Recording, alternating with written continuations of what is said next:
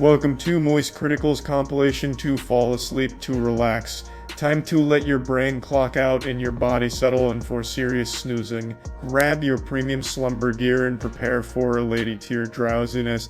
If this helps you drift off to dreamland, drop a like, subscribe, and comment goodnight below. Sweet dreams, you beautiful sleepy souls. Yeah, unfortunately the title of the video is not misleading. Mr. Lonely himself, Akon, is behind a massive scam. If any of you watching grew up in the 90s or early 2000s, I'm sure that name rings a lot of bells because Akon is an artist who was responsible for some absolutely iconic boner jams back in the day. And a few years ago, he decided to pitch a city, Akon City, which would be powered by the blockchain and have their own form of currency called Akon. And I've got to tell you, the design documents here, the blueprints, the renders of what Akon City could look like are so outrageous it almost makes the Willy Wonka experience look like a good idea. I feel like everyone who takes even a glance at the proposed Akon City documents will immediately write it off as being impossible and just a load of baloney. And they'd be 100% right in that assumption. This will never happen. This city looks like something out of Final Fantasy. It's just not really feasible. Yet, Akon, as well as other collaborators, are doing their best to try and make it a reality. Though after years of work, the only thing they have to show for it is a single welcome center that has a graffitied picture of Akon on the side. And it doesn't really welcome you to anything because there's nothing to show for it. It just welcomes you to something that's emptier than my colon after eating Greek yogurt first thing in the morning. It takes you to basically just an empty field, though there is a single building skeleton there that has a staircase and that's it, and then just a bunch of cattle roaming freely. So there is no real progress being made on Akon City, and it really seems like from the beginning this was supposed to be just either a full-blown scam or just a narcissistic ego piece for Akon. Because it makes no sense why Akon would introduce a cryptocurrency to Akon City when a lot of African regions already use cryptocurrency in their day-to-day lives. If he was really trying to make this a real thing that wasn't just trying to take advantage and exploit people, it would have made more sense for him to just use the already established Bitcoin or Ethereum, which is prevalent throughout Africa. But instead he introduced his own cryptocurrency and said, "I am the bank." He also is the douchebag behind Akon fucking a ton of early investors. So they actually did sell Akon, and a lot of people bought into it, and then it immediately collapsed. It went from a 132% gain to a 60% loss, and then started offering refunds.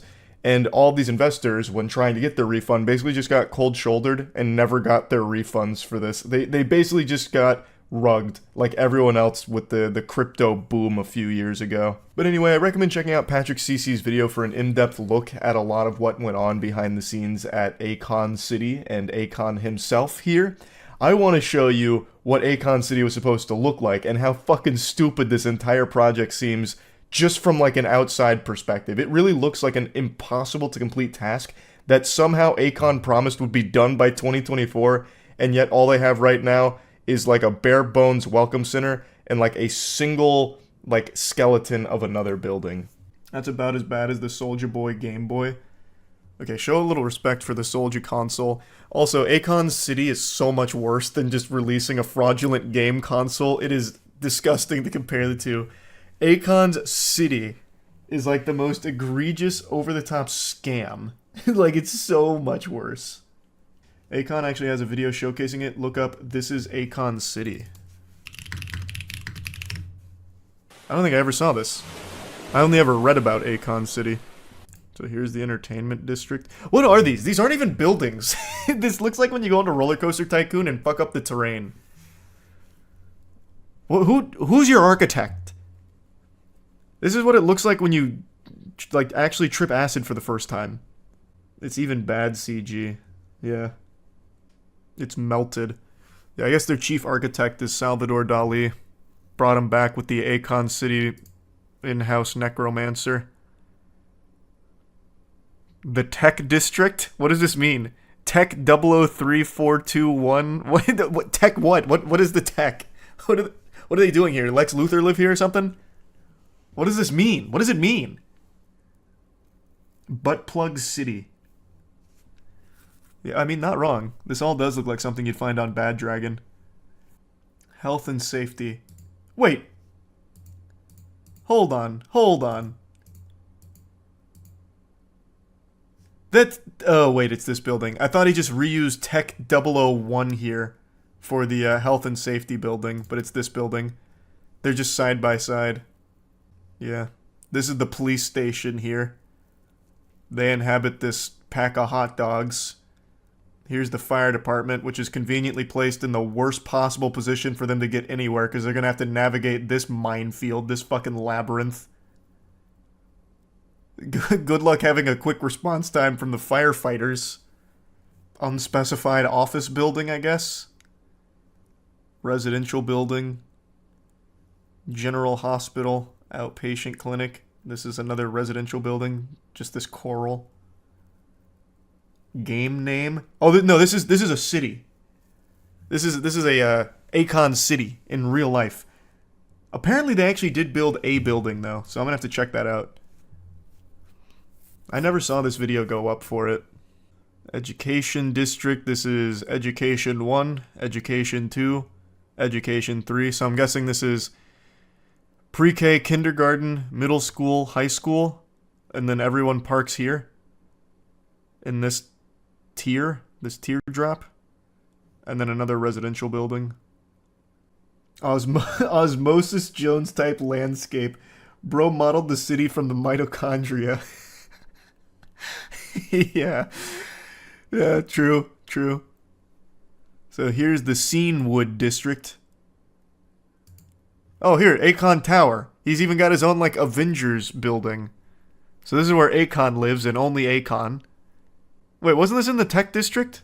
Isn't this building already occupied by tech?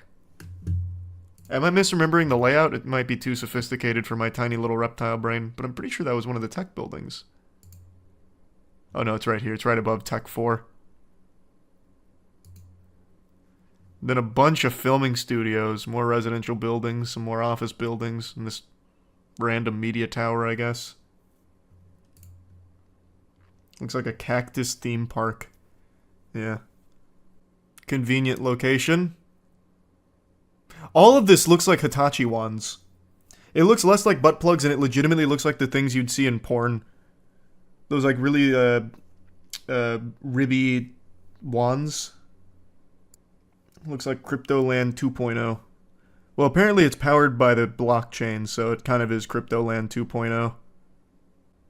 I have to imagine whoever put this presentation together was actually laughing so hard as they charged Akon an exorbitant amount for it. Yeah, I'll throw this piece of shit together for like, I don't know, like $3 million bucks. Done. Shake my hand. Looks like a pretty cool place to live. I don't know what I'm looking at here. It's just random JPEGs that are floating through on this building, but how could you not smile if you lived in a place like Akon City? Alright, let's see the current Akon City. Do we really need an explanation for why Akon City will never happen? I think we all know just by looking at the design blueprints there. Like, come on. Building has like futuristic curvatures outside. It definitely looks like something out of Wakanda, but only one building so far. Whoa, what was this? Wait, what? This is there right now. Also, you should probably have someone else come in and do the artwork on the side of your building. Why? That looks like extremely low poly. It's like a PS1 render of Akon. You could definitely find a better artist for that. In March 2022, Stevens asked a judge to freeze Akon's New York assets, claiming that without the measure, Akon would have difficulty repaying an alleged debt. Stevens' lawyer, Jeffrey Movitt, alleged in his affidavit that Akon City and Akon exhibited many of the trademark characteristics of a fraudulent business venture, such as Ponzi schemes and pyramid schemes. Akon City was likely a scam. Akon denied the allegations about Akon City. The following month, he paid $850K to settle part of the ongoing lawsuit. He said the motion to freeze his accounts has been made out of spite. I mean, likely a scam is very generous. It is 100% a scam in every possible version of the word. It is official. That's the only thing they've built at Akon City. It's just a welcome center with his face on it. Well, why can't I... Does anyone ever pay a visit to the welcome center? I want to see it. There's not many things in life that I'm afraid of. I think my fears are pretty reasonable, not necessarily odd. Like the fear of dying, or being stuck out in open water with no way out, or something being located on the top shelf that I have to struggle to reach.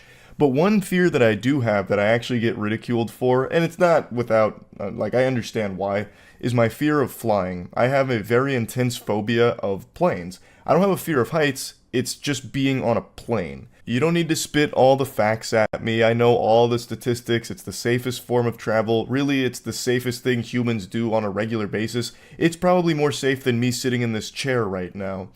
I get all of that. I know it's an irrational fear, but I can't shake it. It's just deep-seated. And I've flown 10, 15 times across the 29 years of my life, and every single time it's an anxiety-inducing, miserable experience. I just absolutely despise it.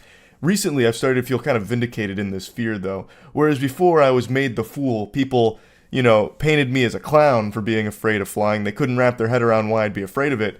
Now there's been a lot of people coming over to my side over here, because Boeing's been in some hot water. Their planes have just been falling apart in the skies, like the door blowing off, like all kinds of terrible things happening with Boeing's aircrafts. It's been aviation apocalypse for that company. And there was a Boeing whistleblower who was in an active lawsuit with Boeing who turned up dead under very peculiar circumstances. And now Boeing's CEO as well as other top executives are stepping down from the company, so it's just been this septic tank exploding with shit spraying everywhere here. A lot is going on behind the scenes at Boeing, and it's all very odd.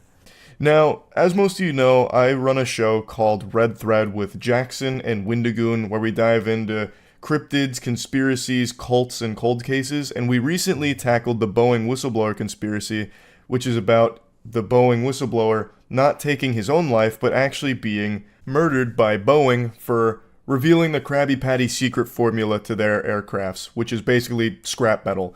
He was talking about all of these awful safety violations and oversights for their aircrafts where they were knowingly putting scrap metal onto their planes. They weren't following protocol. They were doing a lot of shady things, keeping a lot of things off the books on purpose to meet production deadlines. He was a higher up in Boeing when it comes to their aircraft safety and making sure everything functions properly. And he was really concerned and disappointed with how Boeing was handling things, so he started to reveal this information, break the magician's code, and now he's no longer with us. And the circumstances around his death are very odd. So I just wanted to talk about this and show you clips from that Red Thread episode because since a lot of you know I'm afraid of flying, I've been asked a lot about my opinion on Boeing and the whistleblower situation and all of that. And it's one that I've been paying extremely close attention to and following every step of the way. So here's all the Boeing whistleblower conspiracy information as well as my take on all of it. To really start picking apart the problems with Boeing, I think it's important to give a little bit of a history lesson behind them, so I'm going to play this clip from the Red Thread episode that kind of sets the stage for why everything changed so quickly for Boeing after a merger gone wrong with a fucking parasitic infestation that took over the company from the inside out. So, 1997, Boeing acquired McDonnell Douglas, which is now often seen as a misaligned merger. The merger was worth over $13 billion. McDonnell Douglas had found it increasingly harder and harder to compete with Boeing and Airbus, lacking resources to be able to work on new product development, and this merger was Douglas's way out of the industry. At the time, Boeing had an engineering-first ethic which was quickly overpowered after this change by McDonnell Douglas's more profit money-making mindset. So you can see where the holes start to show here. And this is something that even in recent articles is mentioned quite a bit. Well, it was a massive merger at the time. McDonnell Douglas had a significantly different ethos and organizational structure behind the scenes, which kind of explains probably why they were in trouble in the first place. Because you would think Boeing succeeded over them because they put technological innovation ahead of business in most senses. I mean, they were still a profitable business, don't get me wrong, but they definitely focused a lot on the engineering side of things, engineering excellence. And then somehow they merge with McDonnell Douglas, and McDonnell Douglas is the one that's seen steering the ship from then on. That has never made sense to me. Boeing was the more profitable, more healthy company, and they kind of like saved McDonnell Douglas in a way by merging with them, and then McDonnell Douglas like kind of infects the company. It's never made sense to me. I think it's just, I don't even think it's necessarily a product of the merger. It's a product of the time where everything became more profit driven. So McDonnell Douglas's like ethos of money making first probably is what was prevalent, not so much their structure. Yeah, you're probably right. So this is a very cool name. Harry Stonecipher, the Boeing CEO at the time of the merger. Sounds like a Bond villain. I know, it does sound like a Bond villain. It's so cool. I love that name. I wish my last name was Stonecipher. That's so fucking sick. That's an anime name. So he was determined to change the idea of the company from engineering firm to a proper business. Tens of thousands of jobs were cut, and Boeing moved from Seattle to Chicago in 2001. This was done to remove the Strategy Council of Business from being directly associated with other units of the company, thus allowing them to focus more on business decisions and long-term strategy plans without meddling from people actually building the planes. With this drastic change in the company, where now it was all about money-making first, print as many doubloons as possible, Mr. Krabs is running Boeing, they started to throw safety and quality to the wayside, at least according to the whistleblower and a lot of the things that were going on behind the scenes that were so shady. Now, I want to continue setting the stage here because the problems for Boeing really started to escalate over the last decade or so. Boeing created the Maneuvering Characteristic Augmentation System, or MCAS, which is now an infamous system, which I'm sure we're going to talk about very soon. It's described as one of their biggest and most fatal mistakes.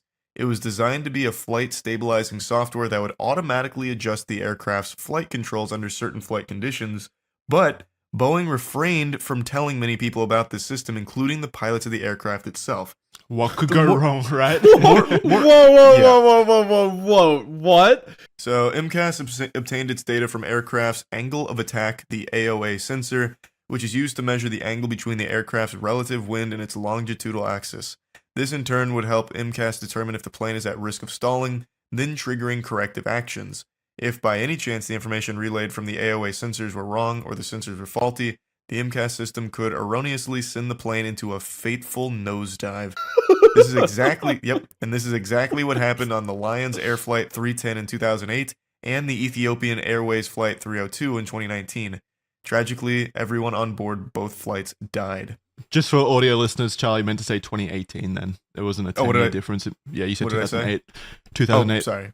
I meant 2018. Yeah. So anyone who was around at that time period, though, remembers when those two crashes happened because they were enormous in the news. It caused Boeing to ground all the flights. Hundreds of people died. It was a very tragic event. Oh, they also recalled the 737 MAX in response as well, if I remember correctly. They took the 737 MAX out of production for a little while, and I believe airports refused to fly them. Yeah, for a 2-year period, I think. So the sensor read data wrong and like pulled against the pilot to adjust, which caused a crash. So the AOA, the attacker angle of attack sensor, which is a sensor on the peripheral, like the outside of the aircraft itself, could feed incorrect data to the MCAS system in certain situations, and then the MCAS system would operate on that incorrect information and essentially pull the plane. Was there no way to override it? You would think there was, but since they didn't train the pilots on it and the pilots weren't aware of it, they didn't know they could override that system. Dude. So it just, as we're going to get into, the reason as to why the pilots weren't educated about this is so infuriatingly greedy. Yeah, all right. Yeah, sorry. Go ahead. Keep going. So, Boeing had insisted to airlines that the pilots did not need any additional training to fly the new aircraft, and even more damning, all mentions of MCAS were removed from the operations manual that the pilots relied on. As Boeing was in a losing race against Airbus, the 737 MAX needed to fly exactly like the 737, so that pilots didn't have to go through new simulator training for certification. And remember, just real quick, I didn't write this, but remember that it didn't fly exactly like the previous 737 because the engines were more forward on the plane, creating that tilt. So because of that, that's why they introduced the MCAS to offset that, so that it would fly as close to the 737 as possible. You make a system that makes it feel like the old one. Exactly, so they can accommodate for when that system doesn't work correctly. I see. Yeah. Training the pilots would have taken a lot of extra time, money, and would be unattractive to potential airline customers. MCAS was the supposed solution so that in certain, very specific situations, it would slightly adjust the aircraft to correct its flight position to create a more similar flying experience akin to the previous model that the pilots were used to. However, when this happened in the real world, pilots and MCAS were in a sort of fight with each other for controls, with pilots trimming the aircraft manually and then MCAS trimming it again, and this cycle continuing with the pilot unaware that there was a hidden system essentially acting against them. After the tragedies of the Lions Air and Ethiopian airline crashes, Boeing suffered a huge financial loss. In 2022 and 2023, they paid out over $1 billion to 737 MAX customers. They were charged with fraud as well as conspiracy and entered an agreement with the Department of Justice with the agreement that they were to pay over $2.5 billion. They also grounded the 737 MAX for nearly 2 years, with regulators conducting investigations, a move costing Boeing around $20 billion in fees and fines. So they didn't end up making more money in the first place. They made these decisions to make more money, and now they've lost over $20 billion, which I'm not sure how much that is in the grand scheme. They have of a things. net worth of $109 billion. So that is actually substantial. Then the negative publicity just continues to accumulate day by day. For example, one United Airlines Boeing 777 experienced a wheel loss during takeoff. Another United Airlines aircraft slid off the runway upon landing due to the landing gear malfunctioning. There's been multiple instances of flames shooting out of engines that have been reported. Certifications have reportedly been falsified. Debris has been discovered near electrical wiring. Loose parts have been found in door panels. Components from scrap bins have allegedly been reused in installations and constructions of planes themselves. A Boeing 777 was forced to land after hydraulic fluid was leaking during takeoff. Additionally, engineers have been outsourced for low wages, with some employees reportedly being paid as low as $9.50 an hour, and the FAA criticized Boeing's safety procedures as inadequate. And there's so many more that Jackson could have pulled from. Like 2 days ago, a Boeing flight engine blew up, caught fire, and they had to emergency land. A week ago, this one I think a lot of you heard, the door blew off of a plane mid-flight. Yep. that's the one I focus on. Yeah. Oh, so you have it right here. So most recently, Friday, January 5th, 171 passengers and 6 crew members were aboard the Alaskan Airline Flight 1282 on a Boeing 737 MAX. They departed from Portland at 5:07 p.m. with no signs of stress or worry from the captains or flight staff. However, minutes later, as the plane reached an altitude of 16,000 feet, a loud bang was heard through the aircraft. A hidden emergency door and its cover, known as a door plug, was suddenly sucked out from the aircraft, leaving a giant hole in its wake. The change in pressure was so strong that if passengers were sitting in the seats directly at the impacted door, they would most certainly have been jettisoned. Mobile phones were ripped out of hands, a t-shirt was ripped off the back of a young boy, the plane's interior around the gap was torn apart to its core, and the surrounding seats bent and misshapen. There's just so many examples of Boeing planes malfunctioning in recent years as the quality of their builds have apparently diminished behind the scenes.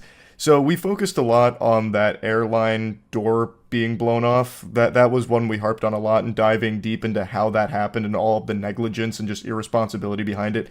The main thing that contributed to that is they didn't put the fucking bolts in on it. Like, they didn't finish actually putting the bolts in on the door. It's from top to bottom, so much has gone wrong with Boeing. And it's led to concerned individuals like John Barnett, the Boeing whistleblower, coming out to tell the public, inform them about what's happening with Boeing and how dangerous it is.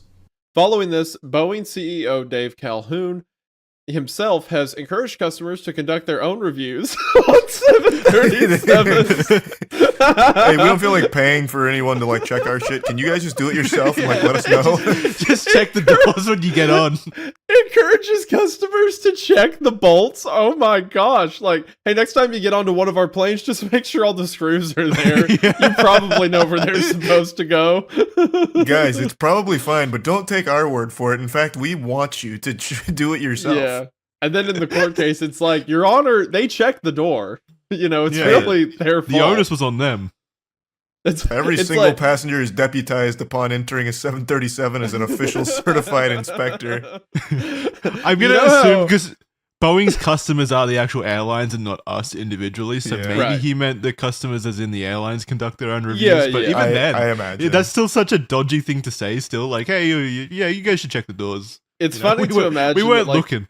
when you sit down on a plane and the stewardess is giving you like the in-flight instructions, it's like, please ensure that all bolts and screws are in the correct place on the secret door you don't know you're sitting next to. Yeah, when the oxygen mask dropped down during an emergency, they also drop an Allen wrench. It's like, okay, now everyone tighten your shit quick. Out of the 89 audits conducted by Boeing, only 56 passed. They found that Dawn... What? No way. No ridiculous way. Amount of failure. What? They found that Dawn dishwashing liquid was being used as a makeshift lubricant during door fittings, and a hotel key card was used to check a door seal, which are not approved practices. I can't believe those are approved practices. Where does it say in the technical guidebook that you can't use Dawn dishwashing liquid? What are you meant to use then? I love it's like the Air Bud argument. I mean, there's nothing in the rule book that says a dog can't play basketball. Why can't I use a hotel key card to check the door seal? John Barnett. He was an American-born aerospace engineer and longtime Boeing employee turned whistleblower. Born February 23rd, 1962 in Pineville, Louisiana, Barnett worked at Boeing for 32 years with a long stint from 2010 through 2017, working as a quality control manager for Boeing's 787 Dreamliner airplane at the South Carolina plant. As quality control manager, John was directly involved in ensuring each plane had passed supposed Boeing quality checklists, essentially being one of the few individuals who was innately aware and knowledgeable about Boeing's supposed commitment to producing reliable and safe aircraft. Due to stressful working conditions, Barnett's doctor advised that job-related stress would likely cause a heart attack unless he were to quit. He retired in 2016. Upon his retirement, John Barnett came forward to the press to make allegations about various claims of malpractice at Boeing. His initial claims first came to the BBC and included allegations that many employees were severely overworked and Boeing was not providing consistent and appropriate maintenance to the aircraft they were responsible for manufacturing. He also made the troubling evidence-based claim that the oxygen systems of the brand new Boeing 787 Dreamliner range of aircraft might be faulty or otherwise defective as a byproduct of lax maintenance at Boeing. He provided tests that showed a failure rate of 25% for the oxygen systems. In 2019, Barnett would appear in a New York Times article where he would go on to make further claims about metal shavings that posed a danger to the aircrafts themselves. Boeing denied all allegations made by Barnett. However, the FAA has since conducted several reviews that seem to corroborate Barnett's claims. Yeah, 25% for the oxygen systems. So 1 in 4 people on those planes are not getting oxygen in the case of an emergency. That's still a positive survival rate. That's acceptable losses. It's not bad, and they wouldn't need oxygen anyway because the plane will be in a nosedive. So it's yeah. What are they going to do? Tell someone? Yeah, it's actually probably better for Boeing if no one gets oxygen, so that way there's no squealing. Have you heard that old conspiracy theory that the reason you brace with your head against the chair in front of you in a plane crash is to immediately break your neck? Oh yeah, so you don't feel the pain of the crash. Or yeah, the old Boeing survivors pose. So then here's some more claims from Barnett. So, reprimanded for email usage, Barnett asserts that a senior manager reprimanded and downgraded Barnett for his usage of internal email services as a tool for expressing process violations in lieu of face-to-face conversations, which Barnett assumes had meant he shouldn't put problems in writing. This was seemingly a way for Boeing to avoid a paper trail of problems that Boeing would prefer swept under the rug, which is relevant with the Alaska Airline Flight 1282, which is the door blowing off, where Boeing apparently doesn't have any written documents pertaining to the faulty installation of the door module. Barnett also alleges that the manager pushed Barnett to get more used to working in the gray areas and help find a way while maintaining compliance. This speaks to a direct willingness and culture at Boeing where employees and managers are willing to sacrifice quality control to keep productivity high and ensure deadlines are met. Then there's also defective parts claims, where Barnett claims that a senior manager installed a defective, scrapped and dented hydraulic pipe in a plane. Barnett followed procedures and filed the complaint with Human Resources, which was unable to substantiate the claim after claiming they had followed through with an investigation. He also claims that he would go on to continuously raise issues of several more missing and defective airplane parts to management with the fear that they had either been accidentally or intentionally installed in aircrafts. Allegedly, management instead directed him to finish the paperwork on the missing parts without necessarily determining where they had gone. Yeah, it doesn't matter. It doesn't matter. They fell into the They'll fucking show back up. rooms. Who cares? Just make note that they're missing. Barnett claims no further action was taken by managers. He has claimed that workers did not sufficiently follow component tracking procedures with the goal of preventing delays on the production line, was backed up by a 2017 Federal Aviation Administration report that determined that at least 53 non-conforming parts were missing, with the order that Boeing take remedial action. Barnett additionally claimed that they had to change the locks on the scrap storage section of the facility where faulty or defective parts were kept, because people would continuously grab parts from the storage to install on planes. Fuck. You have They to have a real lock up. problem at Boeing. You have to lock up the scrap shed because they keep trying to build planes with them. Just fucking get rid of them, burn Insane. them. Stop It's them like- from being installed in these planes. It's like everyone's rats like running around scavenging. Like, no, stop. Get back. Tony Stark built this Boeing in a cave with a bunch of scraps. So bad. Metal shavings. Barnett further alleged that he had discovered what he described as clusters of metal shavings that were erroneously left near electrical systems for flight controls in several 787s. The safety implications of this was that if there were shavings, the implications of this was if the shavings were to penetrate the electrical wiring responsible for powering the flight control systems, the results could have been catastrophic. So, in 2024, Barnett continued to issue warnings about Boeing and their work culture and vehicle safety, particularly following Alaska Airline Flight 1282. Barnett would go on to file an AR-21, which is a law that supposedly protects airline safety whistleblowers against retaliatory actions by employers, with the claim that Boeing had undermined his career because he had raised safety concerns at the Charleston plant. It's worth mentioning he was in an active lawsuit against Boeing, and he was in South Carolina, and on Saturday, he was intended to provide further answers to questioning, but did not show up to the downtown office of Boeing's defense firm for the final day of the 3-day deposition. He did not respond to calls over that day or the following. He was found deceased shortly after in his truck at a hotel parking lot from what Charleston County Coroner's Office described as a self-inflicted gunshot wound. Prior to his death, Barnett reportedly told a family friend that, "If anything happens to me, it's not suicide." Boeing responded to his death by releasing a statement that read, "We are saddened by Mr. Barnett's death and our thoughts are with his family and friends." Barnett's family claimed that he was looking forward to having his day in court and hoped that it would force Boeing to change its culture, though was suffering from PTSD and anxiety attacks as a result of being subject to hostile work environment at Boeing, which we believe led to his death. His lawyer told the CBS News that he was in very good spirits and really looking forward to putting this phase of his life behind him and moving on. We didn't see any indication he would take his own life. No one can believe it. Barnett was found inside his vehicle bleeding from his right temple with a silver pistol found in his hand and something allegedly resembling a note in the passenger seat. A groundsman told police that he had heard a pop around 9:24 a.m., but the rain had apparently muffled the sound. Barnett and his lawyers had filed their first complaints in 2017 in Barnett v. Boeing. It seems suspicious, to say the least, that Barnett would commit suicide when his case was finally in the final stretch. A family member told his lawyer, Turkowitz, what was written on the note, but that it didn't sound like John. Which I imagine it didn't. It sounded like Harry Stonemason or whatever his name was. Harry Stone Cipher. Yeah, Stone Cipher.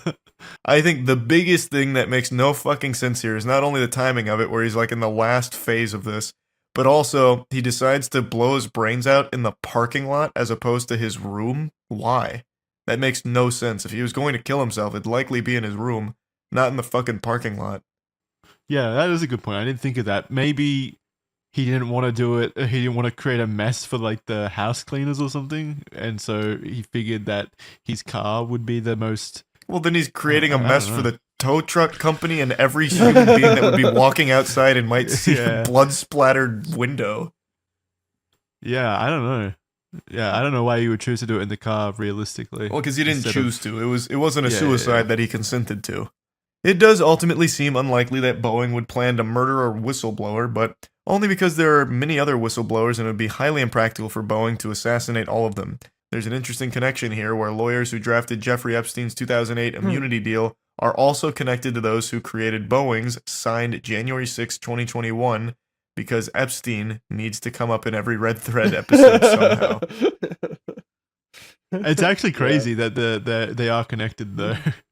so with so many circumstances that serve as evidence of Boeing's malpractice, its failure of 33 of 89 FAA audits, the jammed rudder that caused a near miss in Newark, a wing coming apart on a San Francisco to Boston flight that was forced to make a premature landing, the use of dish soap and hotel room keys to check door seals, and of course, its failure to install a single bolt that would have prevented the door on the Alaskan Airline Flight 1282 from being ejected from the fuselage, it's impossible to believe that the company would be able to argue it hasn't broken the DPA. But as the DPA is written, the only actual requirements of complying with the DPA are that Boeing cooperate fully with domestic and foreign regulatory authorities in any investigations during the 3 years in which it remains in effect. It's essentially toothless. Yep. Yeah, yeah, It because is. the whole thing is just saying like, well, you can make mistakes as long as you let us look at them, and they're like, okay, Yeah. Or, Yeah, but- or you at least pretend to let us look at yeah, them. yeah. Yeah, like- So- Like with the footage being overwritten and all that. yeah, there's a piece of paper somewhere that says we looked at them. As long as that happens, we're fine. Yeah.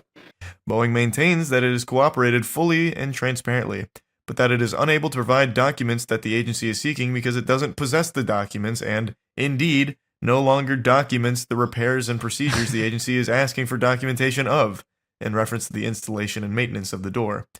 This is further evidenced and backed up by John Barnett's previous claims that Boeing has an internal culture that will aim to avoid any written record of faults and mistakes at any cost, choosing to lose documentation at any chance if it means they won't be held culpable with evidence pertaining to their increasingly lax quality control and maintenance standard. This has all led to the enormous shift in public perception of the company. The once famous phrase, "If it ain't Boeing, I'm not going," is no longer relevant.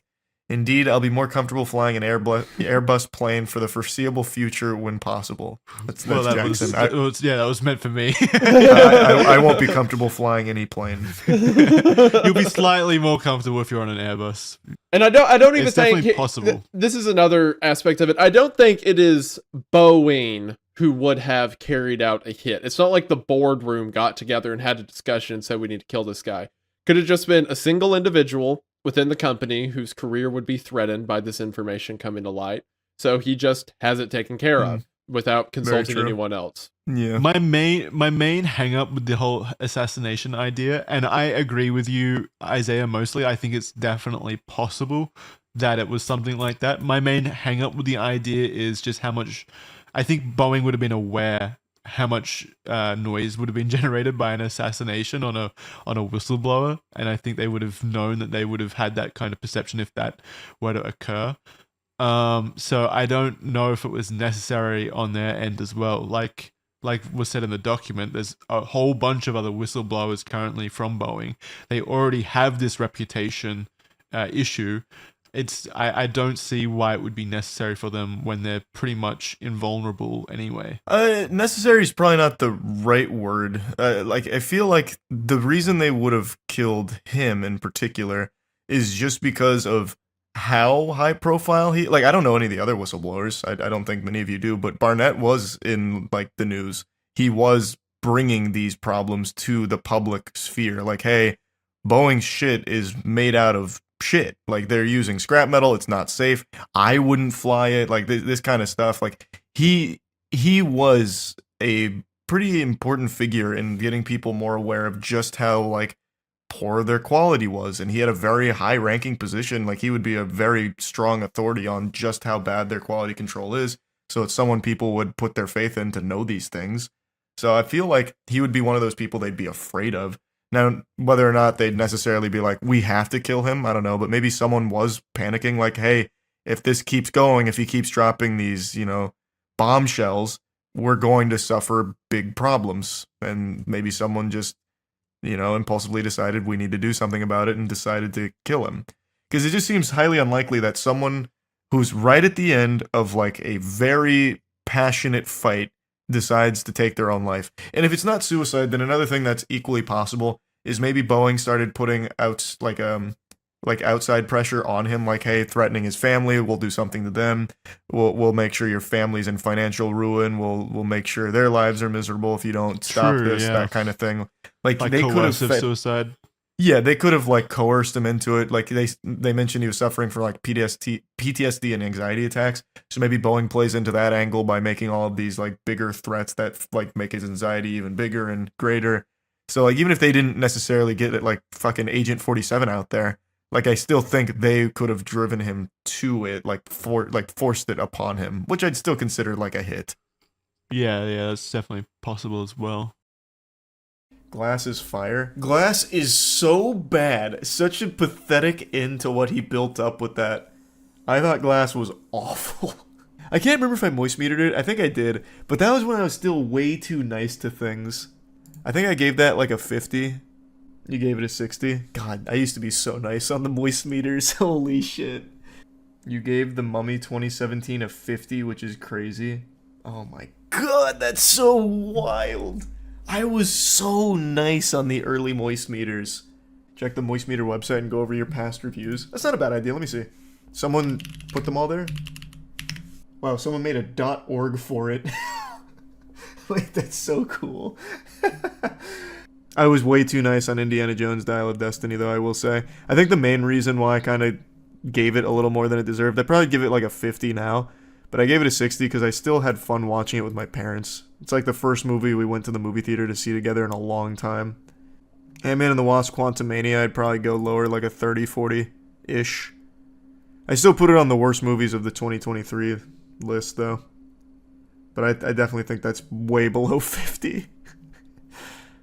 I don't know why I was so nice to it there. That was in 2023. The gloves had already come off. I don't know why I gave it a 50. All these are looking about right. Except for Thor. Whoa, whoa, whoa, whoa, whoa.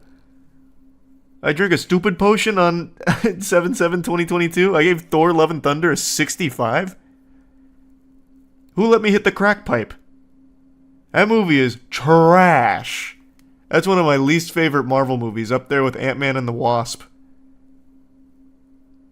No, that can't be correct. I gave this a 65? Someone laced my popcorn with Fint. What happened? What happened? Check the source material. I mean, they seem very thorough on this website here. I guess I did, but man, I don't know what came over me. Yeah, that one is baffling. Actually baffling that I gave it that high. Nowadays, logically, I'd definitely be putting that in the 30, 40-ish. Probably not 40, but like 30, 35-ish. That movie is atrocious. It does like nothing right. I even remember some of the things I was saying in there were scathing. Why did I end up giving it a 65? Was it just because of that shit, the black and white on the planet? And Christian Bale I thought did a good job, but there's no way I'd let him carry me to a 65. Oh, this one's weird. This is in the other direction. I'd give the Batman a little more than 80. I think the main reason I did that is because I really thought the entire car chase sequence was fucking stupid. Like, it wasn't visually bad or anything, but it was really stupid narratively. I must have really let that affect me. I must have made me real mad at the time. Because everything else about that movie is great. Battlefield 2042 on launch was damn near unplayable. I ended up putting it on the worst game list. But I gave it a 65 because I believed that it'd be better by the end of the year. I kind of saw into the future and was very wrong about it. Holy shit, I gave Eternals a 60. What the fuck? 60 is fair, honestly. It is not. It's more like a 45. At the time, it was one of the worst MCU movies, but now we've definitely seen worse, so you're looking at it in hindsight like, I guess Turtles wasn't that bad compared to things like Thor, Love and Thunder, and Ant-Man and the Wasp, Quantumania. But it's still not good. It was also really nice to Venom Let There Be Carnage. I thought that was extraordinarily forgettable, so much so, in fact, that I barely remember anything from it. I gave Old a 60. What is wrong with me? Why did I give Old a 60? What the fuck?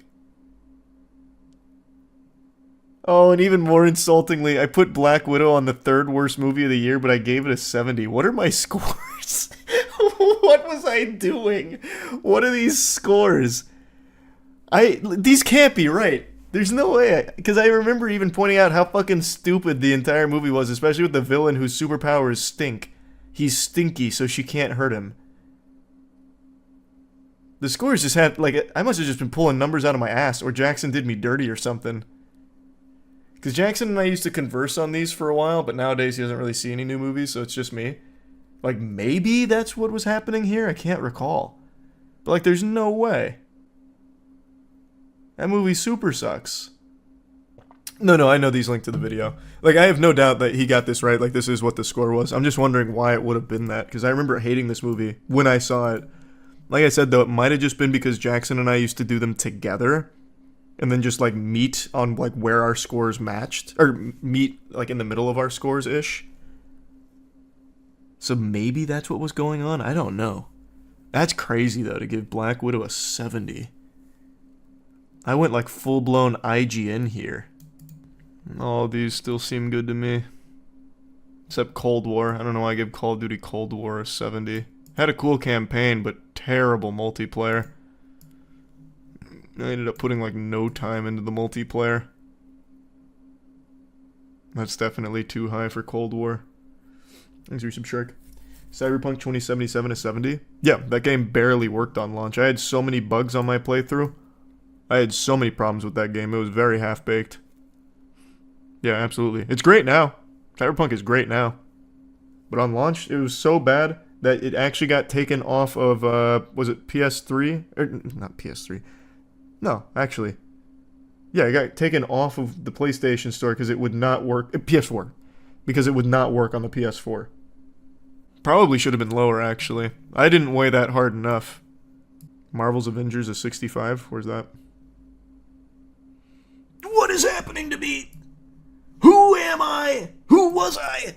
Marvel's Avengers is 65. What was I? Jesus Christ. A 65 for that is terrible. Yeah, no, I hated that game. I didn't even... It had to be with Jackson, because like I said, we used to make these together. It had to be... We, like, compared our thoughts and met on a score, because there's no way, in my right mind, I would have ever given that a 65. That game sucked. I hated it. I made fun of that game for so long, too. Like, it's so weird. I was, like, super harsh on something like Sonic the Hedgehog movie, which I actually liked, but was extremely nice to something like Marvel's Avengers that I fucking hated. That doesn't make any sense. That doesn't add up. This is a resub Josiah. Rise of Skywalker, a 40. Yeah. Yeah. I don't know, just dog shit. I'd probably drop it to like a 30, but it's not like outrageously high or anything. That's not something that's like catching my eye. It's just some of these are either a little too high or a little too low. Like one of them I saw that's a little too low was, where was it? Oh, here, Last of Us 2. I feel like a 55 is definitely too low for The Last of Us 2. I was just really disappointed with the direction the story went, that I think it clouded everything else. Everything was still like an improvement gameplay-wise over the first one.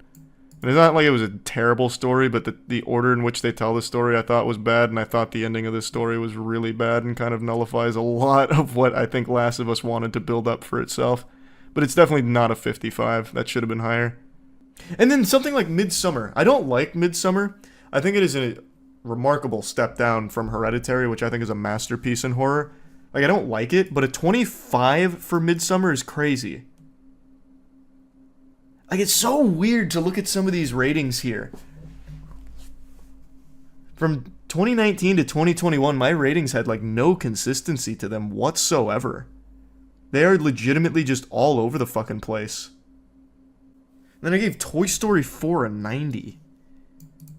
Like, what the fuck? Your early reviews are even crazier. Are they? Yeah, we're still only in 2019. Man, this scale was all cattywampus here. Like, some of them I obviously still agree with, like Once Upon a Time in Hollywood, a 50. I'd probably still give it a 50 today. I think that is one of Quentin Tarantino's weakest works. Like, a lot of these I still 100% agree with, but then there were some where I was just feeling some type of way. I was on that loony juice. Man, they blasted me with that dumb beam.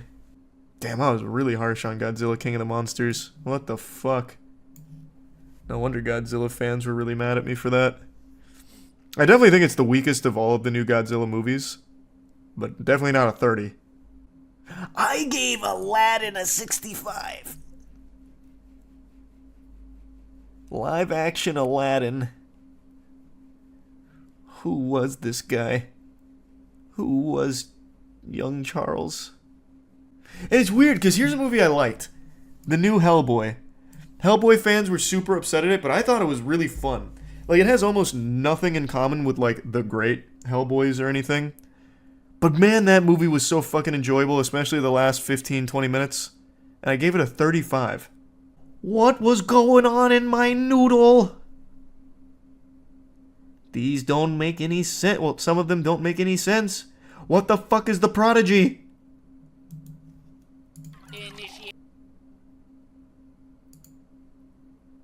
What is this movie? I don't remember it at all. What the fuck is it? God, I saw every dog shit horror movie ever. Still do. LMAO, Moz out of 20. Moz sucks. That movie was terrible. This movie is really bad. I remember this one. This one was about that lady who just like wanted to feel like a kid again, like real hip, so she like buys alcohol for some kids and stuff and lets them party in her basement. It's super stupid. That movie's trash. That's definitely a 20. I don't remember The Prodigy. I guess it's a 40. Seems a little high. Why the fuck is Kingdom Hearts 3 a 70? Where's Kingdom Hearts 3? Brother, I couldn't tell you why I gave that a 70. Those were still some of the most miserable streams I ever did. Yet I ended up giving it a 70. Gameplay was fun, and actually not a single other thing about it. And not even all of the gameplay. Oh my god, why was I so harsh on replicas? I remember the movie very well, which I guess is more than I can say for half of these fucking things that I was giving 60s and 70s to willy-nilly. Replicas is that Keanu Reeves movie, which is actually a really sad concept for a movie in regards to Keanu Reeves being in it. Because it's about his family dying, and he can't cope with the loss, so he creates replicas of his family. And it's not a good movie by any means, unfortunately, but I think it's a really personal one for Keanu Reeves, given what he's gone through in his life. I tore into it. Jesus. I remember even pointing that out, too. I don't know why I ended up giving it a 10. It is bad, though. It is not a good movie. Wow, there's a movie I haven't thought about in a long time. Mortal Engines. What a cool concept for a film and a dog shit movie. Okay, some of these are starting to make a little... Like, I'm starting to agree with 2018 Charles a little more often than, like, 2019.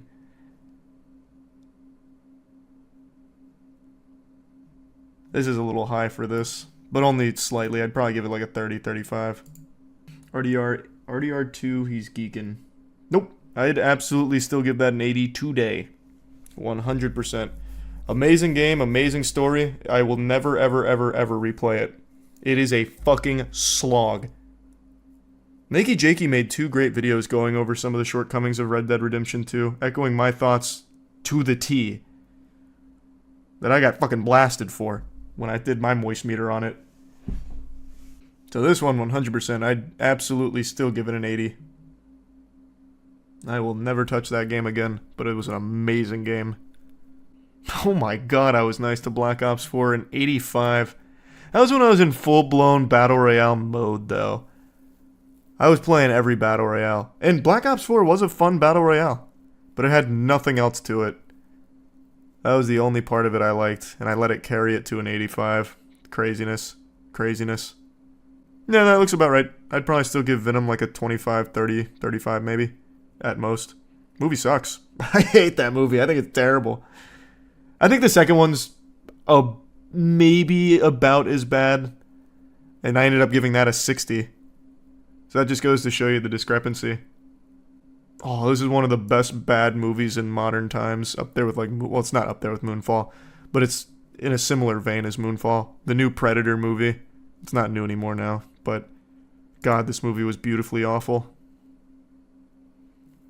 That movie was so good. Holy shit, this movie. Pretty sure I'm one of the only people in the world that watch this thing. Some of these movies I have to wonder why I even bothered moist metering them. What was the point? No one was ever going to go see Axel. Looking at the cover though is actually kind of cute. it was kind of an adorable movie. Yeah, Slender Man was terrible. 15% is definitely about right. Horrible movie. I was really nice to the Teen Titans Go movie. I don't remember anything about it now. It also teased the OG Teen Titans coming back, which clearly never happened. Here's the lowest rating in Moist Meter history, the 2% to Gene Rain. Still makes sense. God. Giving Ant-Man and the Wasp a 55 is so painful. This is still one of my least favorite MCU movies, even to this day. It's so fucking trash. I'd probably end up giving that like a 30% now. Oh my god, I gave Jurassic World Fallen Kingdom a 65. Jeepers creepers. That one had to be Jackson, though. Because he likes dinosaurs so much. Like, I definitely think that's why some of these are so high for movies or games I really didn't like. Not to use him as a scapegoat, but like, I can't think of any other reason why I would have been so generous on some of these. I was really nice to Incredibles 2. I still like the movie. I still really like Incredibles 2. But it's just not a very good movie, though, which I recognize. And it's nowhere near as good as the first Incredibles. It loses all of the heart. This one was controversial when I posted it because people hated Solo. But that was back when people were still delusional enough to think that Star Wars was going to be good again. And it still hasn't. This is a great movie. Oh, great's exaggeratory. This is a fun movie. It's just your generic sci-fi adventure, unapologetically cheesy and over the top. I stay by that. I watched that again a couple years ago. Still fun. I'll give God of War an 85. That was my game of the year, too. See, that's what I'm saying. Like, these scores sometimes just make no sense. I loved that game. And I still ended up giving it an 85. Like, for some reason, I wanted to play, like, Hardball with that one, but not some other ones. A lot of reused bosses. Yep, and that was my only major complaint. I think that was the only complaint I had for that whole game. Oh yeah, and the title. I hated the title. Still hate the title. I hate games that do this. I will always hate that. Call it something else. There is already a God of War. Don't call the new one the fucking God of War soft reboot. It's stupid. I hate it. Still hate it.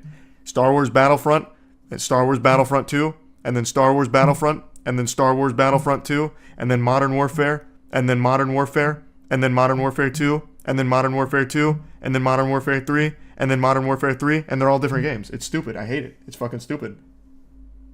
Absolutely hate it. Again, here's another movie. Why did I even bother? This is 100% a movie none of you have ever even heard of. The Winchester horror film about the fucking Winchester widow being haunted by all the people that had been killed by Winchester rifles. Why even bother? Honestly. Why? What is this? I don't know what this is. I saw it at some point, clearly. I don't know it. That's the one where he gets orders on a train or something. Cool, I guess. I don't remember anything about it. I guess I kind of liked it, though. I remember the Insidious Last Key. Trash. What is Bright? Now we're getting into movies I just don't remember at all. Oh, fuck. This. Oh, my God. It's been that long? It's been 6 years since this trash? I thought it was much newer. I gave The Last Jedi a 70. It's gotta be Jackson. It's gotta be Jackson. It's gotta be. I hated that movie so much. Jackson would have gave it less. Not at the time. You don't understand. Jackson used to be a Star Wars fucking fanatic, and he brainwashed me on some of that. Nowadays, he's like one of the most jaded people on the planet because all of the things he loves goes to shit, like Star Wars. But back then, he was still a huge enthusiast. I think he saw this movie like 4 times. It had to be that. I hated this even when I saw it. There's no way I would have given it a 70. There's no way. Here's another movie. Why did I even bother moist metering it? I actually remember this one, but not because of the movie itself. There's a scene in here where I think it's the main girl. The main girl's laying on her bed reading a book. I don't remember why, but she was just reading a book and the camera stays on there for a while. And someone throws a fucking snowball out the window and it sounded like a cannon going off. And I actually jumped out of my goddamn seat. That was one of the most effective jump scares I'd ever experienced. Must have hated the movie, though. Gave it a 20%. That's the only thing I remember from it. Oh, I remember this being very controversial. I gave Blade Runner 75. I'd probably give it like an 85 now. I rewatched it a couple years ago. It's a really good movie. And I remember really like it in the theater, too. I don't remember all the things I took off for it. I remember the one thing that I was disappointed by, and still kind of disappointed by, is that I felt there was so much more they could have done with that world. Well, obviously, a lot more they could have done with that story they were telling, and then they kind of pulled the punch on it. Like, it just felt like they cut itself short. This is the moist meter that WWE kept taking down. They took this thing down 5 separate times, and every time I used to fight them on it until I gave up. I think it's still up now, though. I think they finally stopped. Yeah. Dog shit movie. It's supposed to be about Bruce Lee. It's really not. They make him like the villain in his own movie. It's terrible. Bro's blaming Jackson like he's Clara on his computer or something. I just don't know what other explanation there could be for some of these. I don't know. I really don't. Because like the ones that are really jumping out at me are ones that I know Jackson also played or watched. And like I said, we used to do all the scores together. Call Jackson so he can defend himself.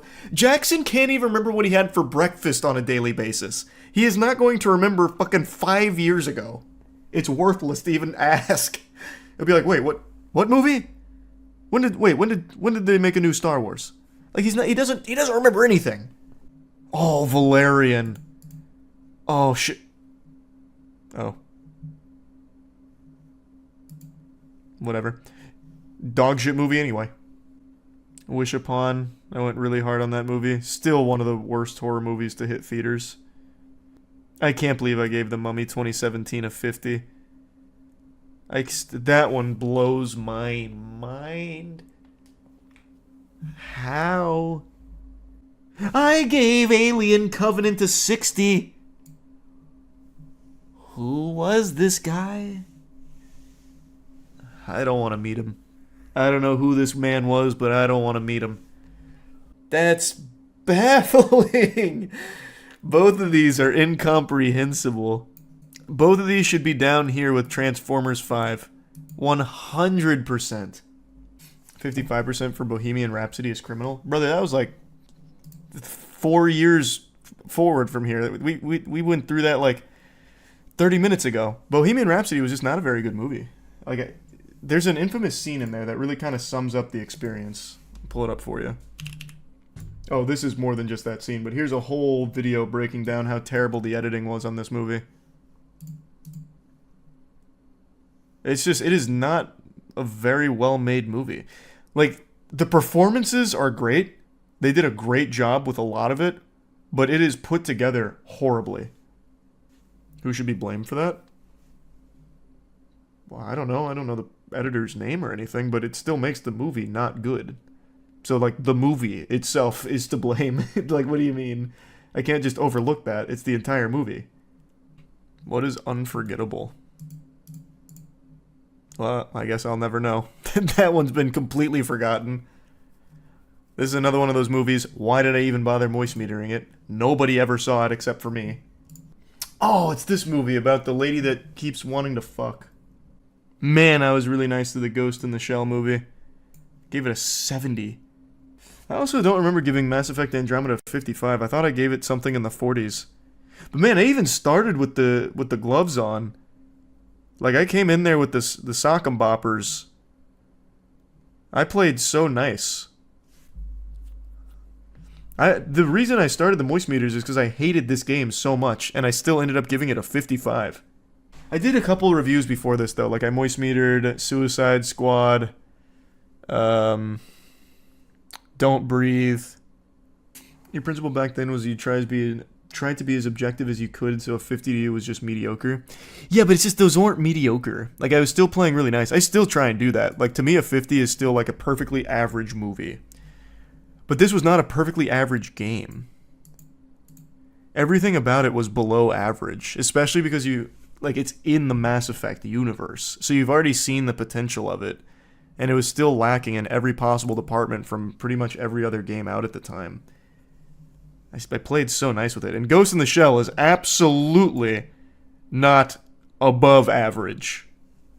So I don't know. I don't know why I played so nice. This was an interesting trip down memory lane. I don't even recognize myself down here. Was Ghost in the Shell that bad? I wouldn't even say it was that bad, but it definitely... that would be something I'd probably give like a 50 to. Like that is something I'd probably be comfortable giving like a 50 to. Pain and Gain. Why would you even ask...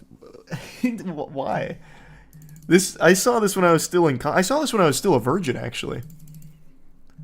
I think I was 18 when this movie came out, and I saw it at a girl's place who I was like super interested in. But it was me and a buddy, we went over there, and he was trying to like wingman me, and she was not having it. She was not interested. She was more interested in my friend. And I just sat there and I just fucking watched Pain and Gain on her TV in her apartment. I hate that movie because of that. That shit sucked. Fuck that movie.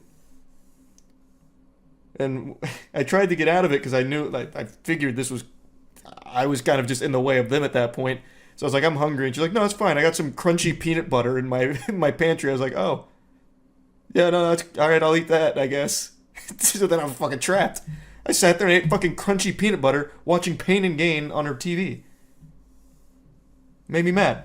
That movie sucks. That movie gets a 10% on the moist meter. And it's only that high because the peanut butter was good. Good afternoon. I bet the majority of you watching this can't even tell that I have a tummy ache right now, but I'm being very brave about it. I'm going to push through, and I want this to serve as a lesson to all of you that you can't tell what someone is going through just by taking a glance at them. Don't judge a book by its cover. There's two topics that I'd like to discuss today, so let's dive right into the first one, which has become a very big discussion across the internet, which is in regards to piracy. I like to think I've been very vocal about my stance on piracy. I don't think there's any questions on where my loyalties lie when it comes to this subject, but I'll repeat them again, screaming from the mountaintop. I, with my hand on a stack of Bibles, subscribe to the belief that Gabe In preached. Piracy is a service problem. Not only that, but the quest to defeat the boogeyman known as piracy also leads more people to it. So introducing harsh DRM that like tanks performance or makes a game function worse will inevitably lead more people to go to the pirated version because it is a better version of it because it runs better without the DRM that you've introduced to try and fight it.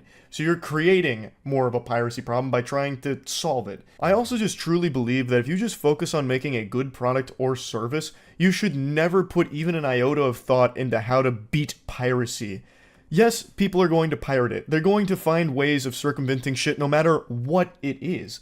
But there will be far more people that legitimately purchase it to support that good product or service and that effort that you made to not ruin it with like DRM or fighting against piracy and making things an inconvenient headache. To put your titties where my mouth is, I am well aware that our comic book series Godslap has tons of re-uploads of our entire comic series accessible for free right now. And you know what we're doing to stop it? Nothing. Absolutely nothing. In fact, we've made it easier by offering a digital version of our comics. For those that don't know, I have a comic book series called Godslap and another one called Plague Seeker. We offer a digital version of it. That makes it extremely easy to just take that digital version and re-upload it for free across the internet. And Zoinks Scoob, would you believe it, it actually was extremely helpful in growing the comic series. There are so many people out there that wanted to check it out but didn't want to pay $5 for a digital version, didn't want to buy a physical copy. They just wanted to see if it was any good, because who knows, it might have sucked shit through a crazy straw. It might not have been worth the money, so they wanted to check it out, and it was uploaded for free. So there were a lot of people that read it for free, and then eventually bought a physical copy once they got invested into the world. I have so many emails like that from people, and that's great. I'm happy that people are checking it out. Even the ones that check it out and don't like it, hey, at least you gave it a try, right?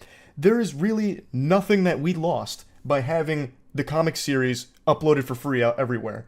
It's only been helpful. Now, that's not going to be the case for everything, and I totally recognize that. But I really believe all of these efforts made by, like, shutting down emulators, which is what we're about to talk about in detail when it comes to Nintendo, and all of these other, like, DRM efforts and all kinds of anti-piracy measures do nothing but make more people want to pirate it, because you're now ruining the official means of getting these products and making it far more easy, convenient, and complete actually owning the product through piracy. So you're making it a more appealing option for them. So you're creating more problems than you're solving in the first place. I don't want to just regurgitate the same things I said in my last video about this topic. I'm not trying to just Ouroboros my own ass and eat the shit out of it with the same talking points over and over. Basically, last time I was touching on this subject, it was about streaming services being such a massive, expensive headache nowadays where you don't actually own anything anymore and they're constantly censoring episodes or taking things off of their platforms. You have to go on this giant fucking scavenger hunt like you're hunting down the Dragon Balls in order to find like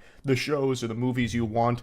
So when you pirate them, it's much easier, it's much quicker, it's a lot less expensive, obviously, and it's just a more convenient service these days, which is why piracy's been blowing up again. Not that I'm advocating for it, of course. You can't come after me for that, Viacom. What I want to focus on with this one isn't so much that, but more so the debate that's breaking out now about emulators, because the global anti-fun police known as Nintendo, the international authority of kicking sand in the face of anyone that's enjoying their products, has decided to launch an attack on a very popular emulator that I'm pretty confident a lot of you are familiar with, called Yuzu. And Nintendo threw the kitchen sink at them. They laid the Super Mario Smackdown upon them. Hulkmania went wild, and it was a little concerning for the future of other emulators. RIP to Yuzu. I'm not going to bother going through the particulars of the case. I'll just give you the bare bones gist of it. Nintendo hit them for giving people the tools and information regarding piracy, giving people the ability to pirate Nintendo property, and basically it all just tied into Yuzu and piracy going hand in hand like peanut butter and jelly. Now, let's not get caught in a delusional genjutsu here. Let's just be honest with ourselves. Everyone knows this when it comes to emulators. Anyone that uses an emulator knows that you can get games for free that you don't actually own officially. Not everyone's going to be the person that's dumping the BIOS and all the information out there from their legitimately purchased copy or anything. You can eventually just download it yourself for free and play it through these emulators. But I don't think that means you need to shut everything down in regards to emulators, because they are an invaluable tool when it comes to the preservation of games that otherwise would be lost to time. I am a huge proponent of emulators, and I have been since early high school. In fact, a lot of my early videos are all made through emulators. Mudahar recently made a video covering this topic, and I agree with his take in that when you own something, a piece of hardware, you should be able to do whatever the fuck you want with it. As long as it's not affecting other people and like making other people's experience of it negative, it shouldn't matter. So if you legally purchase Tears of the Kingdom for your Switch, but you actually want it to go on your Steam Deck because it's a better console, then you should be able to just, go through the process of getting it to the Steam Deck through the emulators and all the other things that I'm not going to go into detail about because I don't know how Nintendo is going to be responding to all of these things. But there are ways to do it, and I think you should be allowed to. It's not really an ethical dilemma since you own the product legally, you have paid for it. Why not be able to have the freedom and flexibility to take it from its native platform, the Switch, and put it on like the Steam Deck or put it on your computer where you can enjoy it far more. And the games are far better there as well. Like they just are. The Switch fucking sucks as a console. It's archaic. So while Nintendo is correct that there is a lot of piracy when it comes to this emulator sphere, it doesn't mean that it needs to be viewed as like this ultimate villain that needs to be defeated, because it offers a lot of good too. Because without emulators, there are so many games that would just be lost to time, especially from Sony, which is something Mudahar also points out. There are so many games that I have played that only exist through being able to be played on emulators that I can't get in an official capacity anymore. So if you're not selling the product anymore and there's no way to have access to it, what is the harm in playing it through an emulator? It's completely victimless crime here. Again, I fully understand that it's not exclusive to just people playing abandonware that you don't get anymore. These old treasures that are, fucking buried under sand and you can only play them through an emulator. I know a lot of people pirate modern games. Like Tears of the Kingdom people were playing early because it ended up leaking and you were able to play it through the emulator like a week or two before it officially came out. I get that that's a problem. I 100% understand that. But by taking down and putting your crosshair on emulators themselves, I really just think it's misguided. There are bad actors that are going to use these type of tools for nefarious purposes, of course, and that is an ethical problem. But for me, if I'm playing something through an emulator, I own the real copy of it. At least in every case that isn't a game that no longer fucking exists, which is quite a few of the old PlayStation 2 games that I used to make videos on back in the day.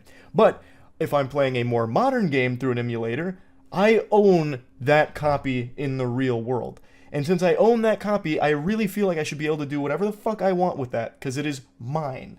Now, I know we live in that age where you don't own anything and you have to be happy about it, but I think that is garbage. I think it's a load of trash, a bunch of hooey. It is yours.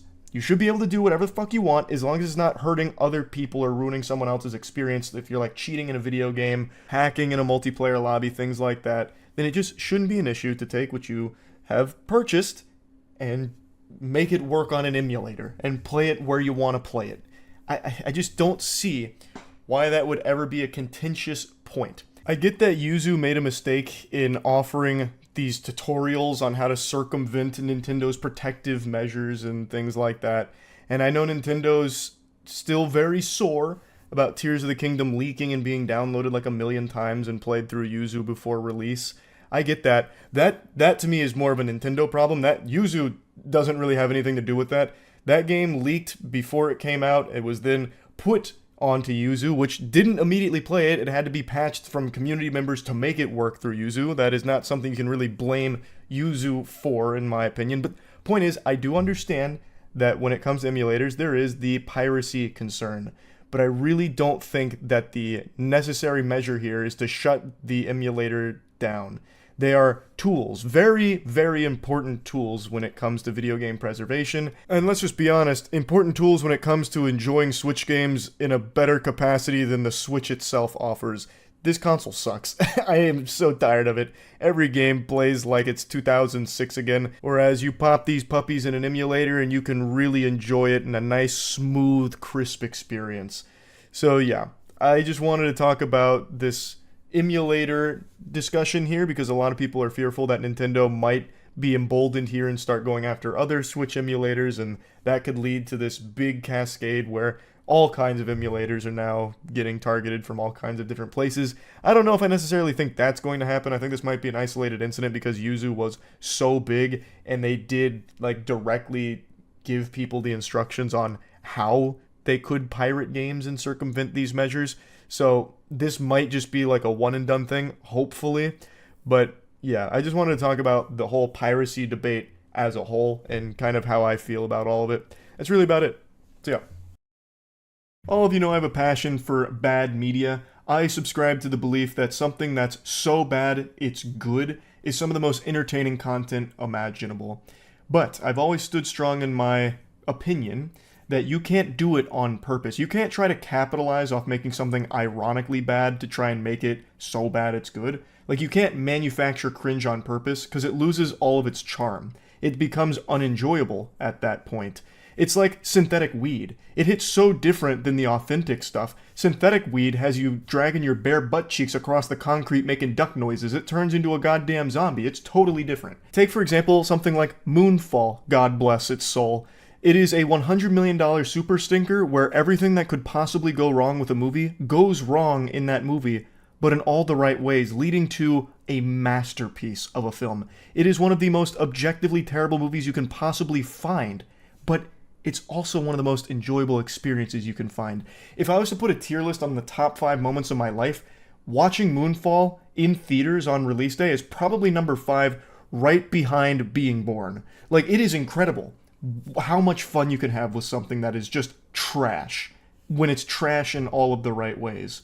So I have been a scholar of dog shit media for almost 3 decades now, so I feel like if anyone was ever going to crack the formula on how you can refine cringe, it would be me. I've got all the tools up here in my noodle, and by Jove, I tell ya, I am doing my best in the laboratory to figure it out.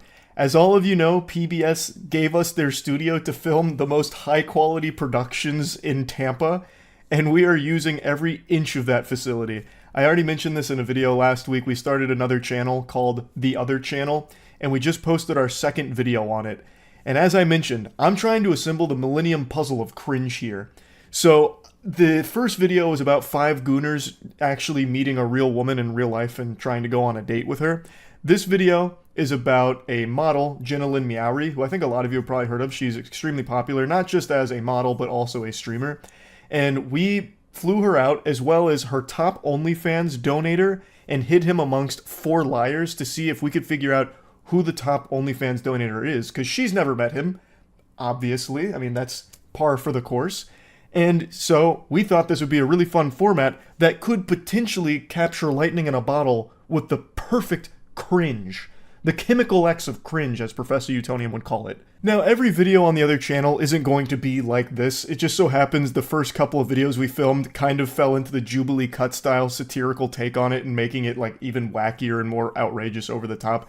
But the next couple of videos have nothing to do with that format, so don't just only expect this kind of stuff from the other channel. We filmed a lot of very different pieces of content, and we will continue to film very out there ideas for the other channel, but with extremely high quality production behind it, thanks to having a fucking multi-million-dollar studio that they're letting us use. But yeah, I want to play you some highlights from this episode here because I think it is just a fucking slam dunk. I think it's great. Jenna was wonderful. All of the contestants were fucking stellar. Like, this whole thing just was a lot of fun. Hello and welcome back to the other channel. We're joined by one of the internet's most successful models, Jenna Lynn Meowry. And we've flown out her top OnlyFans donator who's hiding amongst 4 liars. It's going to be our mission to figure out who the top donator is out of this lineup. Gentlemen, welcome to the Thunderdome. Great to have you here. This is already going better than I expected. I thought it could be dangerous. I thought this would be like chumming the water and a shark like lunging over the table like a Five Nights at Freddy's jump scare. That's why I'm here. Yeah, way to be on your best behavior. I'm gonna look at you. Give me a little spin. You excited? Oh yeah. Are you excited because you're in front of your queen, perhaps? No, I don't think so. Interesting. No. Oh, I guess I'll do the spin then. Hey, tough guy, how does this make you feel? a little shy, a little nervous. Are you titty or an ass guy? That'll be all. Step back. Yeah, pickup line. Yeah, so if all of you will come up one by one, so no pickup line here. I don't really have one.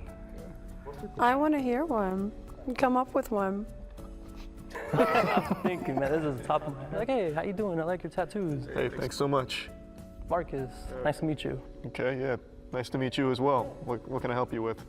Are you a fruit? Because honeydew, you know how fine you look. Wow, that's going right in the stinkers pile for me, bub. I have a good question. All right, Run it. let it rip. What's my favorite animal? See you guys. Oh, yep. This should weed them out. Yeah, I guess the dog, Kiwi, or the legal name, the Christian name. Okay. What about you, too? Seals. Okay. What about you, 49? I will go with birds. One? The cat, Coco. Oh, okay. You know his name. You might have thought we were comfortable now. But we were. Don't get comfortable. Yeah, you're not friends anymore, you're enemies. Jesus Christ. I'd hope you liked Garry. Number 11 turned away from that. He's shy. You turned away. It's the girlfriends. Write it down. Write that down. Write that down. Number 11 hates boobs. And Very telling. women. Yep. Okay, 2. What is your biggest fantasy involving me? And tell me in great detail. In great detail. Great detail. And make eye contact. I really like wrestling. I'll give you a landscape. You're at the Moist Wrestling League arena. Yep. Your opponent is Jenna Lynn Meowry. What are you doing? We're oiled up. I mean, wrestle, clothe, maybe. Slowly start, ripping each other's clothes off. Charlie's got the count. He doesn't know wrestling at all. Fucking hits her with a Frankenstein. It's sexy wrestling. Can you shut up, man? Yeah, I mean, I'm not trying to actually win a wrestling match here. Fucking power bombs through a table. I don't know what to believe anymore. The yogurt will tell the truth. It's our line. Do you think it's time? Get the Time. yogurt. Bust out, break the glass, bring out the big gun. I think I know where I am here. A little room for Jesus, as they say. How do you feel about yogurt? I love yogurt. How much do you like yogurt? A lot. Oikos, 000. Get on your knees. Say There you go. Don't say names, you're gonna make me jealous. How do you like yogurt? Yeah, big fan, big fan. How do you like eating your yogurt? With a spoon. On your knees? Well, sure, yeah. On your knees? Depends on the time of day, I guess. Say ah. Ah. No. Say ah. Mmm. Yogurt. I think I'm good. I think I'm satiated. That was good. We're not forcing you I gotta go. I gotta go return some videotapes. Oh, is that so? Is this key lime? Not my favorite. More Not your of a honey and cream kind of guy. Honey and cream. With emphasis on the cream. Yeah. He's back in it, baby. Ah. Wow. Look at that, all clean. Hey, great. Hey, clean plate club. Great work, boys. Great work. Kind of what I'm thinking. Yeah. Okay. Oh, we're ready. All right, you want to let them know? We knew from the beginning this is where we were going to end up. I told you. I had a very strong suspicion, and I know who it is based on the spoon evidence here, the forensics. You play your game. I'm over here. Okay. I have two more questions. How do you feel about pegging? Maybe if I was in a relationship with someone. If you want to see who the mysterious top donator was, make sure to check out the full video. I'll put a link to the channel in the description. I just kind of spliced up a bunch of different random moments from it here, so it's kind of all over the place, but it was just so much fucking fun to film. Huge thanks to Jenna for coming out, as well as a huge thanks to the top donator for flying out for it as well. I think it's a banger. I've been having so much fun with the content for the other channel. I'm super excited to release the next batch of videos because we have filmed quite a bit and we've got a lot more in the pipeline. So definitely check out the other channel. That's really about it. So yeah. Invincible Season 2 just wrapped up, and you can tell by my face I'm glowing. I really liked it. Invincible remains a must-watch television series, even if you're not the biggest fan of animation, which I don't know how you couldn't be. I think that's a very close-minded approach to life, and you make me sick. You're a coward. That was supposed to be me just mimicking spitting on you, but I actually just hawked a whole loogie on my desk. But that's how disgusting I find that thought process. Animation is a beautiful medium for storytelling, and Invincible tells an incredible story with wonderful action. Hold on, I gotta clean that. As you can tell, I'm gushing grannies for Invincible. Season 1 really caught me by surprise, because I initially wrote the show off as being some kind of, like, children's superhero show to compete with Marvel and DC. I knew nothing about Invincible, except for Season 1's shock ending on Episode 1 that caught the entire internet by surprise, myself included. And once I saw that clip, and I think I saw it around like episode 3 or 4 of the show's run, I was hooked. When Omni-Man slaughters the Guardians, it is brutal. Like, it is still one of the more brutal things I've seen in a cartoon to this day. And that really set the tone for the whole show. It's very unique. And I know there's like a bunch of other superhero shows that don't necessarily follow Marvel and DC formula anymore. Like you have The Boys and all of that, which I do still think is great.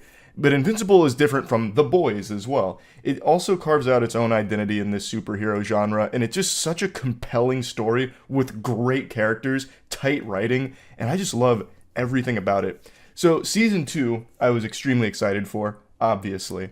And it got off to a great start, and then it shot itself in the foot. It took like a 3 or 4 month break. It went on hiatus to divide the season in half, so there was a part 1 and part 2 of Season 2, which I just think is a silly idea. Just, if there's a production hiccup, just wait. It's better to just delay it and then release it on that schedule without this huge gap in between, as opposed to break it in half, like separate it like my fucking butt cheeks here from part 1 and 2. There's no reason for that. Like, all it does is take the wind out of its sails. I made a whole video whining about it, but it really was upsetting. It just makes it so people either forget about it, lose interest, or never even know when the next part's rolling around, which we saw a lot of when that happened.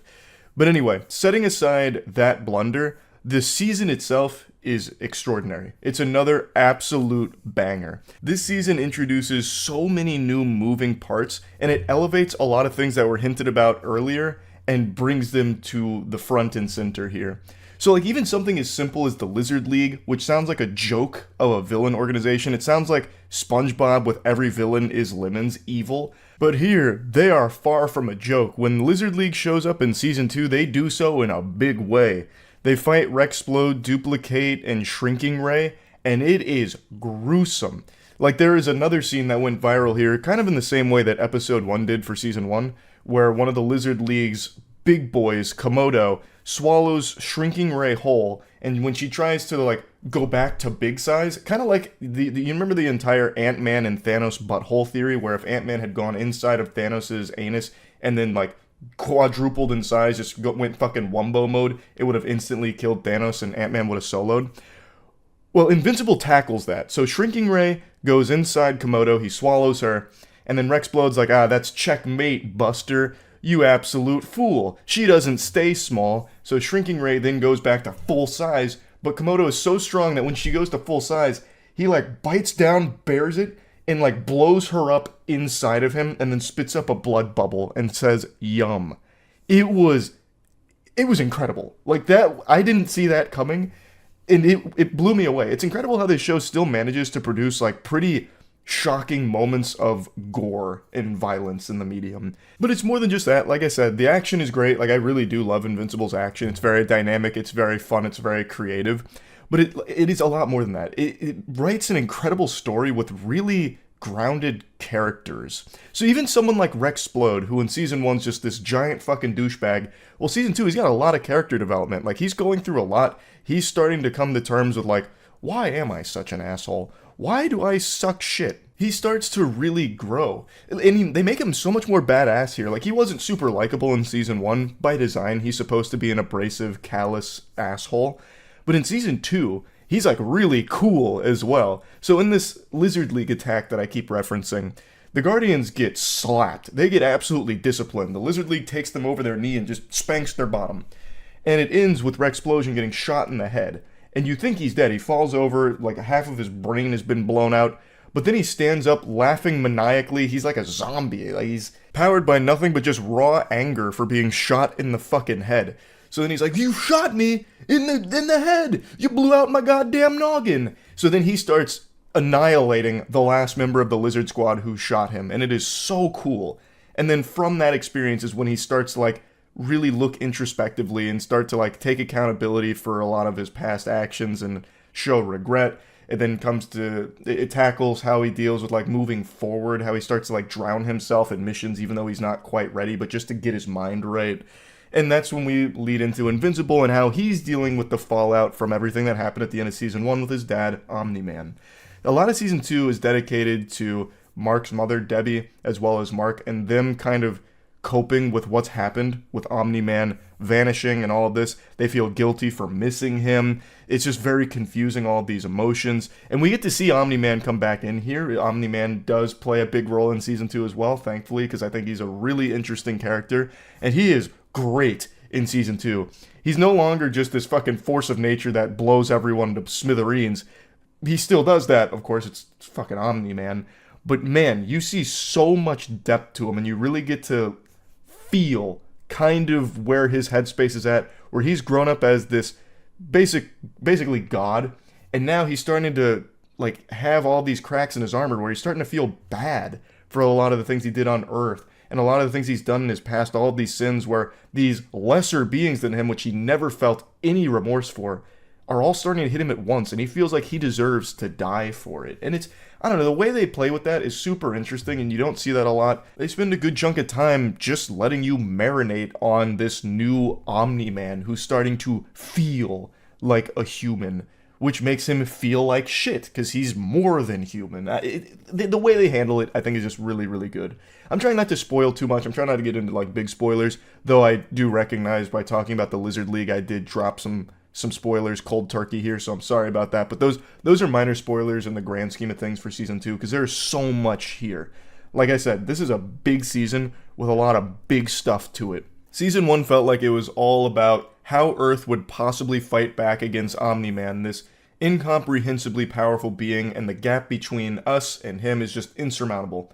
We'd be useless. It'd be trying to put a toddler against a dragon.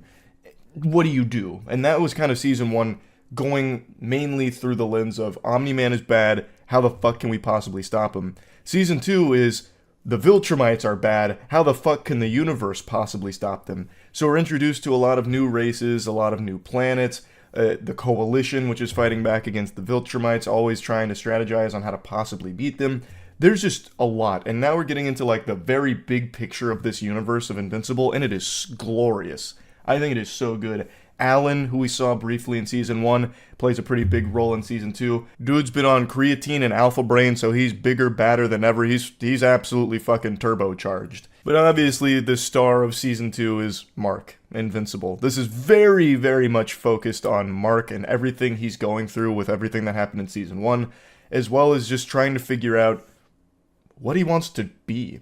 Does he want to stick with college because that's where Amber is and that's the love of his life? He's always wanted to, go to college, but now he's starting to recognize, like, there's just so much power inside of him that he needs to learn to control. That's like the best thing he could possibly do. Like, he can save entire planets. Like, he is so much more than just Mark Grayson. He's invincible, and he's the one that's going to eventually need to do something about the Viltrumites for this planet, because he's probably the only one that can do something about them for Earth. So, I don't know, it's just really, really good. And Mark has a lot of character development throughout Season 2 here. We see a lot of different sides of him, and it's so well done. It is handled beautifully. So, I think Invincible is a must-watch TV show. I really do. Plugging Invincible into the Moist meter, I'm giving Season 2 another 95%. Same thing I gave Season 1. I love the show. I'm a huge fan of it. Hopefully we don't have to wait a couple years for Season 3. It sounds like we won't. It sounds like it'll probably be out next year, which is nice. So yeah, it's something to get excited for. That's about it. See ya. You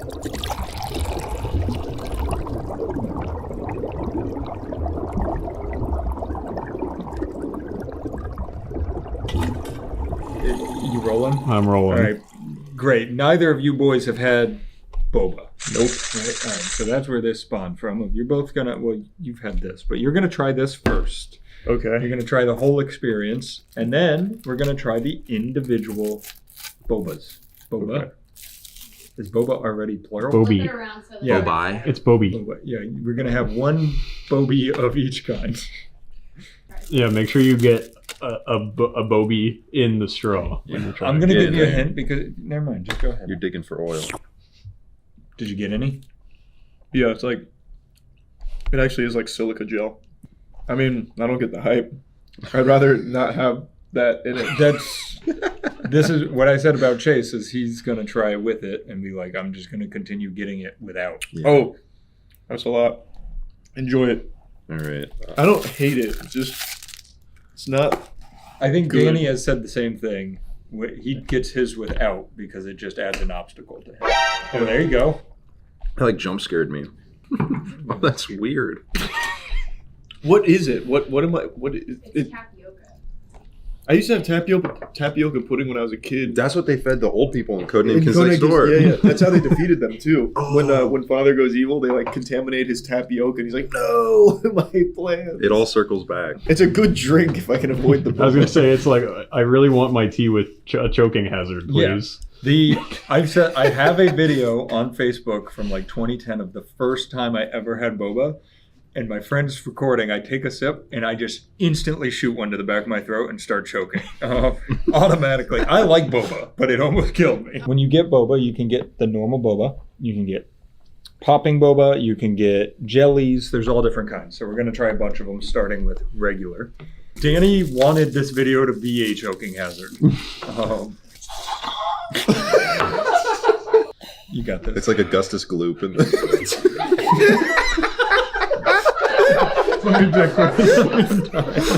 This is a great lung capacity exercise. The popping ones will work. If you block the end, does it help?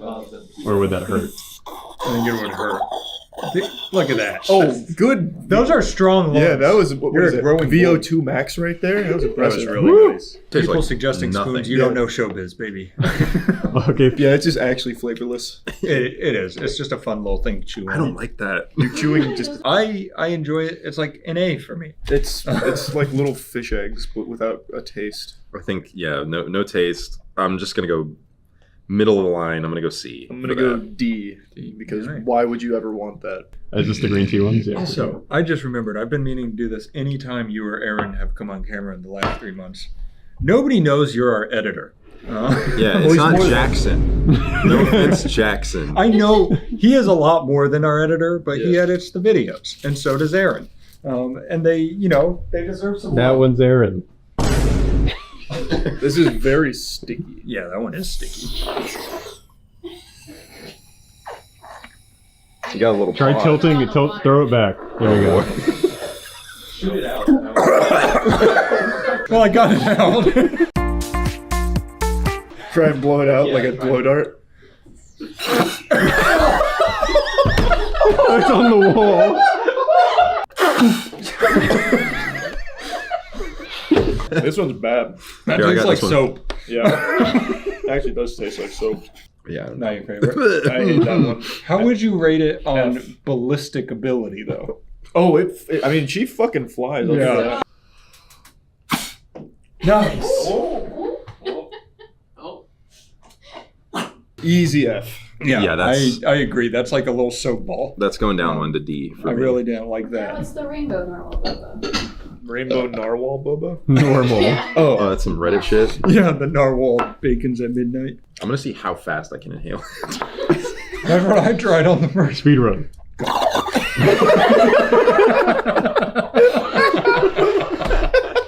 It sounds like one of those toys where it's like, Yeah. Also, it's D, easy D. Flavorless, but with color this time. You're just hitting Sorry. choices. I'll get that out of your way. Yeah, I actually think these are somehow worse than the normal tapioca balls. It's just your mind playing tricks on you. The first one, it's probably C with the first one for me. I'm going generous. I'm going C on that one. A D for me. Maybe I just have nostalgia with normal. That might be it. Coffee boba? This is Coffee jelly. coffee jelly. Give it a whiff. That one's gonna be hard. That one you might need a spoon for. Yeah. Oh, Draws the the oh wow. No resistance on that one. Yeah, that one just floats up. It's not as bad as I thought it'd be. We said this in the kitchen. It's kind of like coffee peed on it. Yeah. Or like I have one kidney, as you all know. So I'm so sorry to hear that. I don't filter coffee the same or liquid the same as other people. So if I drink like espresso and pee, it smells like a coffee shop. So it's almost like I peed on this jelly. Amen, brother. So for that, I give it a C. It's almost like that. It reminds you of home. Yeah. This reminds me of my restaurant. I'm going B. Yeah, I'll go B as well. There's actual flavor. There was something flavor. there. There was flavor. I'm just not a texture guy. So I'm gonna go B. The texture is definitely more disconcerting than a normal boba somehow. That one was crunchy. All right, we're moving on to grape popping boba. So what does the popping mean? You're just gonna have to Yeah, it's like a little surprise each. Oh, this came flying up. Oh, it blow up in your mouth. That was a surprise. That's good though. I like that one. That was good. That one's like I like that. That's You really didn't like yummy. that one? Oh, you didn't like that? I just like hit my teeth really hard, expecting It to is chew a- on it. It's not like a juice in the middle. It's kind of like a. Yeah, Yeah, it's like a that, syrup. I couldn't think. I was gonna say a creamy juice, but a syrup is what I was looking for. I bet these fucking fly though. There's only one way to Firing find squad. out. Open your mouth, Aaron.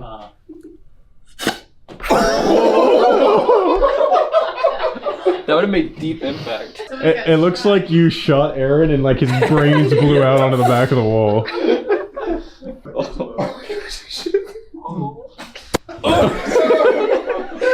Oh, my white shirt! No. One more. Your aim is pretty good, actually, though. No.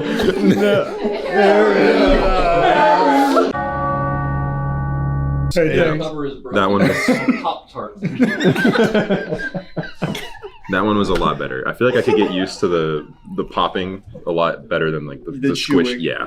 That was an easy A for me. Fuck, Yeah. that joke really hit me. Yeah, that's an A. Oh. Let's go on. Lychee pop. Lychee popping boba. Oh, you got a lot there. Oh. Yeah, you went crazy. It had like a bunch of strings in it. I do not like that. They make lychee by putting human hair in it. Oh. Bring it here. Don't like it. I think that's pretty good. It's I like okay. that. That's another A for me. Oh wow. Did you want to try to catch that one in your mouth? It's the same At color. this point, this shirt could almost be a new design. We could have like All a right, pollock over the way that pollock. By the end of this video, if we don't put one in his mouth, I'm upset. We're getting so close. Went in your eye almost. Get it in my mouth. If you get it in my eye, it automatically goes up a letter rank. That was easily a B for me. Yeah, there was another. Lychee pop. Lychee. That one was. So now, Lychee. likey. We're gonna go into the likey jelly. Oh, it's just gonna be that, but worse. Yep. Oh God. Oh, that's not good. Yep. That's The jellies really aren't great. That's a D. I'll put that one in a B. That'll be a B. I'm gonna go C. You guys are so generous. I give it a D. We're not generous. We just like it more than you. We just have a different opinion. That doesn't make any sense. What's this? Green apple. Green apple. Jelly. Ooh. I don't like the jellies. Oh, Granny Smith. Oh. Hey, thanks. It's very appley. Yeah. I give it like a C. I really don't. I can't stress enough. I don't like the jellies. Yeah. Yeah. I'm gonna go C again. I like the flavor. I do too. I'm gonna go B again. That one's very pungent. Good flavor. I just bad form. Bad form. This is probably gonna be another F for me. Cherry pop. Cherry pop. F. I hate cherry. Why is it yellow if it's cherry? Yeah. It's not bad. It's bad. Like if that was jelly, I wouldn't have made it. You would have just keeled over right there. I hate cherry. Something about that. I really like that. I don't hate it. I'm going B. I'll go. Oh, I'm good. I don't need it. I don't want to go 3 B's in a row. That's my problem. No, don't let anything else influence your rating. B. Then. That a boy. Mine is cutthroat. You guys are so generous. I got the IB curriculum. Did for you my say Boba. you said F for yours? F. You know, I'll give it a D since everyone else is being nice. What is this one? Oh, mango. Mango jelly. Oh, that was good. I like mango. Very mango-y. Yeah, that's good. That's an A. I like the flavor. Hate the vehicle. I'm just not a mango guy, I think. And we're so different. We are. You and I. This is. You guys and me. It's a varied panel. Yeah. That's what you want. That's why we're the experts on Boba. That's right. I'm going to go C on that one. I was gonna go C. Well, mine's an A. We really are so. Yeah, we finally found something where we're very widely. Very different on this. Is mango, but now it pops. I didn't even see it. Did you? That was so I got fast. like 12 of them. Oh my Holy gosh. shit! It's empty. Yeah, that was good. It was just that, but better. So S. That's syrup, man. That's syrup. Be hitting. You're not a mango guy. I'm not a mango guy, I think. I It's like good. that. Like it's Oh, there's don't- flavor. Don't be afraid to be mean to it. Yeah, shit on it. I didn't. Put it in. Fuck you. Put it in F. Beach. Beach. Danny, come on. You're behind the camera. Show Sorry. some class. But it's popping. It gets extra points because it's popping. So I'm gonna go B. I thought you were gonna be like so F. F. Wait, let me see that bad boy. Open up, Papa. Oh, that was so close. That was my chin. You moved right in the I did. trajectory. Oh. Chase, you got to get a shot on I'm this. gonna do something special. I'm gonna close my eyes. Yep. Oh. Try one more time. That grazed you. All right. All right, so moving on. Passion fruit pop. I hate passion fruit. So Whoa. this is gonna be bad. You've never felt passion in your life, bub. Oh, it's not as bad as normal passion fruit. Where did passion fruit get its name? It's an actual fruit that comes from the passion flower. Oh. Oh, it's a flower. Where did the flower get its name? I think a lot of people had sex on top of it or something. I don't know. Yeah, that's probably what it was. That's not nearly This as is bad a as Christian channel. normal passion Yeah, fruit. kind of a vibe now. This could be merch. I like that. That is pretty Yeah, good. I give that a B. The syrups are yummy. I'm gonna throw that bad boy up in A. Oh. You and I are we're fucking. I'm going A. We're on the same page. You guys are just very lenient with your rubric. Peach pop. I like peach a lot, so this could be our first S for me. No? A bad omen. Mine was a different color though. I didn't like that flavor. Oh, That's not peach. that's definitely more, not peach. more like ass. It's like yeah, that just tastes like the lychee. Wait, did you pop, say but worse. rose? Okay, rose would make more sense for that. Yeah. I don't like that one. I give it a C. It's not bad. I'd say it's icky. It's not a bad flavor. I'll give it a B. I'm going D, but let me shoot. I was lied to. I was misinformed with the flavor. I think maybe, but it's still good.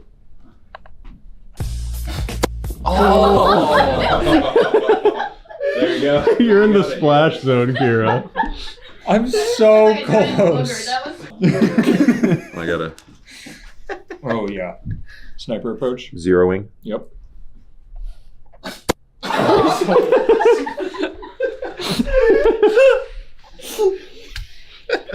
Don't worry, bud. There's only 3 more popping ones. And moving on to popping strawberry. Oh, I like strawberry a lot. This could be good. Ooh. Ooh. Sorry, I won't influence opinions. Did you get one? Yeah, I got 2. Whoa. He moves so fast. I can't. Mine's like a pneumatic. I was about to say, I feel like I'm at the bank every time I watch you. It's like I don't know, it's not very good strawberry. I think if you take strawberry off, it reminds me of one of the icy pops. A little bit. Like that you'd have in the summer. I like it. Yeah, it's not bad. Yeah. It is like just strawberry syrup. It's artificial. It's generic red flavor. Yeah. Oh, red 40? Yes. Aaron, you want some red 40? Yeah, absolutely. Temu inbound. Well, that's like the gas has to clear out from a gun barrel, you know?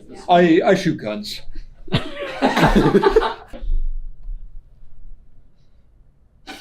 Man, tough shot. You guys better lock in. Right where you stay there. Insulting me now. They're loading up for more. I'm your spotter. I gotta shoot.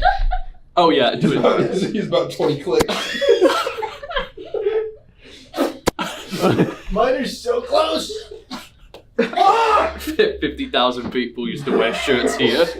Now they're covered in syrup.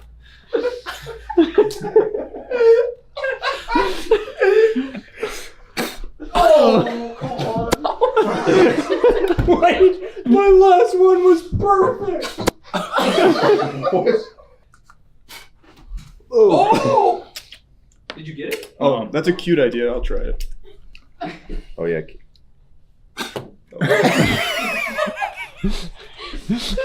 Now we have strawberry jelly. Immediately probably going to be worse. Very different flavor. Really? Completely different. Like these strawberries came from different countries. Everyone knows when you take it from sphere to rectangle form, completely changes. He's the right. That is a structure. very different That's flavor. That's better. That's S. That is a better flavor. That's an S. That's made me be okay with the jelly. Yeah. That's like a fruit by the foot strawberry. You know what? Give it back. He's not done. Sorry, that was really kind of demanding. Yeah, you got some more words for it. Give it the old what for? Yeah, really don't let it beat you like that. My God. Never say a jelly beat me. Way to siphon it. That's pretty good. That is good. We have to put a disclaimer on this video now. Don't drink this like this. A. S. I'm gonna go A. I'm gonna go A as well. He said S. Oh, Not okay. F. I'm very sticky from that one. I can only imagine how Aaron's feeling. Yeah. Very sticky situation. What is this one? Peach. Again, somehow. Is it? Yeah, peach pop. This one looks like peach. Yeah. Does it taste like peach? No. No. Oh, that's cherry. That's cherry. That's cherry. For sure. That's a much more aggressive cherry. It's like a white cherry. This could be. Oh, yeah. Yeah. That's definitely cherry. Ooh. And definitely a D. I'm going to go C. I'm gonna go. I'm gonna go C as well. Let me see what Aaron thinks once this goes in his mouth.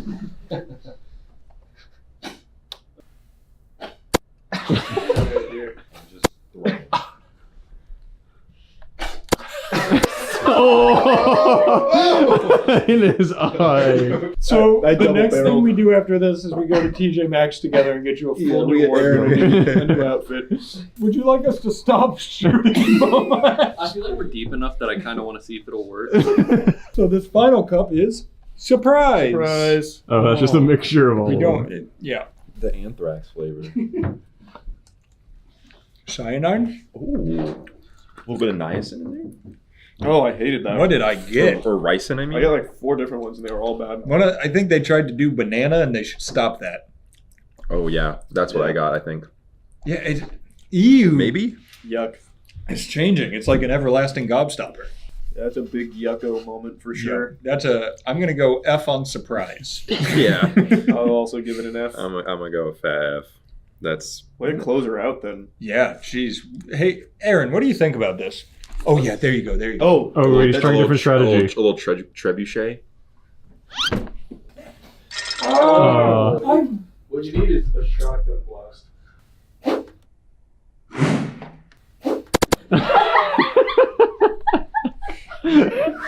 Well, Boba was better than I thought it would be. I thought I was gonna hate it. The teas do impact it a lot. That's right. Everybody clicking on this video is gonna think they're going to watch. Did you try the milk tea? I've never had milk tea. I mean, that's fine, I guess. This is good. Like, whatever this is like actually good. That's an Oreo milkshake. Well, that was cool. Thanks, Boba guys. Thanks, the Boba men. They are the Boba guys and girls. Thanks, Aaron. Yeah. Oh, yeah. Better. No, let's check. I'm really Oh, you're clean. Oh, there's one spot over here, but you're clean on the back. You said you're clean on the back of your shirt. We're not. No. All right. Maybe watch this. Hey, Boba was good. Yeah. So, thanks. Thanks, guys.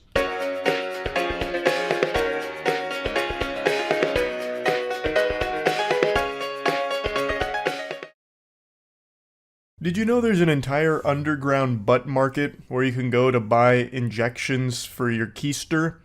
And they're administered by people that aren't actually qualified to be giving them. They're not medical professionals. And yesterday, a mother and daughter duo got arrested for this. They travel around and give people some injections into their tuchus to try and elevate their ass game to the next level.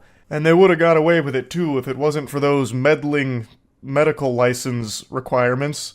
You can't really just go around giving people medical procedures unless you're qualified to do so, for the obvious reason of it's dangerous. People die from it all the time, from botched procedures. Even something as simple as getting your fucking butt cheeks blasted here with whatever substance they were administering, which they're still investigating what they're even giving them. For all we know, they could have been dishing out BBLs using fucking Play-Doh in a syringe, blasting like hamburger meat into their butt. Like, there's no telling. It could have been anything.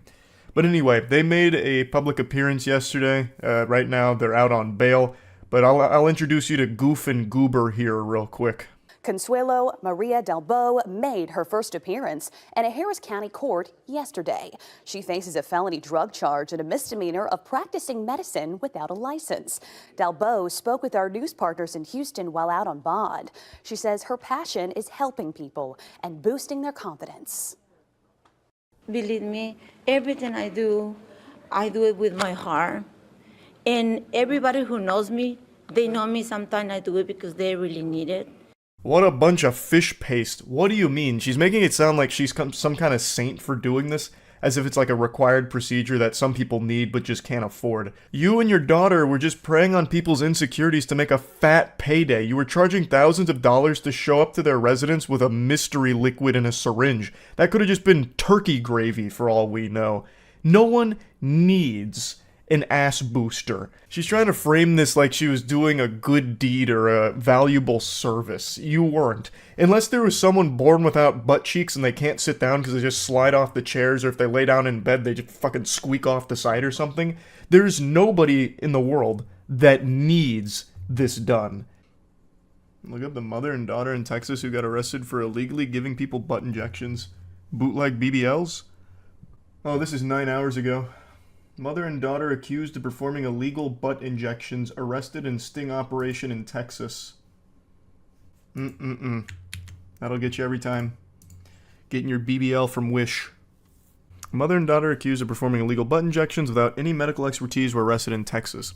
Consuelo Dalbo, 56, and her daughter Isabella Dalbo, 18, have been charged with practicing medicine without a license. How is that only a misdemeanor?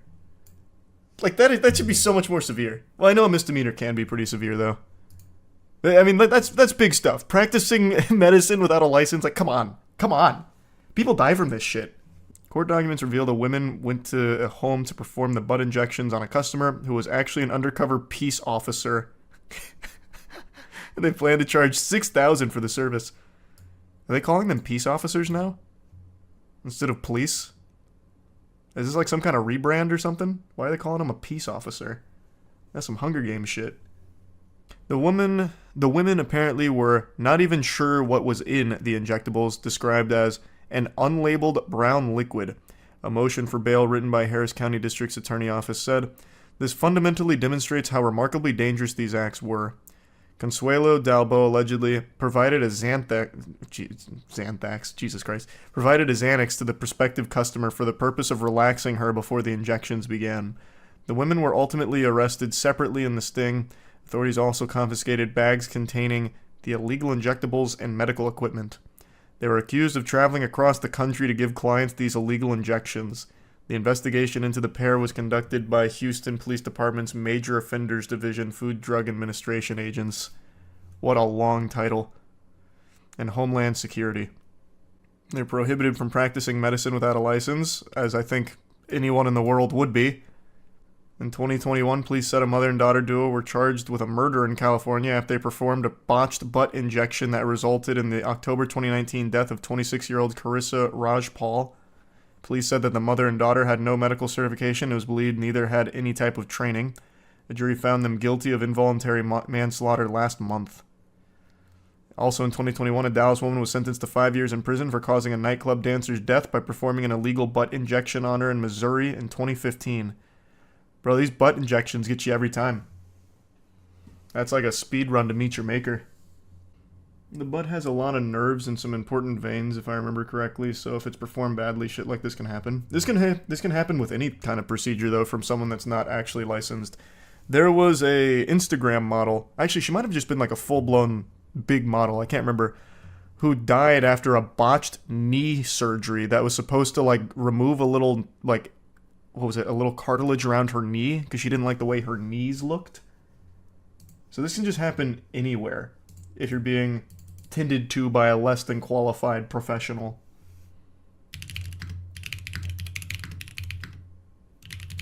That's what it was, removing fat from her knee. That's what it was. And it was a Brazilian influencer who suffered cardiac arrest after liposuction on her knee went wrong. Which is a crazy procedure to get in the first place. Removing some fat from your knee? You fucking kidding me? There was also that billionaire who died after getting a penis injection to make his dick bigger. Why a billionaire died during penis enlargement? Oh yeah. This was in 2019. There was a diamond trading billionaire. His name was Ehud R. Lanido. Are you fucking kidding me? I already turned my ad block off for you. Now you're not going to let me read the article unless I sign up for this? You've got some nerve, man. It's incredible. The gall. The state of the goddamn internet. And you're going to autoplay an ad for me? God, Jesus. What a joke. A wealthy Belgian diamond dealer has died of cardiac arrest following a cosmetic surgery in a Parisian clinic to enlarge his sex. Penoplasty is a surgical technique that dates back to 1990. Increasingly more popular, it has become a $5 billion market. What? The Go-Go Gadget Extendo Dick? I just didn't think these would be popular. I actually didn't even know these existed until pretty recently. I thought that was one of those things that you just had to fucking suck up. I knew they had some procedures for micro penises, but I didn't think you could really do one on like a normal, just small one. The Belgian-Israeli diamond dealer living in the U.S. traveled to Paris to have the operation and succumbed to it. He checked into the clinic on the 2nd of March to enlarge his sex, said one of the medical personnel. The operation turned bad and the client had a cardiac arrest. The doctors could not save his life. Well, yeah, I mean, they're dick doctors. You got the fucking penis patrol in there. What are they going to do to try and bring him back from cardiac arrest? Shit, his heart is stopping. Jerk him off. God, 5 cc's of epinephrine right into the nutsack. Quick!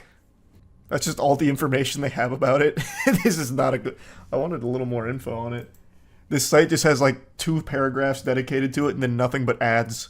It's like, yeah, this billionaire died from cock improvement procedure.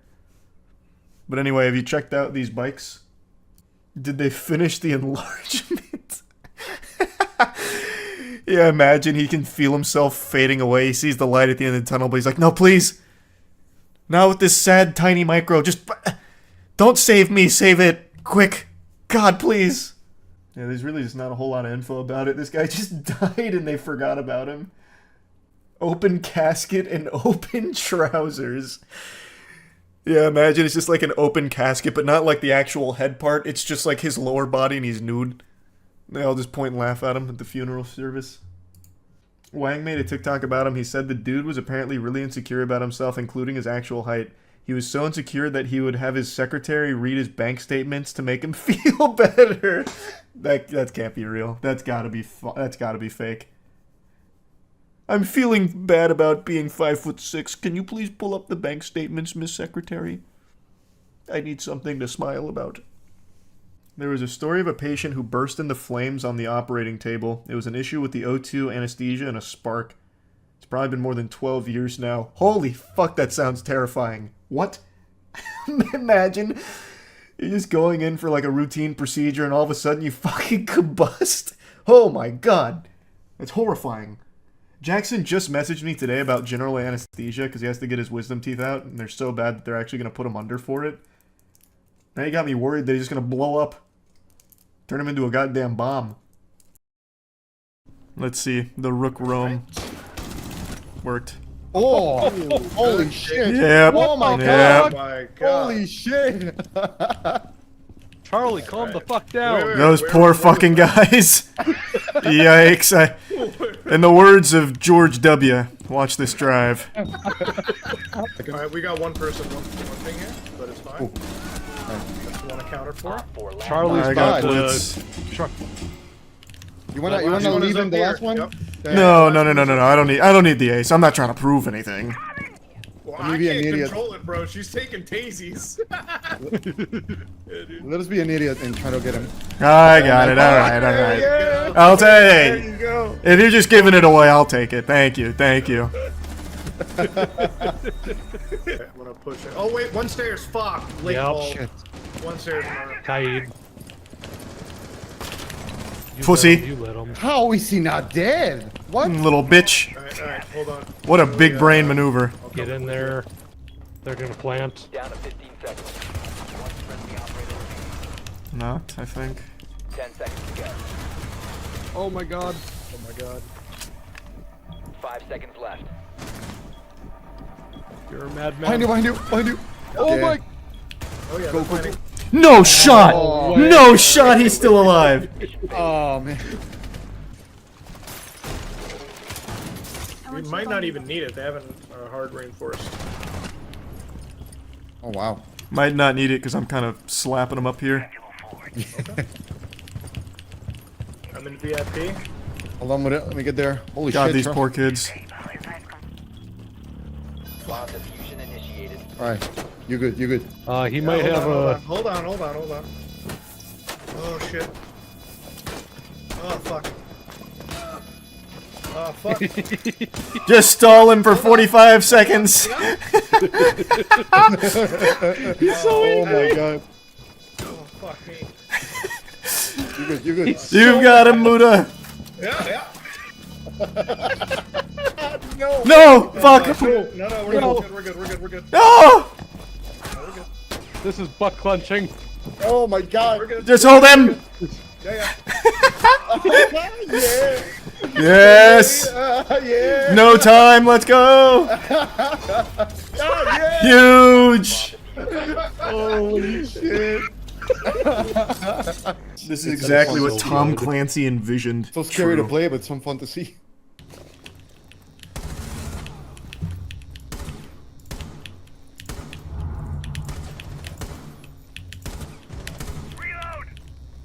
I think still there. Oh, fuck that shot! Oh! Whoa! Wait, I'll die if I go through there. I actually can't get through. That would have killed me. Friendly mission successful. Your aim in this compared to Apex is night and day. What the fuck are you talking about, thinking? My prime Apex, they called me the Bearded Shroud. I mean, I called myself that, but then you guys latched onto it. My aim in Apex at one point was great. I'm a shell of my former self now in Apex, but there was a time. Alright, gentlemen, let's get in there. Let's have some fun. Oh, I have a 3-stack on my team. Sloppy Toppy, Thick Bussy Cream, and Goopy White Gloop. I don't think Sniper Lord's part of them, but I think those 3 are together. Running with you, Sloppy Toppy. Okay, let me help you out.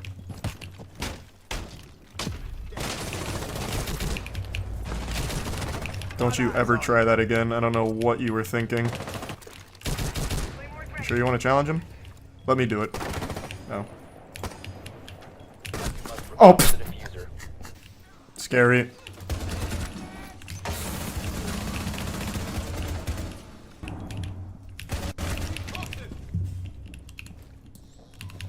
Looks like he got in without hitting my frost trap? How is that possible? 1 op 4 remaining.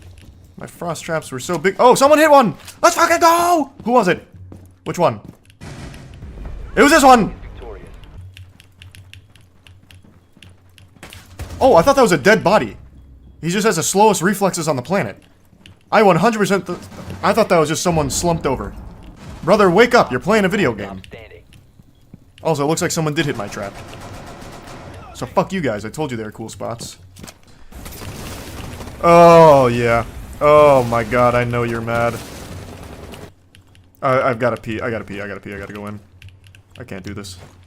I don't have diffuser. I thought I did. Okay, now I can pee. I'll be right back. I took 2 with me, though. Here I come. Who put that fucking hatch there?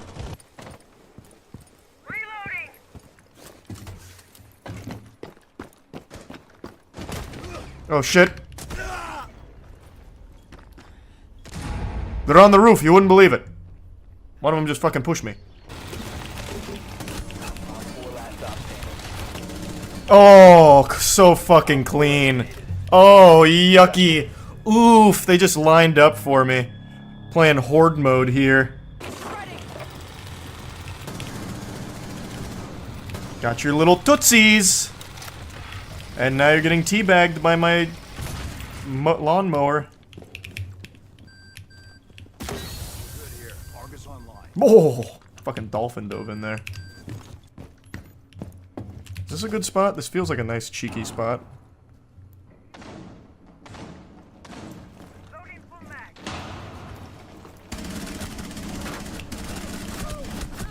Well, they won't expect it twice. I don't even know where I was. I don't know this map at all. I thought someone was looking. Damn! 1 op 4 remaining. You see him? You looked at him! You looked at him! You're looking at him continuously! Open your eyes! I'm reloading! Fuck, don't challenge. What do I know? I can't believe he actually hit that. From 0 to hero. Is that guy not there anymore? Where are you guys? Oh. The other one was someone over there. Oh my god.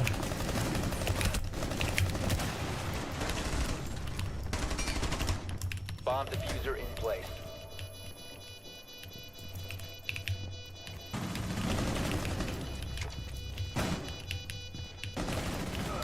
Op 4, last stop standing. Holy shit, this guy fucking popped off. Diffuser located. Disable it. Oh my god. Brother, just disarm it. Okay, you're right. I did shit on you very early on. What a fucking clutch from that guy. Holy.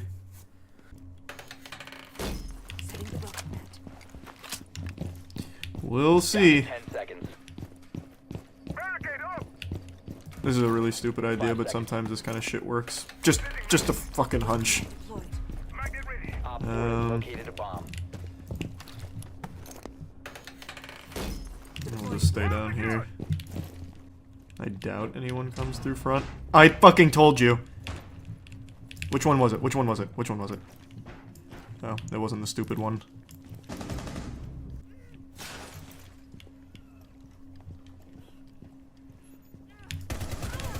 Oh. That was my trap sound? I think. Yeah, it's gotta be.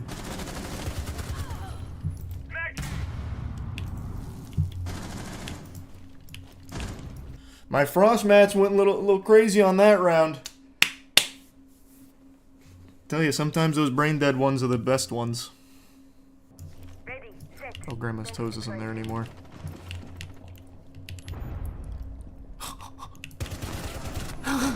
He's probably like, why the fuck didn't he shoot the blitz? Little does he know. How did I miss? How did I miss the question on every sports fan's mind right now? Nice. Op 4 eliminated. Mission successful. Alright, that's gold. We got there. Not my cleanest game, but we got there. Spoiled milk kind of popped off. Woo! We take those. We take those. Where's it come up? Bang! Gold! Nice. That felt quick, too. That felt like it didn't take long at all to get here. Like, relatively speaking, I guess. And I still don't know the maps. At all. I still wander around aimlessly. Fucking feeling myself around the map without knowing where I'm going. That's big. Alright, go 100! Alright, go 100!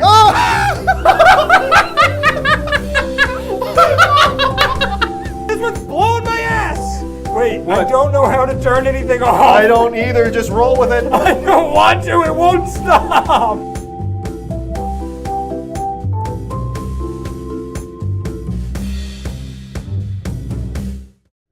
Hey, I've never used a bidet, he's never used a bidet, and we're gonna test cheap versus expensive ones to see which cleans our bottoms best. And we got 3 price points. We've got like $35 from Amazon, $115 from Tushy, and $450 for like a Japanese style one that dries and like kisses your ass while you do it. So perfect, I can't wait. Alright, so this is my first experience with a bidet. Matt, are you a seasoned veteran? No, I've actually never used a bidet, and I'm about to go to Europe, so it's about time I figure it out. They love shooting water in their ass there. So this is the, which model is this that's going to be This gracing is us? the Tushy. So this is our mid-level model. I think this comes in around $115. Okay. You can see there's a nice knob here that goes from... Did you use it? No, I don't know how sensitive the mics are, but I just ripped some big ass. Okay, I'll just trust that this is the right angle. All right, you wanna rip it? All right, you're gonna see my eyes light up in the footage here. Are you cranking it to 100? No, I'm gonna ease into this. All right, let's go to 50. 50, all Here right. we go, 50. 50! That's doing nothing. It's not reaching my ass All yet. right, go 100. All right. Go 100.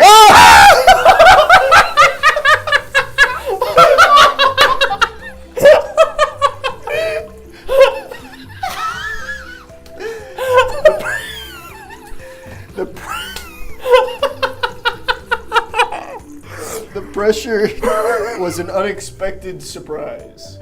But I guess if you're gonna be like getting poop off, you want good PSI. You want it to get off. I guess you don't just want a little spritz. Oh, fuck. Okay. So, did you get all the data you needed, or do you need to go back? Well, I'm gonna go in just for some fun, I think. All right, I'll join you. Oh! I'm leaning forward a little bit to Yo, I'm changing the angle. Yeah. Okay, that's good stuff. That's good stuff. That was a lot of data. Wow, that's a life-changing experience. From 11-year-olds to sitting next to each other at 30, wiping our asses with water. Yeah, that was cool. So now you have to dry it with toilet paper, I think. Right? Oh, do you? Yeah. Otherwise, your ass is just gonna be like wet. That's and so soggy. true. I don't have anything to compare that to. That was like if I sat on a hose bare ass. Yeah, but like with your thumb on the hose. Yeah. So like it really was like. Yeah, I could feel like my anus sphincter like pulsating because I didn't know how to deal with like the combatants trying to breach it. That's a sensation I've never had before. Like you said, there's no data there. Yeah. So I'm curious how the others compare. And like you said, during, it's used to clean your ass, so there's got to be good PSI. But it's more than I expected. Yeah, and as I leaned forward, like really giving an extra boost to the angle of azimuth, it was going in. It was there. If I held it for too long, I was gonna be spitting up water, I think. All right, should we stop recording? Yeah, I guess now that's comfortably the best bidet I've ever used. Yeah, same here. After you. Thank you. So that was a game changer. Yep. What an experience that was. So I could get used to that, I think. I think you'd have to get used to it to use one of them. Like the first 5 times is going to catch you by surprise every time. Yeah, you also have to build those muscles, I think. Otherwise, it's just going to keep like kind of pseudo enema. Andrew changed my perspective on it. He said, imagine you had poop on your arm. Would you just use toilet paper to get it off, or would you use water? I'd use water. Exactly. Damn. And some soap, actually. And some soap. So maybe the Japanese one also gives like disinfecting soap or something in the mist. Yeah. Oh, that one's crazy. And then we're gonna go to the cheap one next, which I'm scared. I feel like it can't be. It's just got to be water. Yeah, it's gonna be the same thing. So, all right. End of there. All right. Bye. See ya. All right, I'm back in the throne. Hey, me too. Except this time we're in the boys' bathroom. Yeah, this is the men's restroom. We snuck into the women's restroom last time to clean our asses. Take that, girls. Yeah. So this time we're here with the Neo 120 from Amazon. It's $38, I think. Cool. We got 2 knobs. One says rear and the other says nozzle clean. Yeah, so I see water pressure and nozzle clean. Yeah, does nozzle clean... Never mind, that was going to be a stupid question. Okay. Well, what were you going to ask? It might be the same question I have. I was going to say, one says rear, so it's cleaning my ass. Is the nozzle my penis? And then I realized they probably mean the nozzle that sprays the water. That's probably what they mean, yeah. I'm upset because we don't have an intimacy coordinator for this video. Yeah, we should have really hired an intimacy coordinator for That this would one. be great. You know, I'm naked on camera and nobody's here to take care of me.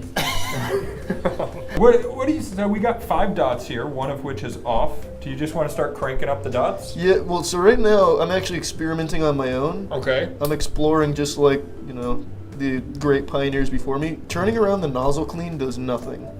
I'm going to guess if you turn the nozzle clean and then turn the water on, it does it in a way that cleans the nozzle. Oh, yes. Whereas if you set it, they really got to be more specific. Rear should just say ass. Agreed, yeah, they should If it said that, I'd have no confusion. Okay, I'm ready for the Neo 100 to grace me. All right, let's go dot 1. Dot 1. Ready? Yep. Activate. Activate.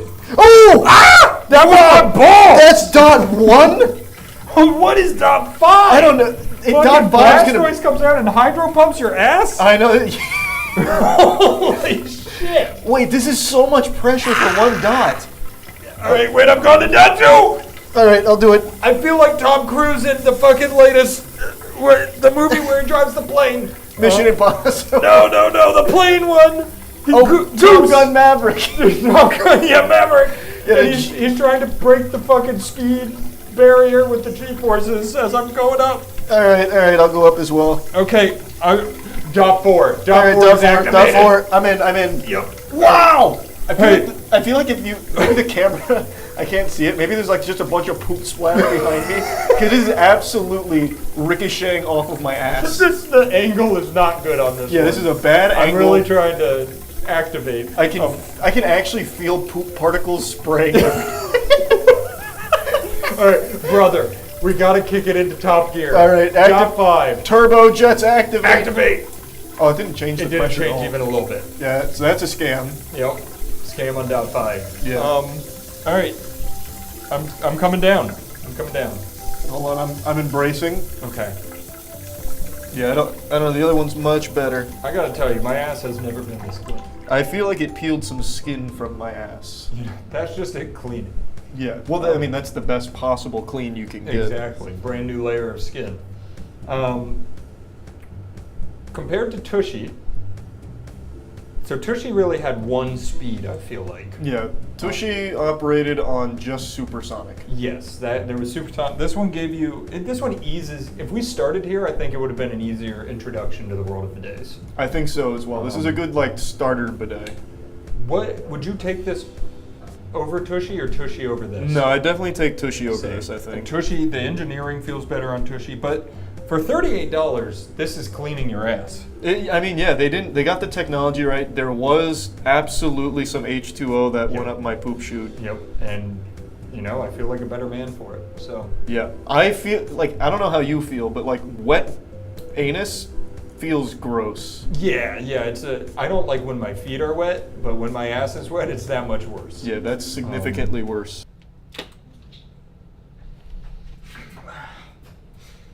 That was not as refreshing as Tushy. Yep, Tushy was definitely better. I like that Tushy lets you play with the angle, because that one fucking speed bagged my balls in the beginning. I had to kind of angle myself. Yeah, that one's kind of like pick yourself up by your own bootstraps kind of a day. Like you do the heavy lifting. Technology is flip the sprinklers on and. Good though, for $38, good. It's cleaning your ass. Yep, it definitely will. It's more expensive than toilet paper, but you probably save money in the long run. Yeah. I would agree. And for the next pandemic, you won't need to get toilet paper. Exactly. You just have that. You got that for $38. So good stuff, Neo 120. Yeah, not bad.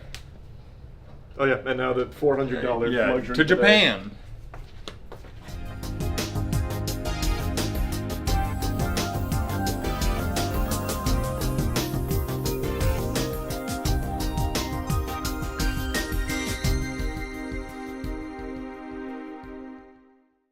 I look like a mess. We've been having shit shot up our ass the whole day. I look like my ass has been penetrated. All right, this is a very nice hot seat, though. You're right. Yeah, it is. So I'm gonna take the remote off and give a little look to the camera. Yep. So you see at the bottom, you have one player or two player.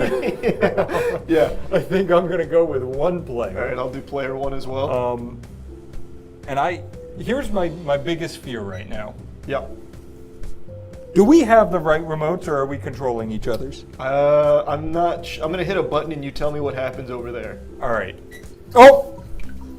No, that's definitely. That's yours. Yeah, this is That's definitely yours. mine. Okay. What button did you? Whoa! This one's blowing my ass. Yeah, wait. Is that the one you pushed? No, but this is gonna need extensive editing. I shot off the toilet. And my cock and balls just fucking. I have no doubt must have flown onto the screen. But yeah, it's blowing hot air in my ass. This is what I feared. I don't know how to stop it. I don't either. Okay. Oh, all right, I got it. Hold to stop. I did. All right. Ow! Wait, it's hot. Wait, the water's hot. Yeah, it heats the water for. Wait, Charlie, it's not stopping. Yeah, it's got a mind of its own. Okay, I'm hitting the lady with the water under her. Wait.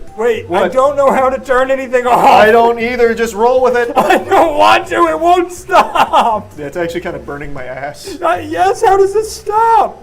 Please. That time when I held. Wait. Okay. Wait. I can't tell what's happening. I don't know what's happening underneath me right now.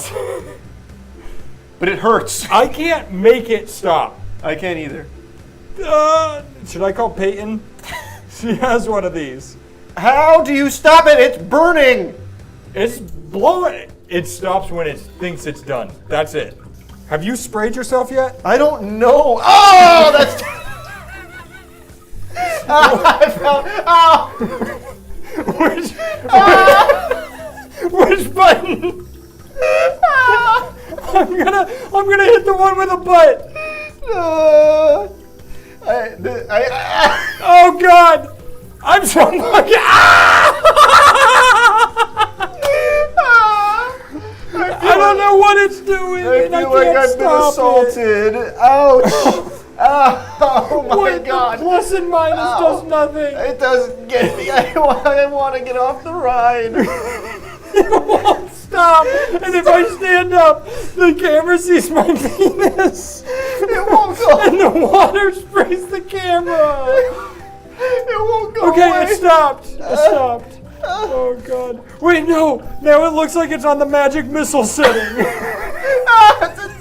It has like a cycle it goes What is it doing? Just make it stop. Are you? Is that water or air? Alright, wait. Mine stopped. I need help. How do you stop it? I'm gonna hit the picture of the girl. I hit that button fucking 20 times. My ass hurts. It burns. And it's spraying me again.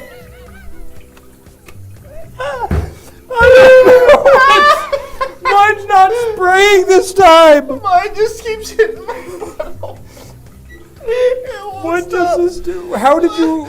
Oh, it's back! I didn't even push a button. It has like a cycle and you can't stop it. I think I'm on the air now. I don't know. Why is there no off button? I think it's just blowing hot. Oh, wait, there's secret buttons on the back. I found the off button. Oh, wait, which on one's the back, off? on the back, on the back, on the back. Yeah, but what's off? I don't know. I don't know. How do you? I can. No, that's not it. Got it. I turned it off. Holy How? shit. Holy shit. How'd you turn it off? Hold it down. What? Hold it down. Hold what down? The power button on the back. Wow. All right, wait. I'm not sure if I've even sprayed my ass once or if it's just blowing air harder. How do you spray water? I don't know. It had mine had like an entire 3-course meal of pain. Oh, that Yours hurt. is eating your ass. Yeah, I'm gonna stand up. It's like a shark bite. Okay, wait. I pushed some buttons. Fuck, that hurt. Nothing. I feel like I really. Let me take a look down here. Let me. Nothing. Give me your remote. I'll figure it out. Just tell me what you pushed. Okay, here, toss it under. Wait, no, I'm not letting you control my remote. No, just give me the remote. Just toss it I under. refuse to let you control my remote. Give me the remote. Did you hit the twinkle stars? If my ass hurts, yours must. Right, what did you push? Just point. Okay, I went here. All right. This activates, and then you go here. Okay. It's like a combo, and then it's gonna send you down a fucking circus act, like Cirque du Soleil. I don't know that mine's working. Like, give me it again. Hold on. I may have to use. Oh wait, maybe mine's not on. Oh, okay. Wait, there's buttons behind you. Yeah, that's what I was saying. The secret buttons. Okay, wait. I'm turned around. I'm looking at the seat. We're on. We got a blue light there. I'm gonna. Oh, was that yours? Yeah. Why? No, it's coming back. It's waking up. Turn it off. What's this do? Wait, no, maybe it might be just be cycling through. Mine's not cleaning. Just give me the remote. Okay. Spray my ass. Okay. There we go. I have to change a couple settings. There you go. There you go. It's just beeping. There you go. I'm so scared. Don't be. I've got you covered. Wait. Oh, why is it? What the fuck? Wait, do both of these control my toilet? Give me the other one. Ow! Maybe Ow! I was controlling yours. Wait, that might actually be it. I think I had your remote. Ouch! Stop it! Ow! Ow! What the fuck? I can't turn it on. Give me that one. What did you push? Give me it. Just give me it. I'm hitting the girl. No, just give me it. If this activates mine again, I'm gonna. If that turns yours on, I'm gonna lose my mind. It's gonna be so bad if this turns mine on again. I'm so scared. This is like the worst suspense game ever. Okay, you should be getting some action soon. Oh yeah, my water valve's closed, baby. Oh, you fucking cheater! I've been over here getting tortured. All right, don't push anything yet though, Okay. because it has to fill back up. Okay, all right, I'll turn it off. So when it comes back on, just press that twice and then press that girl. All right, that twice, then the girl. I was like, I swear it's blowing air on me. Let's blast some water up my ass. All right, let's clean Matt's colon. You ready? I'm ready. I'm All here. right, so 1, 2, and then 1. Yep. Who does number 2 work for? It's definitely working my toilet. Is it? That is, yep. Oh my God, here it comes. Why is it? Wow, it's bent. Give me the other remote. Give me the other. Here, take yours. What the fuck? All right, Why we're gonna try this one then. Oh.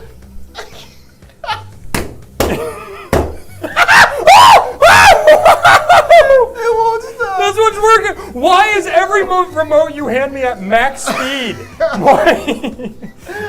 You're like the colon gremlin. My ass hurts. Oh! Ouch.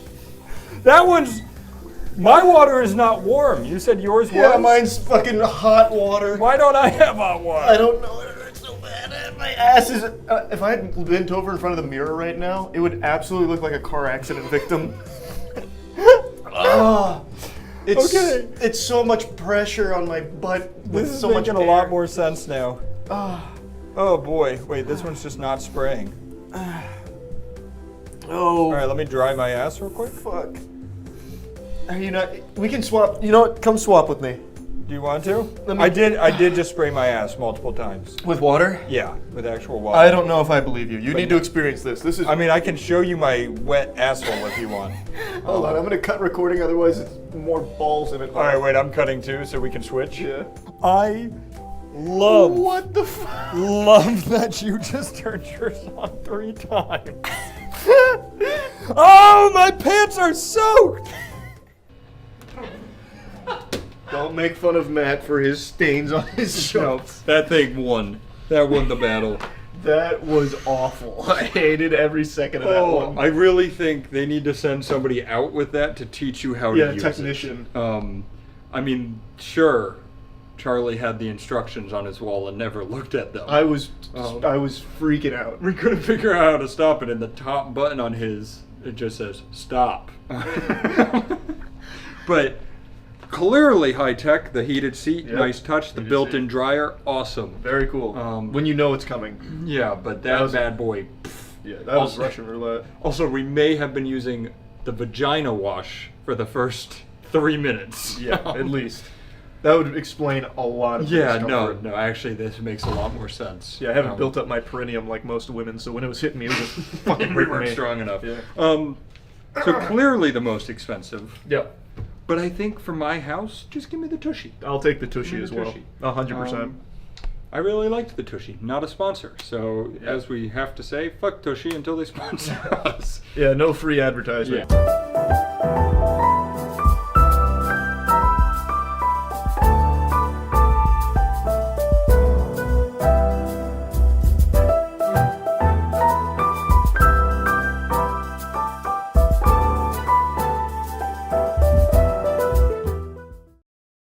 Hey, it's been a little while since I've gone over some unhinged text messages. I had the itch, so it's time to scratch it. The backstory to this fairy tale isn't your standard affair. This is 2 strangers that got stuck in an elevator for about an hour. He eventually asked for her number, and she gave it to him because he didn't give her any weird vibes, no heebie-jeebies. It wasn't like something out of that dog shit horror movie Devil with the elevator or anything. So they started talking through text, and it led to this alarming exchange. He said, "How are you doing today?" She says, "I'm good, thanks, just went for an early morning swim." And then he starts to show his hand a bit. "I'd love to see that. Can I tell you something?" And she's getting suspicious. She's a little on edge here. Yeah. I admit, I was nervous being confined to such a small space with a beautiful woman. And she goes, "Okay, I don't know what to say to that, lol." And he just continues like it's a war story. I feel like I can see him lighting up a cigar as he's saying these things. "The mind wanders. You're lucky you got trapped with a good guy." And she's confused, saying, "What does that even mean?" He was apparently super normal in the elevator, but now over text he's talking like he was Bruce Banner holding back the Hulk in that situation. Saying shit like the mind starts to wander with ellipses there just makes it sound like he was, stranded on an island, ran out of food, and was contemplating cannibalizing the other survivors there to keep himself alive, and he's like writing down the sailor's log. It's too much for me to bear right now. My mind, it starts to wander. I'm losing myself on this island. I'm going to slit the throat of the former captain and feed on his insides. Lord help us all. He continues, "Don't worry. I don't intend on harming you in any way."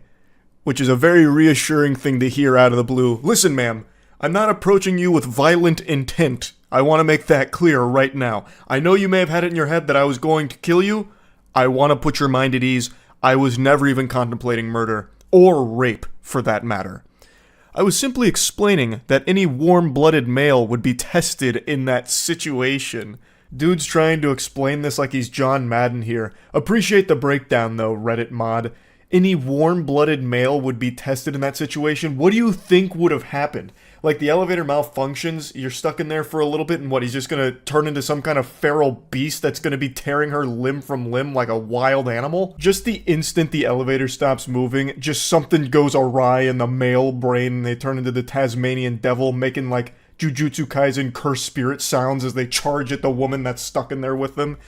But luckily, she was trapped in there with a good guy. Not like those other red-blooded males or cold-blooded male. What did he say? Hemoglobin-blooded males? What? I've already fucking forgot. But he's just being chivalrous here and reminding her how lucky she was, all the stars aligned, to put her in the perfect position to be stuck on an elevator with a stranger that's as gentle and as nice as this guy, who had no intentions of harming her in any way whatsoever. She hits him with some question marks going, I'm not following, because, I mean, this is all reading like a threat at the moment. And he says, don't worry, which is cause for concern, definitely going to start worrying. He says, you have the perfect body, those small breasts and soft, thick thighs leading to that voluptuous ass are delightful. Thank you for existing.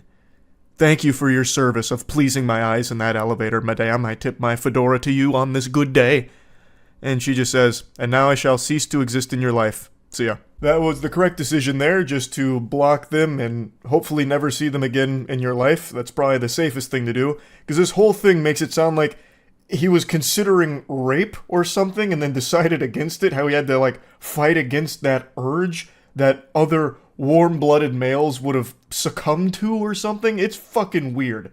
This guy is a weirdo. And here's another weirdo in a similar fashion where it's a complete stranger that just goes fucking insano style out of nowhere on someone else that is also still a stranger. These two are co-workers, they've been working together for about a week, and they play online games together in like a group with other co-workers. So they're not like friends or anything, they have barely known each other. He texts her saying, Kaylee, we care about you. Care. Please answer. I'm so sorry. Please talk to me. Now, I want to be clear, this is one person saying this, so I don't know why he's saying, we care about you. This is like some Schmeagle shit with my precious. You know, we got Gollum coming in right now.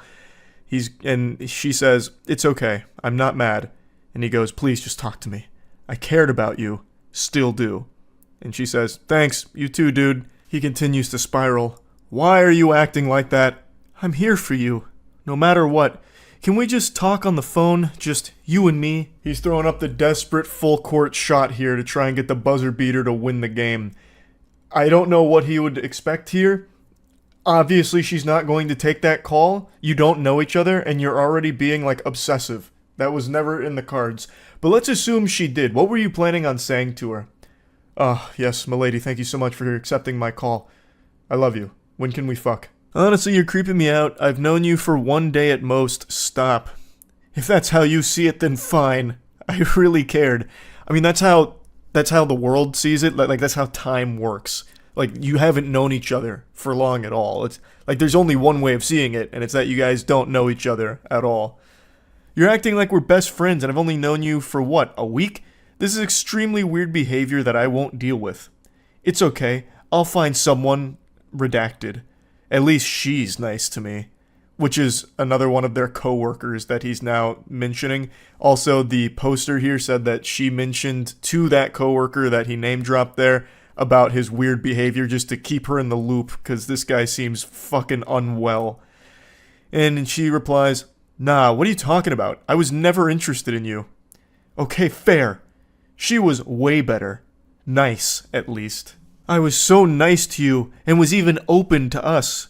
Which I don't really know what that means. Like, what does he, like, trauma dump on her while they're playing games together in ARAM? Like, I don't know. What does that mean? Open to us? Or, like, maybe he was open to being us, like a unit?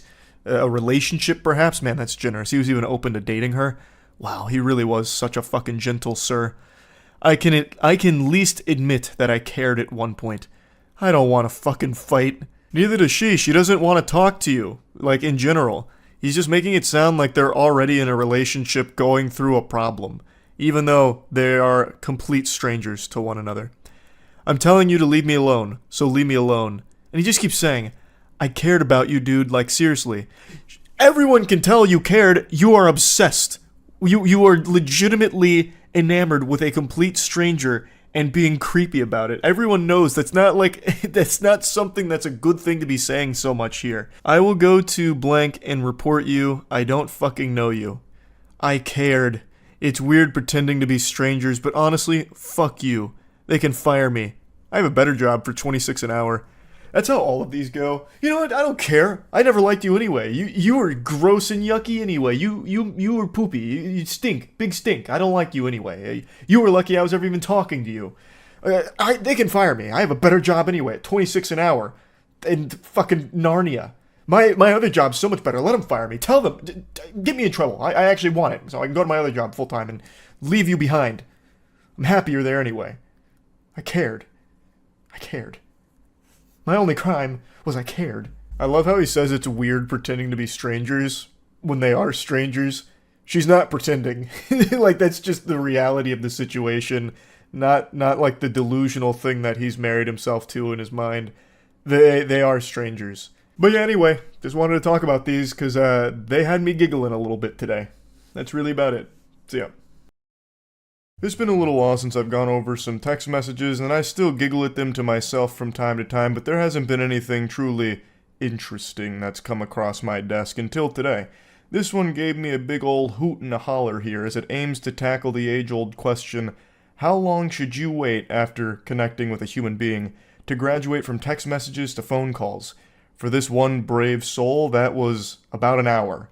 And the results were not optimal, to say the least. This fairy tale starts the way that all the good ones do. They matched on a dating app about an hour ago, and then he reaches out saying hello, and then tries to call them. She responds by saying, hey, smiley face, I'm watching a movie with my parents right now. I'll be able to call in a bit. I'm sorry. She seems super sweet, giving an explanation and even offering an apology for not being able to hop on the hotline right away. And it's not like she owed him an explanation or an apology, it was just a nice gesture. It's a very awful idea to try and call someone that you just met an hour ago. You only became aware of each other's existence like less than 60 minutes ago. He tries to grit his teeth and bear it, but the pain is too much. He says, oh, okay. And it comes across pretty sad. I don't know if he actually was sad here, but it seems to me like I can feel him looking down at the ground while he types that and like kicking some dirt. And I think she picked up on that because she issues another apology, but then says, how's your night going? So she's trying to at least make a conversation out of this, so she seems interested. He goes, no, it's okay. I'm excited to hear your voice though. Maybe send me pics of you? Mine is okay. I'm just chillin'. To me, it sounds like he's fishing for some sacred nudies here. I believe that he's probably in Coomer mode right now. His dick is in DEFCON 5, and now he's requesting some pics. I imagine if she did answer that phone call, it would have just been heavy breathing into it. Like something out of a horror movie. The phone calls coming from inside the house. But maybe I'm wrong. Maybe this is just a guy who really enjoys talking over the phone and getting some pictures of the person he's talking to over the other end. Totally innocent pictures. Holy shit, what are you playing? It's a little game called AFK Journey. Do you want to know more? Yeah. Big thanks to AFK Journey for sponsoring this video. AFK Journey is a wonderful free-to-play game that's available now on iOS, Google Store for mobile, and the AFK Journey official website for PC. Again, it's totally free to play and I highly recommend checking it out. AFK Journey is an ethereal RPG with distinctive visuals that you can just get lost in the breathtaking 3D canvas art of its world. It's more than just an idle game. There's new gameplay elements to it, a lot of new mechanics, as well as an added dimension with the PC-compatible side-scrolling. You'll be gathering heroes across 6 factions and formulating winning strategies with different teams. The Hex battle map allows players to freely assemble their hero lineup and strategically position them so you can master battlefield strategies to conquer each challenge with precision. You'll be exploring big maps, solving fun puzzles, meeting interesting NPCs, all with extremely fun and effortless one-handed gameplay. The official release is giving away over 40 heroes for free, including 200 free pulls for completing things like a 7-day login. So make sure to check out AFK Journey and use my CD key AFK Journey 88. You get a lot of goodies for that. 18,888 golden coins, 100 diamonds, some great stuff. So make sure to check it out. The links are in the description. And big thanks again to AFK Journey for sponsoring. Surprisingly, she doesn't seem creeped out by that. She says, "Oh, that's cute. I'm excited to hear yours too. And yeah, of course, I'll send some pics right now." Which is not the response I thought that would garner. I would have expected some kind of ickiness to it and maybe a question about, like, why? I mean, we've known each other less than 60 minutes. You can just scroll my fucking online dating profile to see some pics of me. His response to her is just, okay, cool. This guy is just very concise, matter of fact. She says, for the pics, do you want like recent ones? Because I have a ton ranging from like 2 weeks ago to like 4 years. He says, yes, but any, frowny face, and then winky frowny face. Every bone in my body is telling me that this dude is absolutely looking for some titty pics. He's looking for some honkers or something here. He's not looking for just like your normal Facebook photos or something you'd post on your Instagram story. He's not looking for you at the movies or something from 2 weeks ago seeing the Winnie the Pooh horror film. He's looking for ass and titties. That's my guess here, especially with like the winky frowny. I don't know why he's frowning so much. I'm not really sure. Maybe that's like an accident. Maybe you want to do like a winky face with a smile. But for some reason, he just keeps accidentally sending frowning faces, including like a winking frown face, which I've never seen before. I don't know how you even like sad wink at something to begin with either. I don't know, it seems like conflicting emotions there. He then calls her twice within 20 minutes and says, hello, upset. I'm waiting, lol. This guy types like he's playing a MOBA, like he's typing as quickly as possible just to convey the bare minimum amount of information. Upset. Hello? Okay, cool. Frowny. Winky frowny. Like, it's just very basic shit here. He's not actually even having a conversation. It's weird. Yet he keeps really wanting to talk on the phone. I don't know what would have happened if she answered some of these calls. Like, maybe he'd just fart into it and hang up while giggling. Perhaps, I don't know, like a big prank call? A huge ruse? Anyway, after 2 more failed calls, she says, hey, sorry, I just finished the movie. I wasn't looking at my phone, but I apologize that you're upset, but I just want to be straightforward with you since you were with me. I'm not like a very clingy person, and I'm kind of getting that vibe already, you know? And he goes, no, I just wanted to talk. You can answer, or call back. Completely missing the point of what she was saying, just insistent on having this phone call here. It's worse than a telemarketer. This guy just cold turkey calls her out of the blue. She doesn't answer, even issues an apology for not answering, which she didn't owe him, and he is still hung up on that and won't take any new information in. His brain is flooded with one idea. He can only hold one thought in his mind at any time, and right now that thought is, want to talk on phone. Upset if no talk on phone. So he's just stuck in that mode. So she goes, no, I get that. I just like taking things slow if that's okay. And he says, are you scared of connection? You can't talk without thinking it's too fast. Just call Jeez Louise. I have to wonder if she's communicating with a 13-year-old. Jeez Louise? You're dropping Jeez Louise in 2024? This is not what the Lord died for. Are you kidding me with this? Is this some kind of joke? Get out of town. A Jeez Louise in this day and age? He then goes, I could literally call right now. It's so easy. I don't like being ignored. No shit, it's easy to call, but why do you want to do that? And why won't you take no for an answer? You've known each other less than an hour. You don't even know each other. You just both had like a Metal Gear Solid ping that made you alerted that this other person existed, and now you're talking through Snapchat. This actually might be a toddler. Maybe the person that she matched with through Tinder or whatever the online dating app was, maybe they went to an Easter celebration with family and then their little nephew got a hold of the iPad and then just started talking to some of his contacts, and this lady was one of those victims here. So she's actually just communicating with a legitimate diaper-shitting, milk-snorting little kid. Because no adult, I feel like, communicates this way. I'm starting to really believe in that conspiracy theory here. But anyway, she responds, of course not, but I like to take things slow. I'm sorry. Please respect that I'm trying to be as cordial as possible. I haven't had the best experiences in the past. That's in response to the are you scared of connection line that he drops here. Like he's out of some kind of bad Hallmark movie, or The Young and the Restless. Because she won't accept his random fucking phone calls here. And then in response, he tries to call her again. She says, I would like to just text maybe until I'm more comfortable. And his response is, I'm S. And then an audio message. I have to wonder, that's got to be like the worst 26 seconds a microphone has ever recorded. I can only imagine what his voice sounds like. I'm imagining like squealing, high-pitched, nasally, like almost shatter glass level of an opera singer, like with that very high note, but throughout the entire 26 minutes. I also wonder what he was trying to say. I'm S. Maybe that's some kind of code that needs to be deciphered here. I'm serious, perhaps? I'm shitting? I'm silly? I have no idea. But anyway, she then takes a screenshot of the chat, and then he dumps a screenshot. He then follows that up by saying right at the top, and then tries to call her once again, just continuing to poke her here. He says, just wonder, answer. Maybe he's like actually overdosing right now, and he's trying to beg her to call the police to get them over there to save his life. I have no idea what's happening to his brain. It's turning to mush right before our eyes. Like he's getting hit by a stupid beam, and we're watching him fade away. She says, I don't really know what to say. I feel like I'm being backed into a corner right now. He says, stop typing, and then calls her again, which of course she doesn't respond to, and then says, OMG, drops another 26-second audio message, which is interesting that it's the exact same amount of time. I wonder if it's just the same message he dropped again. I'm not really sure. I also wonder what he said during that, to be honest. But anyway, he then says, bye, little baby. Oh, the heebie-jeebies. I'm getting them. Jinkies. Oh, good. Bye, little baby. Oh, yuck.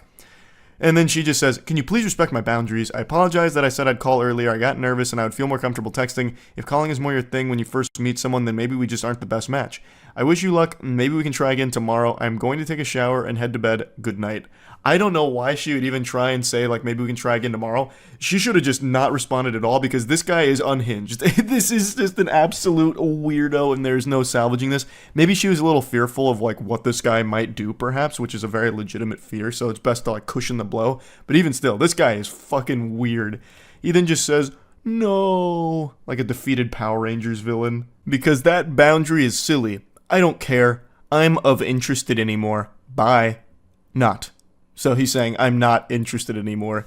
So because she wouldn't talk on the phone, he's no longer interested, and he thinks that boundary is silly, thus he has no respect for it. What a man. And then she says, okay, I apologize again, hope you have a great night. And then he just says, just say bye. What a quirky little lunatic here. Impressive self-sabotage. Like, this lady seemed more than willing to communicate, like, interested in learning more about him, just didn't really want to hop on a phone call, which is super understandable since they'd only known of each other for less than an hour.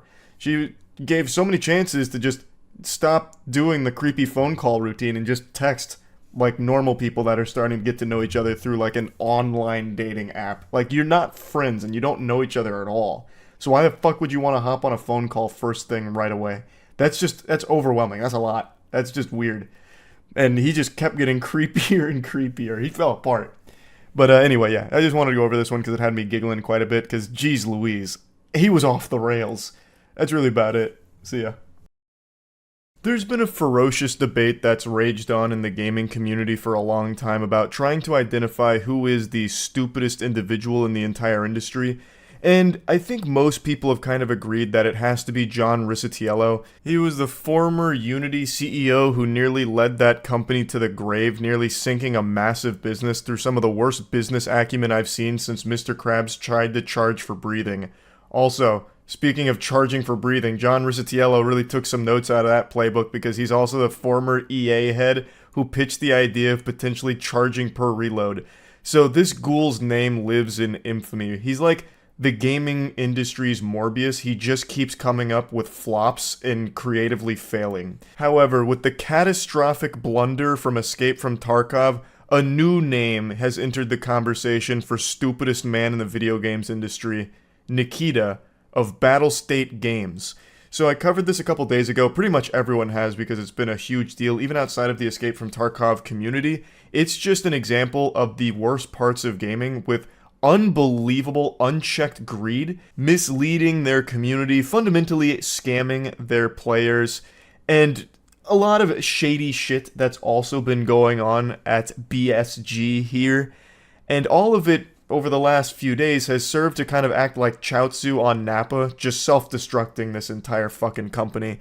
So there's been two major updates that I just want to cover because it seems like Nikita has recognized the disaster that has unfolded here, and he is finally biting his pride, swallowing his ego, and trying to put out the fire that he has caused. So he's made some brief statements on it where he really wanted to stick to his guns and puff out his chest, fucking lat spreading here and refusing to move like a strong oak tree.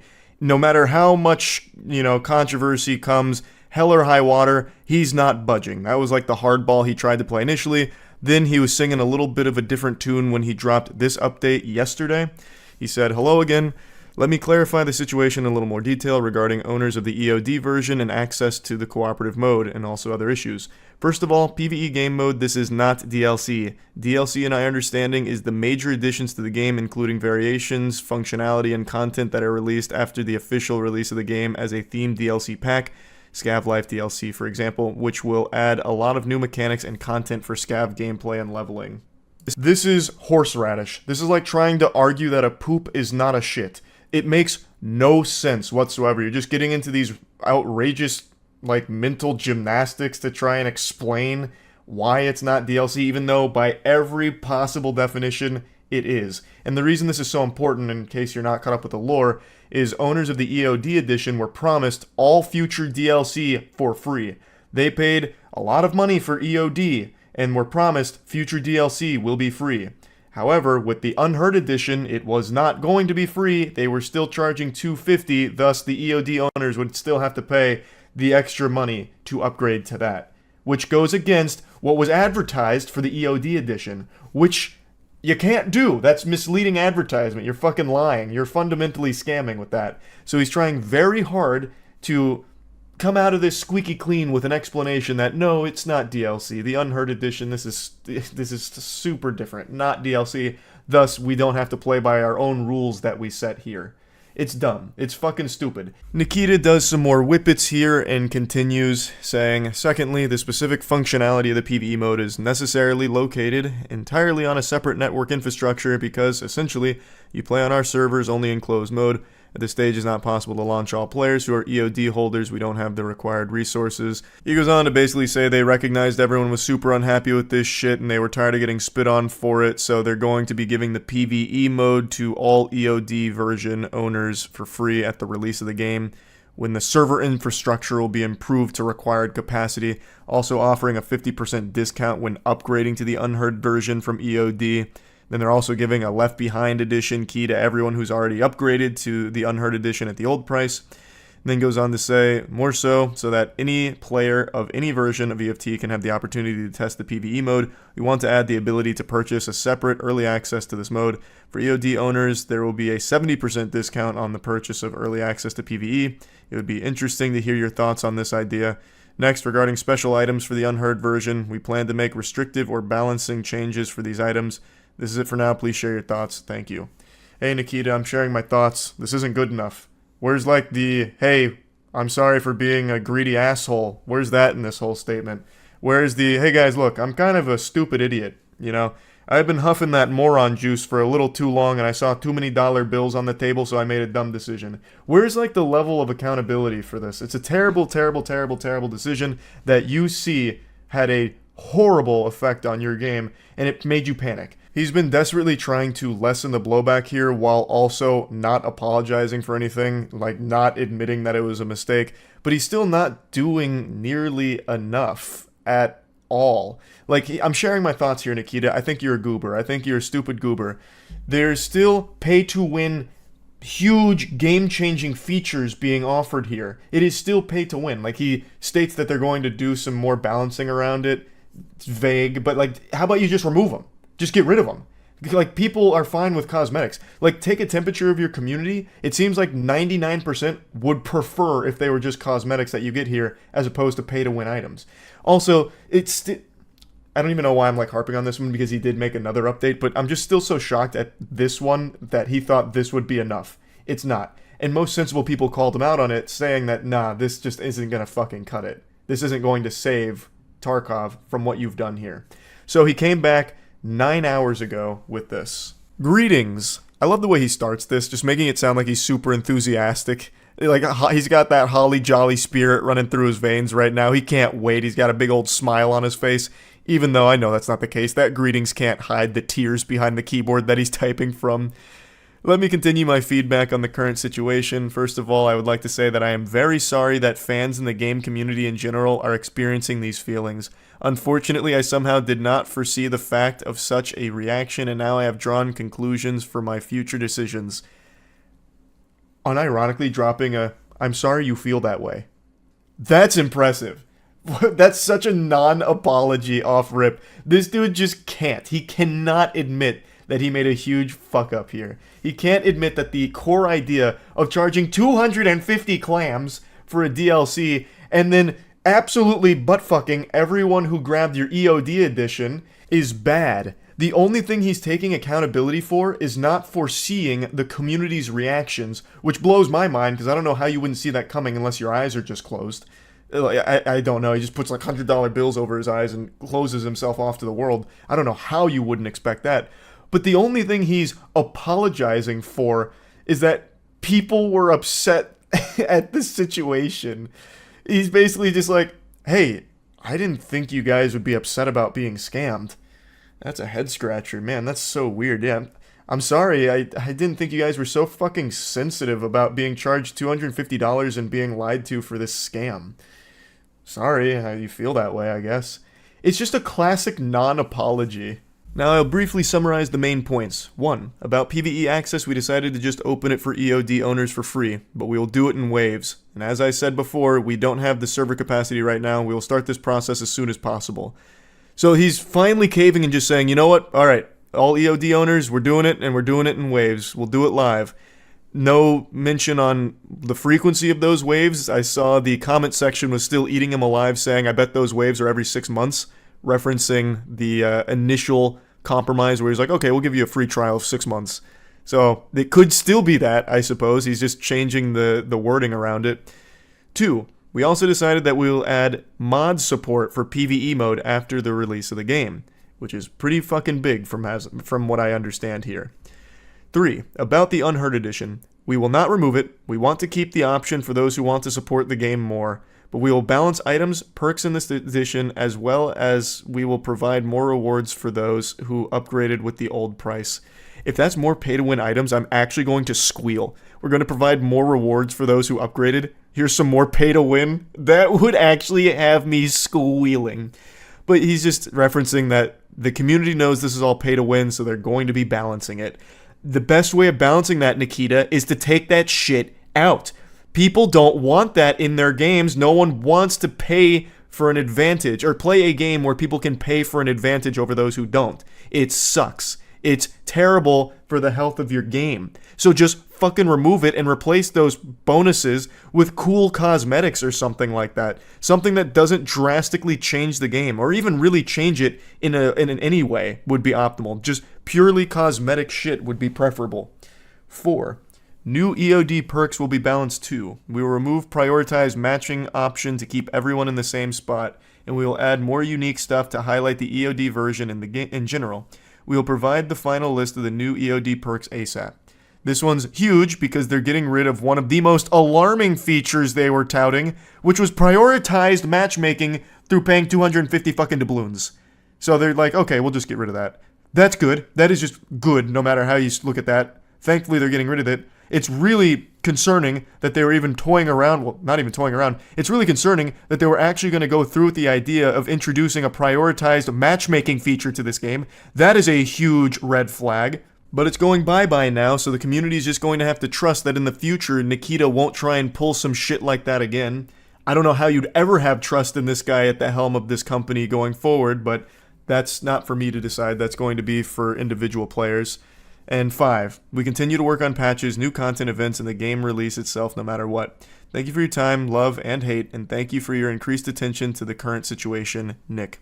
Hey, no problem at all, Nick. I'm always happy to insult greedy little assholes like you. So, the community's response to this one has been much more positive because they are directly addressing some of the bigger problems and introducing their solutions to it.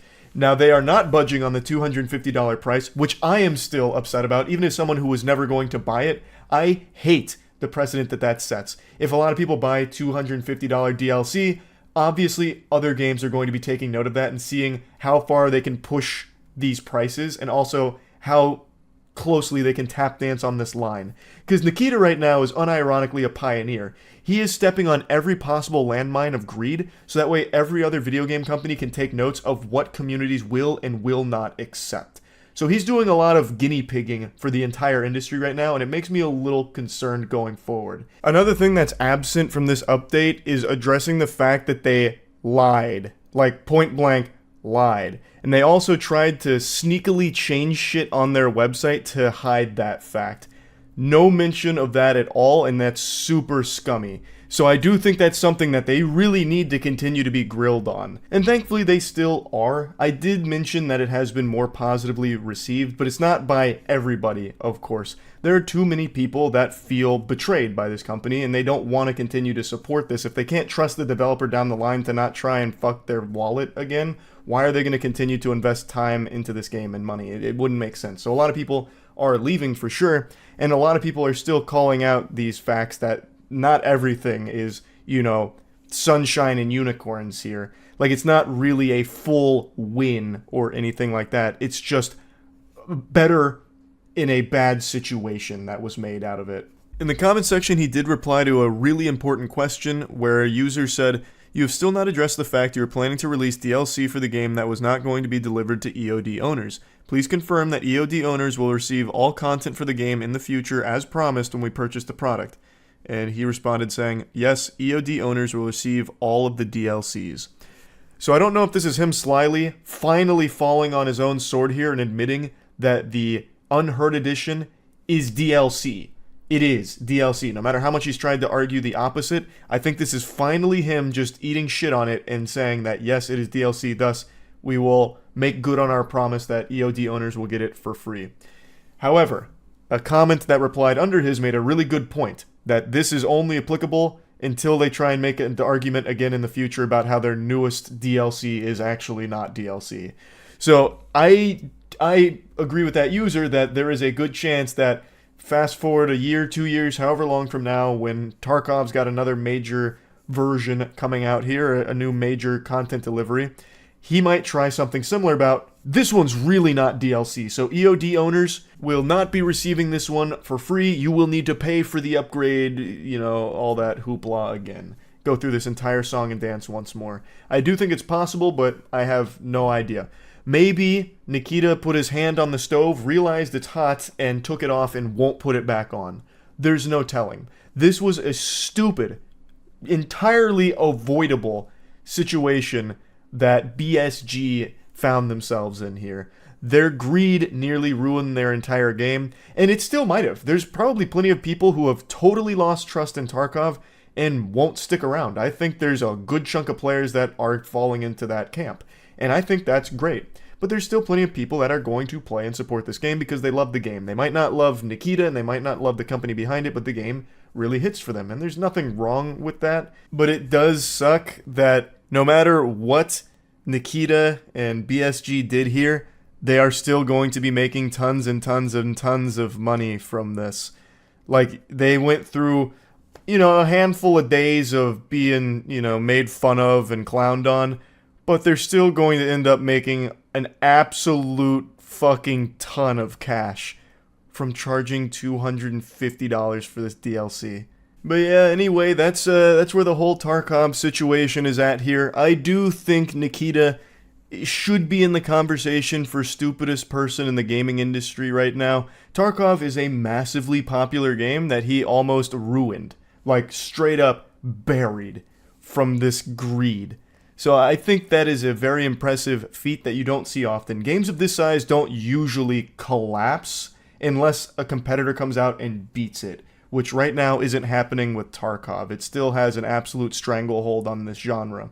So it is pretty impressive just how bad of a decision this was, and how reluctant Nikita was to change it, or do anything at all to make the situation any better for themselves.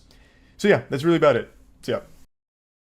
Nintendo forcing Garry's Mod to delete 20 years worth of content.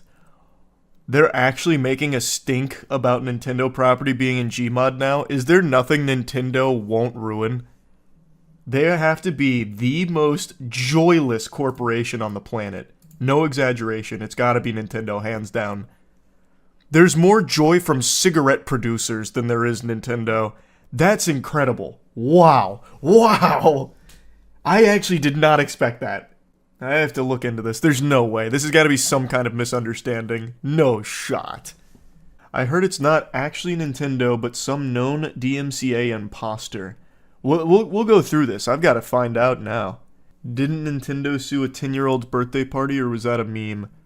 They've sued so many people and cease and desisted so many, I don't know. That sounds like something Nintendo would do, but the one that always stands out to me is it was Marvel, and they shut down a child's gravestone having Spider-Man on it.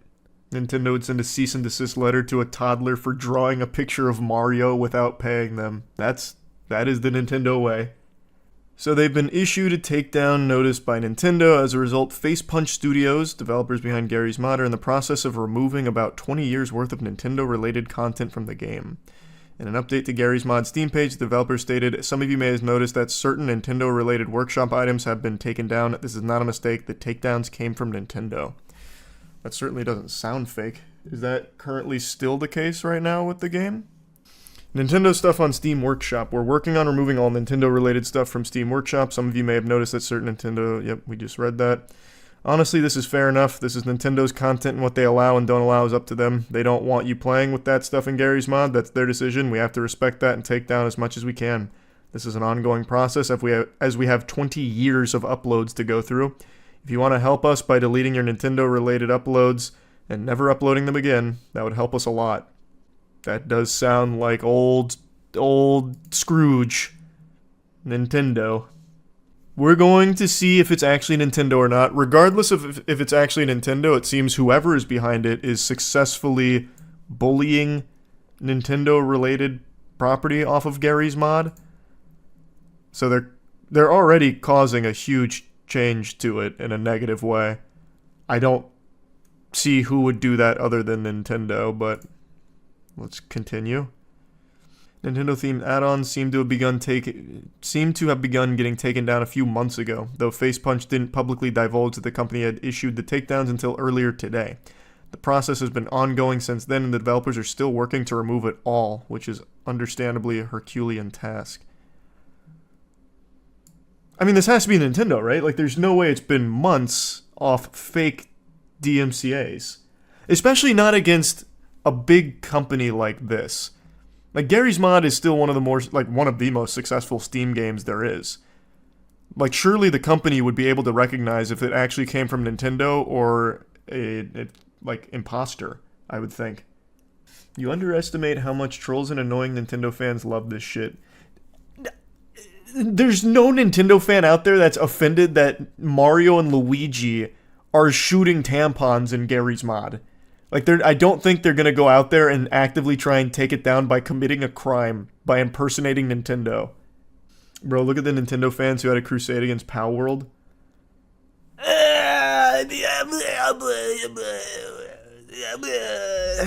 I guess. But I mean, that's just like Twitter, though. This is criminal. Oh, here's a post from 8 days ago. Aaron Peters, the destroyer of add-ons. This came up when I was looking into it, or when I looked that up. Lately, there's been chaos in the workshop of Gmod, TF2, Source Filmmaker, Left 4 Dead 2, etc. An internet troll by the name of Aaron Peters has been false flagging content creators' add-ons with fake DMCAs. This troll has been claiming he's part of Nintendo, which in fact he is not, and has been doing nothing but causing chaos for the past few months, probably at the start of January. That timeline does check out for what we just read. He has managed to target add-ons that are Nintendo or Nintendo-related. In some cases, he's managed to get rid of any add-ons that even have a smudge of a Nintendo character, even in a piece of art. I don't know if his goal is to get rid of Gmod video creators or just ruin everyone's fun in creating content. He has managed to ruin everybody's day, and I can't blame them. Awareness must be spread about this. People must know about this, because for all we know, he could even target add-ons that aren't even Nintendo-related. Well, yeah, he's obviously not affiliated. He could target anything. He just chose Nintendo to be an asshole because it's the biggest. The Kirby Reanimated collab claims that their videos were taken down by a third party abusing DMCA takedowns, which isn't the first time this would have happened, by the way. This actually happened a few years ago it wasn't the same guy, I don't think, but for Nintendo properties, someone did this as well on YouTube. This company, which doesn't have any clear links to Nintendo, has reportedly been targeting Nintendo. Well, I guess maybe it could be the same guy, just using different names. He keeps fleeing the countries. He goes on these rampages, then leaves the country and assumes a new identity only to do it a couple years later. The name of the company doing these takedowns is A-PAB. Been targeting Kirby creators in particular.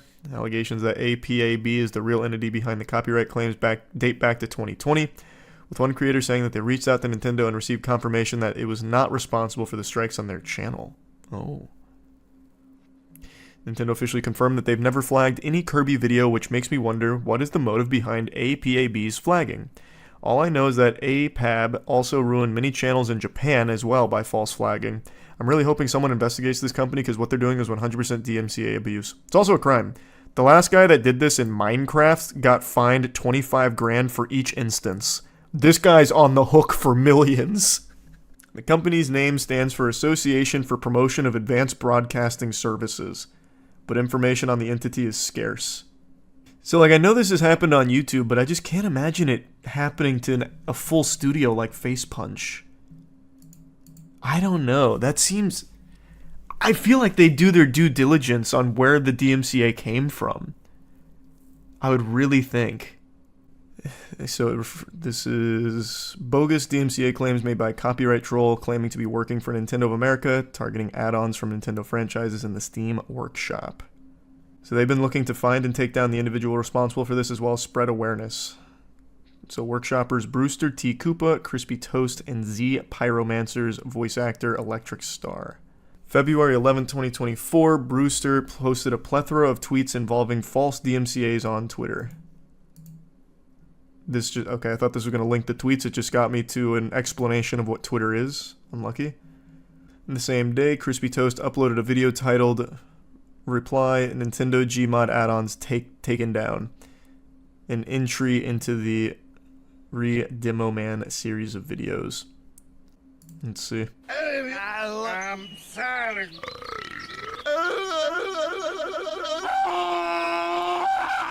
That does about sum it up. Aaron Peters. Okay, here's the first mention of that name with some evidence. Aaron Peters, our prime suspect here, the Jack the Ripper of Nintendo add-ons. Hours after the video was posted, Brewster T. Koopa revealed that the individual had sent DMCA emails to almost all Nintendo-based Gmodders, including himself, which reveals the troll's name, Aaron Peters. So he's just... Wait, is he actually just sending emails? I see why that would work on content creators, but surely Face Punch wouldn't just fall victim to this. This is like a phishing scam. Aaron Peters, Nintendo of America. Okay, that's not his real name then. That's just the alias he's using. There is no Aaron Peters. It was discovered that Peters had a history of sending fake DMCAs to pretty much anyone that contained Nintendo-related properties in the past, including not suitable for work artists and even Fraymaker's Workshop. Pillow Fort user MKLXIV shared a blog in 2019 that details their encounter with the troll. Peters' motivation as to why he sent fake DMCAs is currently unknown. Yeah, this guy sounds like an absolutely colossal loser. March 4th, 2024, Crispy Toast uploaded a video called Garry's Mod False Nintendo DMCA Claims, the story, detailing the entire story about the false DMCA claims and the tweets above. Oh, nice. So you already broke down like the whole thing here. What if he was actually hired by Nintendo in secret because they know their lawyers couldn't be paid enough for even that level of heinous shit? Oh, he's just a fall guy? That would be an interesting theory. I think the more likely theory is it's a guy struggling with mental illness and he just wants to do something, like in general, do something to have an effect negatively on others. I think that's probably what's going on here, would be my guess.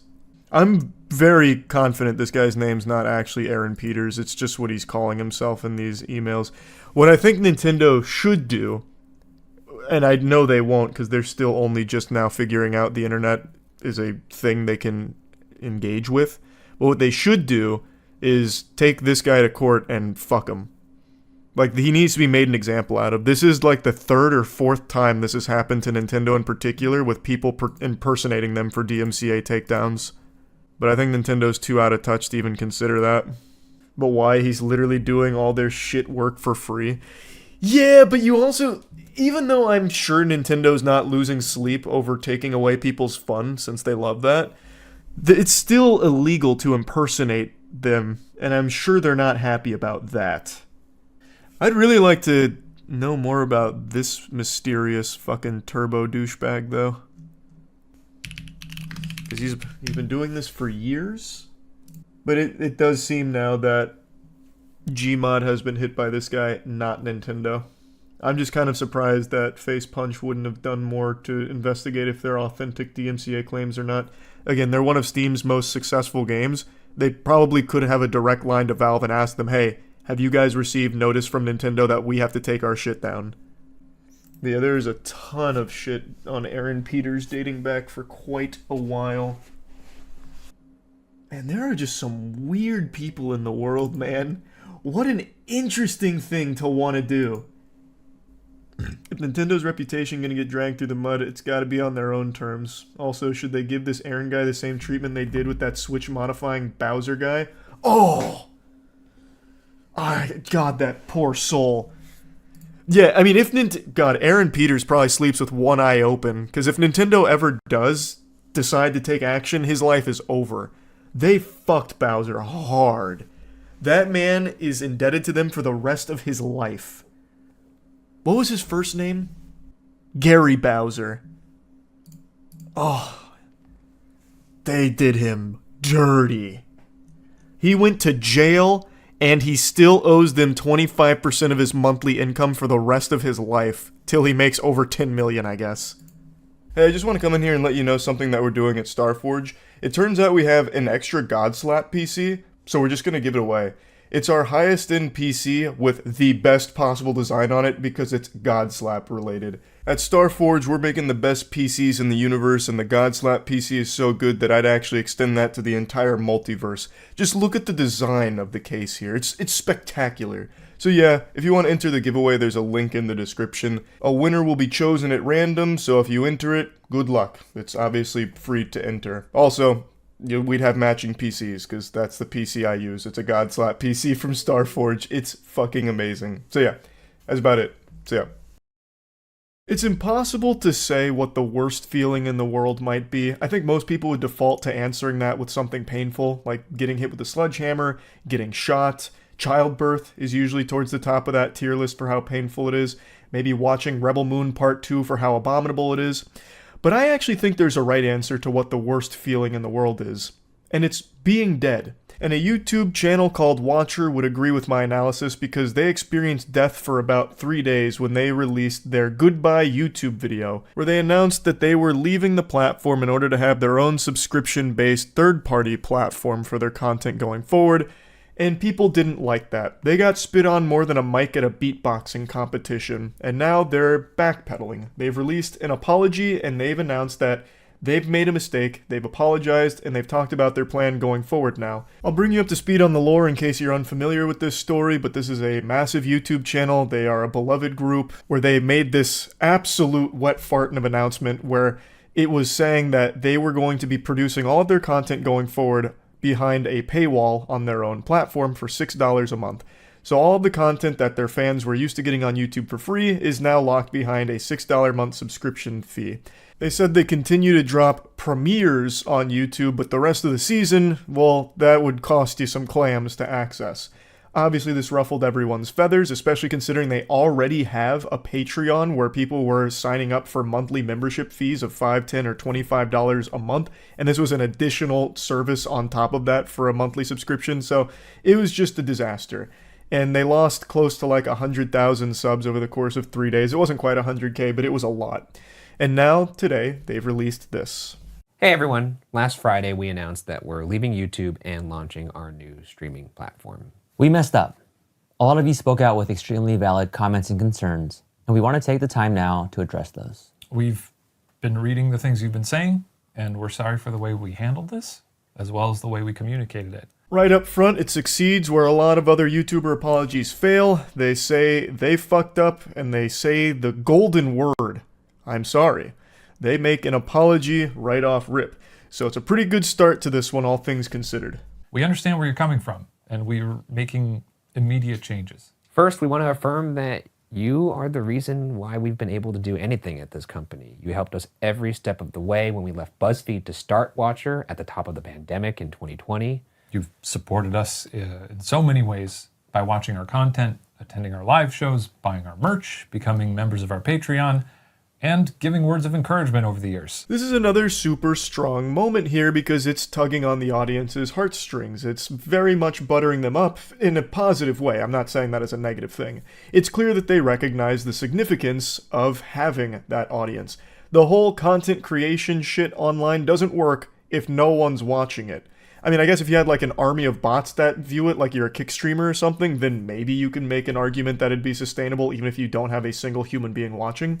But clearly they understand that you need a passionate audience in order to survive in the online cyberspace Thunderdome.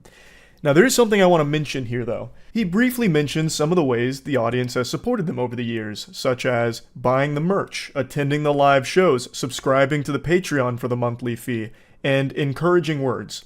3 out of 4 of those are huge revenue drivers. The kind words, not so much. You can't really make a whole lot of money. You can't convert nice comments to USD. There's no direct conversion there for that. I mean, unless you're making Hallmark cards, perhaps. But those other 3, attending live shows, subscribing to the Patreon, and also buying the merch. And there is a 4th one there as well, which is just by watching the videos, you are directly financially supporting them because AdSense through YouTube monetization, as well as the brand partners that have paid to be on their content. So they're already heavily monetized content, and I didn't even think about the live shows the first time I watched their video. That's a huge part of some teams' bottom lines because they bring in so much money. It's like one of the main revenue drivers for bands in particular with concerts and buying tickets to it. So they have a lot of revenue sources already for their brand. So then immediately after hearing that in this video, I was like, so then why did you want to do Watcher TV for $6 a month? You have all of these other streams that the audience has been supporting for so long. Why would you want to have another one to milk those titties dry? Like, it just doesn't seem right. It seems greedy. Now, they do shine some light on the motive behind doing this, the reason behind the Watcher TV idea in the first place. So we'll get to that pretty soon. And we are incredibly grateful for your support. We're sorry for how we originally delivered our goodbye message to YouTube. It was insensitive. We didn't properly express how much we appreciate all of you. And we did a really bad job of explaining the reasoning behind this transition. We also want to deeply apologize for our ignorance around the impact of the cost. We regret stating and implying that it's a price that anybody can afford, and we fully acknowledge that it is not. We didn't take the proper consideration for how this cost would affect you, and hope you know that we are taking this as a serious learning experience. It seems like they really did listen to pretty much all the feedback. They're hitting all of the main points, both in their delivery as well as the actual idea behind this venture. So it's nice that they're up here taking the accountability and saying, yeah, these are things that we really just didn't even think about. I'm sorry, we fucked it up. Like that is something that you don't see very often, so it's nice to see them just take it on the chin here. With that in mind, we're making some changes to ensure that there's a way for our community to continue watching our content for free. If you want to watch our shows early and ad-free, you can catch them on the Watcher platform a month earlier. After that, you'll be able to watch our shows on YouTube for free. For those that have already subscribed to the platform, we are so grateful for your support. But if this change has you rethinking your membership, we will issue a full refund. And all past episodes and series will remain available on YouTube. That's a pretty solid change overall. That is something you see for a lot of Patreons for YouTubers or third-party offerings if it's not Patreon. So it does make sense that they do this here. I am surprised that that's not something they were already offering on Patreon with early access. That's one of the more standard ones. But I think there's absolutely nothing wrong with that. If there's people that are just hungry, starved for more Watcher content, they can subscribe for $6 a month on that platform and they get that content fed to them a month early. And those that don't want to or can't afford to can just wait for it to premiere on YouTube for free, as it has always done in the past for the content that they've come to know and love. That gets 2 thumbs way up from me for the back of the DVD box on that change. I think that's completely fine. Everyone wins there. If you really want the content early, you subscribe to the early access membership for Watcher TV. And if you just want to get the content that you already know you like, you just wait for it to come up on YouTube, and it's no different for you. So I think that is a totally fair compromise. As for the question of why we decided to launch our own platform, when we started Watcher in 2020, we wanted to create shows that we were proud of, that we had ownership over, and that would provide you the caliber of content that we felt you deserved. However, we were finding it harder and harder to stay relevant to advertisers and the constantly changing YouTube landscape. This is where my eyebrow raised a bit, so I decided to look into their content just briefly. I didn't do like a full deep dive here, but of their last 20 videos, 12 of them have brands on them. I'm excluding their Goodbye YouTube video, but also there's one more in that batch of 20 that I think doesn't really count, and it's a teaser trailer for the mystery files that they did, so it was just a very short trailer. But 12 out of 19 full videos have sponsors in them. As I mentioned in the last video, I own an agency that manages a lot of major YouTube channels of this size and bigger. So I know what a lot of those deals look like, and I know that those deals are super lucrative. And at their size, those are significant numbers that we're looking at. Over half of their videos of the last 20 are brand partnered. It doesn't seem like they were really struggling to get brands on their content, so I don't exactly know what he means by staying relevant to brands, especially because in this industry, brands focus mainly on your cold, hard Carfax, your metrics, your numbers, and they pull in great viewership numbers as well as a very engaged community. So brands must have hearts in their eyes anytime they get the chance to work with Watcher, just because their numbers are so good. But on top of that, they actually produce some of the most brand-friendly content imaginable. This is the type of shit brands salivate over. It's long-form, highly produced content, and the creators actually do skits for the ads. At least in all the ones I've seen. They do like a fully produced brand piece in this content. So the audience actually enjoys watching these ads. That is a match made in heaven for sponsors. So I was very confused on what he meant by staying relevant to brands. And then the second thing about, staying relevant in like the ever-changing YouTube ecosystem, that's a totally understandable one. I get that. The YouTube ecosystem is 100% like this boogeyman that no one fully understands. But it doesn't really make sense to me. We found it harder and harder to compete in the ever-changing YouTube landscape, so we abandoned it. We waved the white flag and said we're defeated, so we created our own platform with blackjack and hookers. That's a Futurama reference. I'm not saying that's what Watcher TV is. But the point is, why would you go from this is a lot going on YouTube and it's changing to, all right, guess we got to leave it now and then charge people for access? That just doesn't really compute to me, because you kill your brand, obviously, which I think they've recognized now from all the feedback. It's very hard to get people to subscribe to $6 a month content on a third-party platform they don't know, as opposed to just showing them some free YouTube videos. You built your brand very successfully on YouTube, and you were still only growing from everything I can tell. So why would you abandon it at the height of your growth, right? Like that, I don't know, that reason doesn't really make a ton of sense to me, but I understand being like afraid about, long-term sustainability with how frequently YouTube is changing. I do get that. But I feel like the natural progression there would be like, okay, so how can we stay competitive on YouTube? As opposed to, okay, how the fuck can we get out of here? We faced some incredibly challenging decisions. We didn't want to compromise our content to ensure they met advertising requirements. And we definitely did not want to lay people off that have brought Watcher to life behind the scenes. And we didn't want to bring Watcher to a close, which would have happened if we stayed solely on YouTube. That's why we decided to launch the platform, so that we as a company could continue, we could pay our staff fairly, and not only continue to make great content for you, but expand with new shows, new voices, all ad-free. And now with the addition of accessible options, this is a decision that we all believe is the best for Watcher. All those reasons he lists are perfectly reasonable. You don't want to lay off your staff, great. You want to pay them fair, great. Like all of these, they check mark the boxes of good shit. I support that.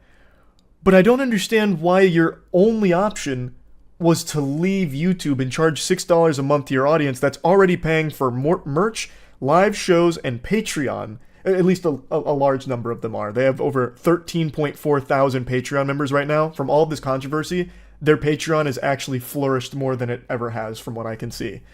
So why would you want to take even more money out of their piggy banks here? The strategy would be to keep growing on YouTube so you can continue to monetize, you can charge higher rates to the brands that you work with, that I imagine you will continue to work with.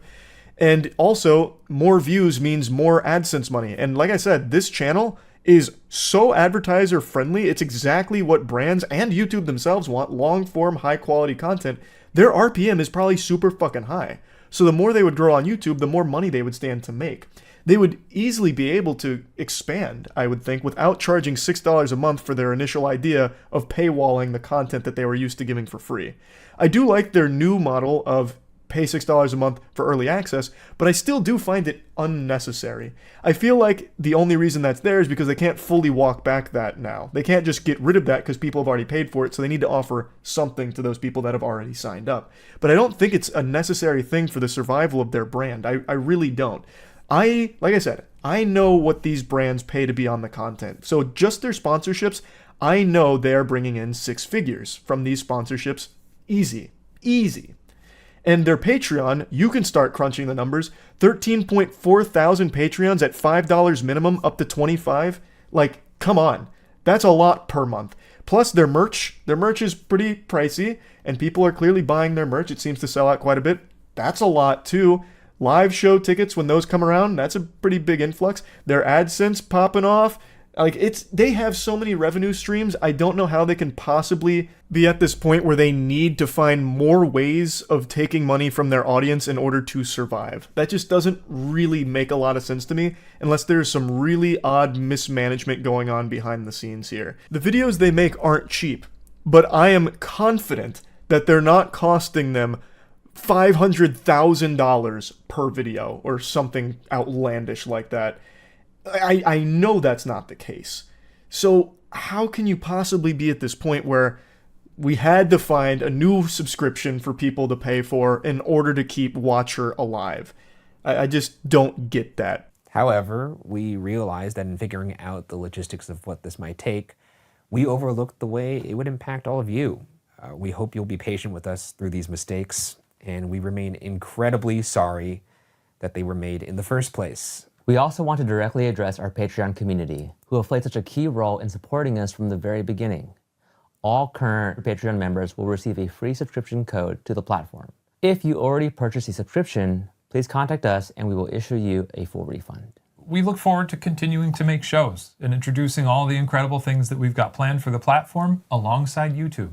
And in the meantime, we are forever grateful to all of the people who make up our community. And we hope that you consider joining us in this next chapter of our journey, whether that's on YouTube or on the platform. Thank you. Thank you. Thanks, everybody. Overall, this is a good apology video, I feel. They say I'm sorry multiple times, they admit their faults, they try and explain why things were the way that they are, and how they missed the mark. Like, they take a lot of it and seem to understand it from a place of genuine authenticity, which is great. I still, however, don't understand why it reached that point to begin with. I don't see how a channel of their size and their success with all of the revenue streams that they currently offer could possibly be struggling financially. I don't understand. I don't. Like, knowing what I know about this space, I just don't see how they could be needing to take even more money from their audience to survive. I do think they made a good change with what they're offering for $6 a month. I personally don't think that it's necessary at all, though, especially because the way they frame it in this video makes it sound like that's the only way the Watcher survives, is if they find a way to monetize even more off the backs of their viewers. So that's why the $6 a month there is being charged, because it helps keep them afloat. I don't know how they could possibly, with all of these revenue streams, be struggling to the degree that they make it seem like they are. But whatever, that's neither here nor there, I suppose. This announcement was very positively received by their audience, and that's the most important thing for the health of their channel and their brand, is that their audience feels satisfied with this update. And from what I can tell, they do. A lot of them do still state that there's been a breach of their trust here with what they tried, but it seems like they're forgiving and willing to see how things play out for this group in the future. So I guess we'll see what the watcher does down the line. That's really about it. So yeah. I'm sure all of you have noticed that self-improvement videos have become extremely popular on YouTube. I don't think there's anything necessarily wrong with that. I totally understand that since so many people in society are more isolated now from other human beings than ever, oftentimes they'll turn their attention to the internet to get like some basic advice on certain things, and I get that it can be helpful to some people, but it's become a huge market and that's made it ripe for exploitation. So there's been this rise in AI-generated self-improvement gurus, and they all make the exact same video with the exact same life hacks. So you want to get a woman? Well, you need to be a high-value man, an alpha male. That means brushing your teeth, combing your hair, eat well, sleep well, go to the gym.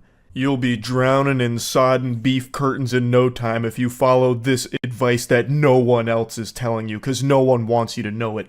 They want to keep you in the dark as a sad cuck beta male. And it's just that shit over and over and over again. And I wanted to show one channel that I found today that had me giggling, that is the embodiment of this entire trend. It's a channel called Far From Weak, and it's a picture of Kratos, and the guy behind it isn't using an AI voice like all of the other channels. It's his actual voice, but he puts a filter on it to artificially deepen it so it sounds more like Kratos and more masculine. And not to immediately start taking shots here, but to me that sounds far from strong. You're afraid to use your real voice for fear of ridicule, so instead you use effects to make it sound deeper than it is. To me that sounds pretty weak, but let's go ahead and go over his most popular video here. There are guys out there that attract the highest quality of girls, and they do so effortlessly. On the other side, you will find many guys that can't get laid, and that is why they are bitter. He makes it sound so haunting, like he's the Zodiac killer or something, and he's trying so hard to make his voice deeper so that way it's helping with the pitch shifting to bring it down so it sounds a little more natural. So he's getting up in there and letting it get real raspy.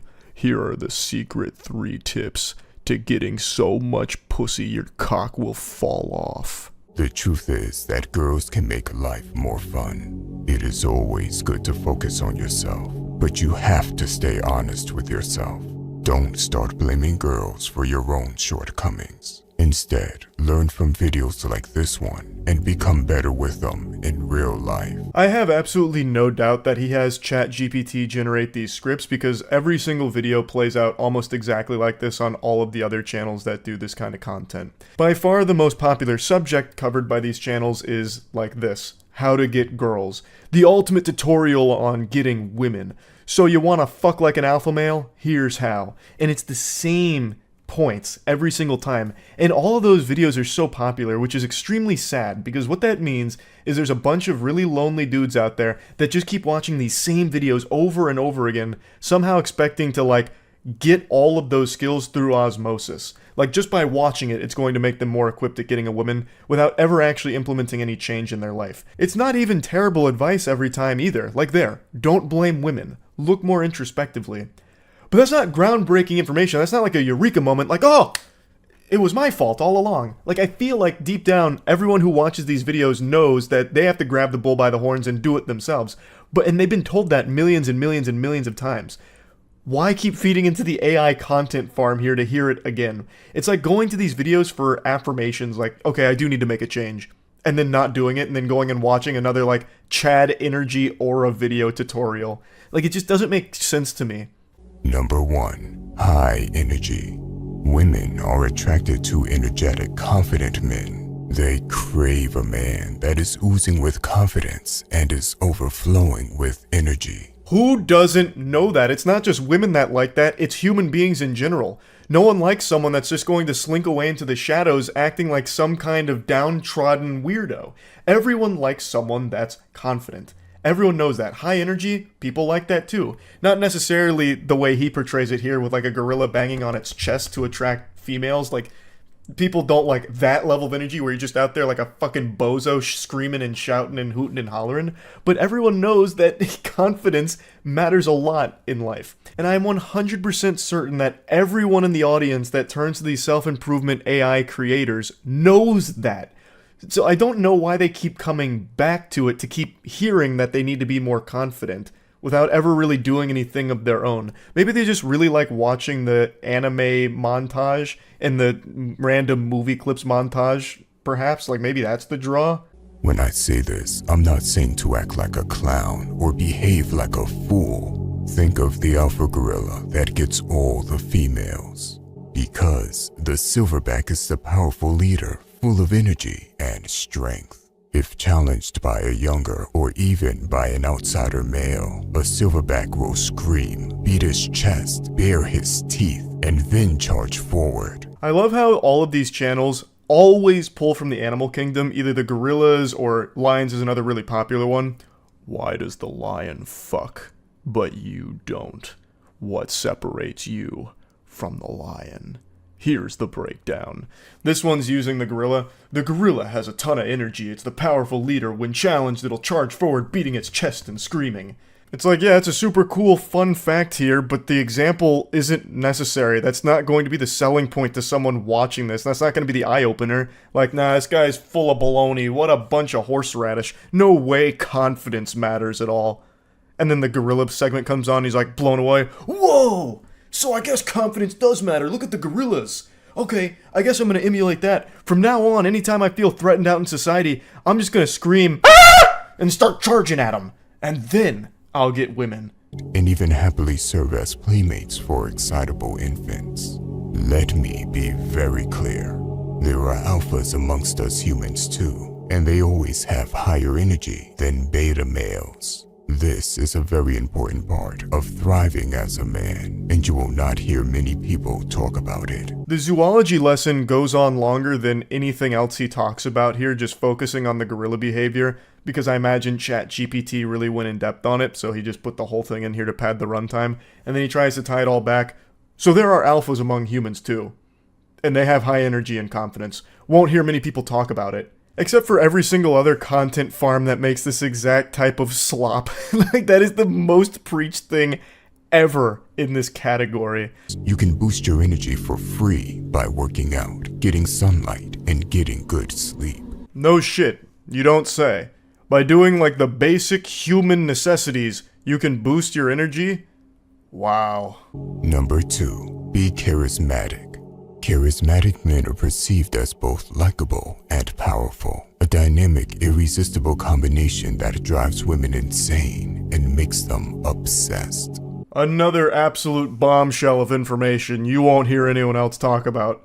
Be charismatic. Like, Jesus Christ. I'm almost 100% sure the reason these videos always have so many views isn't even really people looking for any kind of legitimately good advice or anything. It's people in a desperate situation to find companionship and looking for some kind of cheat code or some kind of, like, glitch that they can use to find a soulmate without putting in any work of their own. So they click on these videos expecting something new, some little nugget of wisdom that might actually help them, but they just keep getting fed the same advice every single time. Granted, it's not bad advice, like having confidence and charisma is extremely important, but that's not why people are clicking on the video. Everyone knows that shit. I really feel like the reason they get engagement is because it's people truly searching for this fucking, like, I don't know, super soldier potion like Captain America so they can overnight be the Adonis they dream of. To be charismatic, you have to be able to listen more than you talk. This will make you more mysterious, and it makes the other person feel important and good about themselves. Ask questions, maintain eye contact, smile, frown, nod, respond. This is like some kind of program that would be used by aliens to try and help them figure out what human expression is like. No shit. When you're in a conversation, you should be engaging with it. Obviously. Now, the advice about listening more than you talk, I think that's legitimately good advice. Not because it builds you up as some kind of mysterious anime character or whatever, but because that's just a genuinely good thing to do, so that way you can process what's being talked about and legitimately conversate about it, as opposed to just overpowering the other person in this conversation where you treat it like some kind of war. Again, that's not even like an incorrect point to make. It's just a point that's been made a billion times before, and it's just being pumped out by AI self-improvement gurus out the wazoo, and they're making tons of money off it. Number 3, smell good, dress good. While we're taught not to judge a book by its cover, First impressions always matter. Zoinks! You don't say. Smell good, huh? Who would have guessed that that would be important in getting ladies? You're telling me you can't run around smelling like turbo ass? Gonna have to take notes there so I remember that. That's big. What a huge revelation there. Broke new ground. And then dress good? You gotta dress well? Oh man. This is big stuff. The first step to smelling good is to not smell bad. Make sure you take care of your hygiene, shower every day, and use some natural form of soap.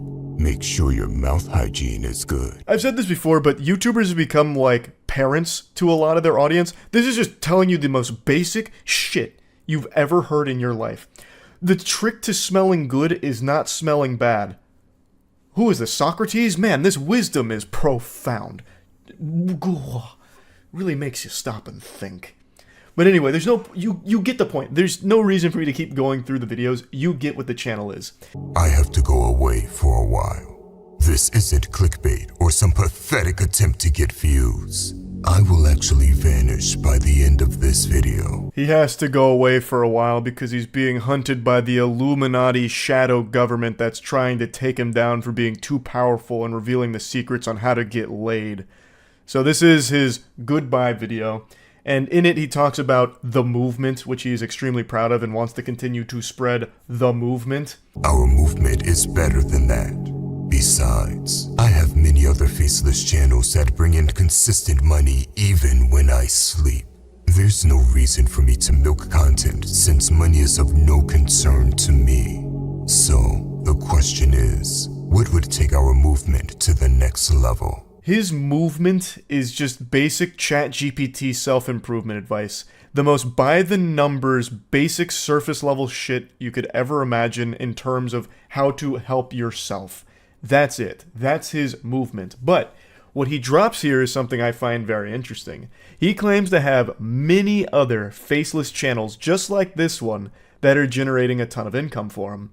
And I believe it. I would imagine he has an entire network of channels just like this because you can spit these videos out super quick and super easy. I imagine he doesn't even use his voice for the other ones. He probably does just use canned AI voices, which makes it even lower lift and even bigger return. Less time, more money. That's exactly the kind of world we're entering into in the digital space. We're seeing it a lot with shorts right now. That's been a huge talking point for a lot of people recently, is all of the AI generated shorts. YouTube recently rolled out something where you have to click to disclose whether or not the video is AI generated content. It's supposed to help viewers distinguish real from synthetic content. And that is going to be something that's going to get really tricky down the line too. And this guy is far from the only one that's doing this. There's actually tons of people that are super open about their AI usage and content farm. So I think it was like 2 or 3 weeks ago, there was a shorts creator who was talking about how he's making 15 to 20K a month just by using ChatGPT to generate things like top 10 reptile facts. And then the only thing he has to do is compile random reptile videos that he finds on YouTube, throw it into a short, and he's making a ton of money doing that. This guy is doing it for self-improvement. He's just taking like the most general self-improvement topics, how to get women, how to be more attractive, what alpha males do versus beta males, that kind of thing. It generates the script, and then all he has to do is just randomly grab anime moments and movie moments and put them into the video, and that's it. Ship it. And he says he has tons of other channels that do similar things to make him tons of money. There's a lot of people that are doing this now. And it's something that is only growing in popularity. It is so fucking dystopian, and I just had to talk about it a little bit here. So yeah, that's really about it. So yeah. I remember in high school, my Spanish teacher had a poster on the wall that said, "We all smile in the same language," and I thought that was wholesome and cute. We all inhabit this space rock, and we all have our differences, but a smile, well, that's something we all share in common. And another thing that every single person on this planet shares in common is our disdain for this streamer. There's not a soul on this earth that actually likes this guy. His own community only follows him to try and get him arrested or beat up. And when it comes to those two metrics, his community is more successful than the Beatles. The amount of times that his chat has gotten him beat up or arrested is incredible. Like, this man can't go live without getting his shit pushed in or it finishing with him in handcuffs, all because he's following the chat's advice. And he's so delusional, he doesn't recognize that they're only there watching, waiting for him to get hurt, and nothing else. They're laughing at him, not with him, but he doesn't recognize that. and he does all of this ridiculous shit with a goofy, stupid smile on his face as he ruins his life live for the entertainment of his audience that's treating him as like a human experiment. So, I've talked about him before, everyone's talked about him before. He's the public nuisance streamer that travels the globe and just makes everyone's lives miserable around him by harassing them, spamming racist insults at them, disrespecting the cultures that he visits, and he keeps getting arrested. Oh, you a bad bitch. I swear to God. You a bad bitch. I'll take you to dinner. I swear to God. I'll change your life. I'll change your life, baby. Baby, I'll change your life. I promise you. You a bad bitch right here. I'll change your life, baby girl. You know, I'm in the sidewalk. I'm in the sidewalk. I'm in the sidewalk. I'm in the sidewalk. Okay, I'll go. What the fuck? Okay, now go. Relax. Relax. America. I'm in the sidewalk. I'm from America. What are you doing? This is from one of his more recent arrests in Israel. You can see him start to panic and spamming "I'm American" as if that's somehow going to save him here, like that's his safe word that's going to get him out of this situation. It's like, oh my god, pardon me, I didn't realize you were American. Let me dust you off, fucking goober. But yeah, this is how his streams go. He just causes as many problems as possible for his audience, and then it either ends with him missing some teeth or him missing some freedom in a prison cell. But unfortunately, no matter how many times he gets arrested, for some reason, they keep releasing him. They keep letting him out of the slammer. And I do have a bit of a conspiracy theory, so excuse the tinfoil hat here, but I have to think the authorities keep letting him out of the slammer because they're in on the joke, and they know if he gets out, the cycle's going to continue, and he's just going to go out there and get beat up by another stranger, because he is a knuckle sandwich magnet. Any stranger with a fist somehow finds this man's face, and just fucking pounds his flesh to bits. It happens so often. He is a sentient punching bag with a pulse, but somehow has even less of a personality than a punching bag would. But it is admittedly very entertaining watching him get fucking brutalized every time he goes live from problems he himself starts with people. Honestly, I'm surprised he doesn't beg just to stay in jail. Like, it's probably safer for him there. Because I don't even think he's ever even thrown a punch back during any of these altercations. He just, like, his arms are like limp noodles, I guess. Because anytime that someone starts beating him up, he just sits there and fucking takes it. It's like they're just beating up a corpse at that point. Like, it's so weird. This guy's a fucking loser. Everyone knows that. I'm not even going to bother saying his name because he's just a vermin whose brain is so poisoned by clout that the only thing he thinks matters in the world is attention. He needs attention more than he needs oxygen, so I'm not going to be saying his name. I'm sure you've already seen this NPC plastered all over the internet. He's one of those very few unifying moments that brings everyone together because we all dislike him the exact same. It's one of those things where no matter our differences, we can all come together and spit on this guy together, because he super sucks. He's just an absolutely deplorable, worthless piece of shit. So, you might remember him most notably from his infamous Japan trip, where he spent 90 days in jail, and then he got released. You know, he was talking about how he'll never make videos again or whatever, and then the second he's out of Japan, he immediately goes right back to doing it and starts gloating in their face about how, like, he got away with it and it was all unjust and all that, and then immediately goes to Israel just to do the same shit again, gets arrested, and does more shit like this. I'm from America. Don't touch me, bitch. Don't touch me, bitch. Don't touch me, bitch. I'm from America, bitch. Don't touch me. I'm from America, bitch. Don't touch me. I'll slap that ass. I'll grab it, too. Donald Trump told me grab it by the pussy. I'll grab that, too. Stop playing with me, bitch. I'll grab it by the pussy right here, nigga. I don't give a fuck. Influenza is more likable than this guy. And also, for someone who apparently doesn't give a fuck, you sure are super sensitive about people making fun of you and hurting your feelings. He was threatening to sue YouTubers that made fun of him. He somehow thinks that this is a flex. He's trying to say it's defamation, libel, and slander, and that he's going to be issuing cease and desists. I'm honestly impressed that his spelling is correct here. I thought for sure he was close to illiterate, but maybe he had his lawyers draft up this tweet. But then again, his voice really does shine through with the last statement. It's gonna feel so good spending your YouTube ad revenue on coke and hookers. Yeah, that really sounds so hard. You can't get pussy unless you pay for it. What a big alpha male man you are, brother. But anyway, this is a bunch of hooey. This is a bunch of barnacles. Like, what a load of fish paste. There's no way he has the capacity to sue anyone because his lawyers are way too deep into fighting all of his criminal charges across the globe. They're having their own like Avengers Endgame moment with all of these lawsuits from all of these different countries. There's no way they'd have time to tackle some YouTuber squabble. I don't even know why I'm pretending for even a second that this is real. There is a 0% chance that he has any lawyers at all. This is just a sniveling worm flexing his non-existent lats for his community that treats him like Bozo the Clown, where they can toss tomatoes at him while they watch him ruin his life for their entertainment.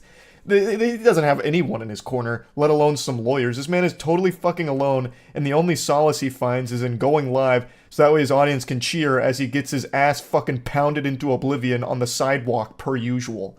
What a miserable existence that is. I don't even know why he's even trying to put on this facade that he has lawyers or any ability to have a lawsuit against somebody. I guess if there was to be a deeper message of this video besides just making fun of this pathetic person, it would be that I really hope at some point he does get thrown in jail for an extremely long period of time. He breaks so many laws and broadcasts it proudly online and makes a mockery out of all of the legal systems that he's taking advantage of here because he keeps getting released. Why? That doesn't make any sense. Keep him in prison for this shit. It'd be totally understandable and it'd be a huge PR win. That's such a rare occurrence where you can get an absolute PR slam dunk by locking up a live streamer. You would get applause and fist pumps out the wazoo from the entire cyberspace if you announced, "We are not releasing him anytime soon. He will spend this many years in jail for the following crimes that he committed and broadcast online." Make an example out of him. Like, I don't know how he keeps getting away with it. But yeah, he is still currently doing the same shit, and he will continue to do so until he is eventually either dead from this or in jail for a long period of time. So I just wanted to talk about it and make fun of him again. That's really about it. So yeah. Welcome to the Moist Meter. Today we're taking a look at Godzilla Cross Kong New Empire. I was a big fan of Godzilla vs. Kong, and as all of you know, 2023's movie of the year for me was Godzilla -1, so I've become a huge Godzilla enthusiast recently. There have been bangers in the Godzilla franchise, so I had very high expectations of this film going into it, and I'm gonna be honest, it's a bit of a mixed bag. I had a lot of fun with the movie, but it's undeniably a step down from Godzilla vs. Kong, at least in my opinion, which makes it undeniable. So, I think the action in here is the best Kong action we've seen. King Kong is by far the star of the show. It's mainly a movie about Kong. Godzilla is more of just a cameo that appears every now and then. He's like a raid boss that pops up occasionally. His screen time is reserved to him just basically one-shotting some other titans. So he's on screen, he just bops one titan, kills him and absorbs some radiation. He's literally One Punch Man as a kaiju.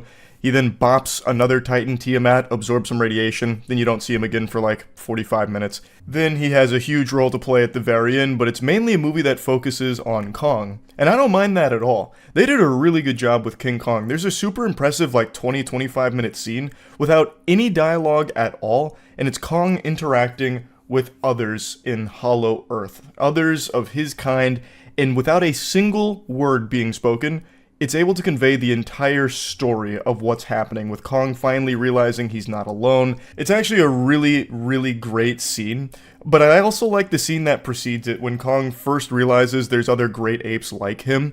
He gets ambushed, like a little tiny great ape, a child, a toddler comes at him, and like bites his finger and he's like, "Damn, ouch!" And then like he gets jumped by 3 other great apes. So he takes the little toddler and starts using him as like a baseball bat and slapping him around with the little guy. And then he throws the little guy away. Like actually just potato sacks him, throws him away like a trash bag. And then ends up befriending and becoming like a pseudo father figure to that little great ape. And that's when he stumbles upon like the entire society of them. And that's when that scene happens that I'm talking about. That's like 20 minutes of showcasing that their leader is pure evil. There's a lot of bad stuff going on there, and you really get a lot of story just through their expressions and what you're seeing without any dialogue. And I thought they did a great job with that. But I want to change gears real quick here and talk about the humans, because unfortunately you have to talk about those cringe meat sacks that appear in these movies. Godzilla -1 is still to date the only kaiju movie I think that does a human storyline super well. This movie has to have the stupidest plot I've seen in quite some time. I don't like to get into spoilers when doing moist meters here, so I'm going to do my best to tiptoe around some of this, because I don't want to ruin it, but I have to give you some examples of the absolute fucking lunacy here from plot points. So there's a scene where King Kong gets frostbite, and the humans see this, and it's very emotional. It's like, oh no, that doesn't look good, he's hurt. And then one of them goes, Eureka! I've got it. Doc, do you remember the Powerhouse project that the government cut funding to? And she's like, the Powerhouse? You can't mean yes. And they're like, what is a Powerhouse project? It was a project where we were going to make Titans stronger, with augmentations. What do you mean augmentations? I'll show you. And he's like, it's luckily one of the prototypes got shipped out to Hollow Earth before the government pulled the funding. So the prototype is 500 feet away from where King Kong just collapsed. I'll go grab it. And the next scene is he goes to the armory that has the Powerhouse prototype, and he literally fucking airdrops a Power Glove, a Nintendo Power Glove, onto King Kong's arm, which immediately like autopilots onto it, and it also came with an anti-frostbite serum. I shit you not. An anti-frostbite serum, because I guess they knew this day was coming. They knew he'd suffer from frostbite eventually. So they made him the Infinity Gauntlet, and he wears it for the rest of the movie. Don't get me wrong, it's super fucking cool that King Kong starts walking around with a Robo-Fisto. But also, if you really stop to break it down, that is so nonsensical. Why? What are the odds? Like, that's crazy. I mean, good on them for foreseeing such a crazy sequence of events happening with him getting frostbite on his hand and also collapsing pretty close to the armory so he could go grab it real quick for him.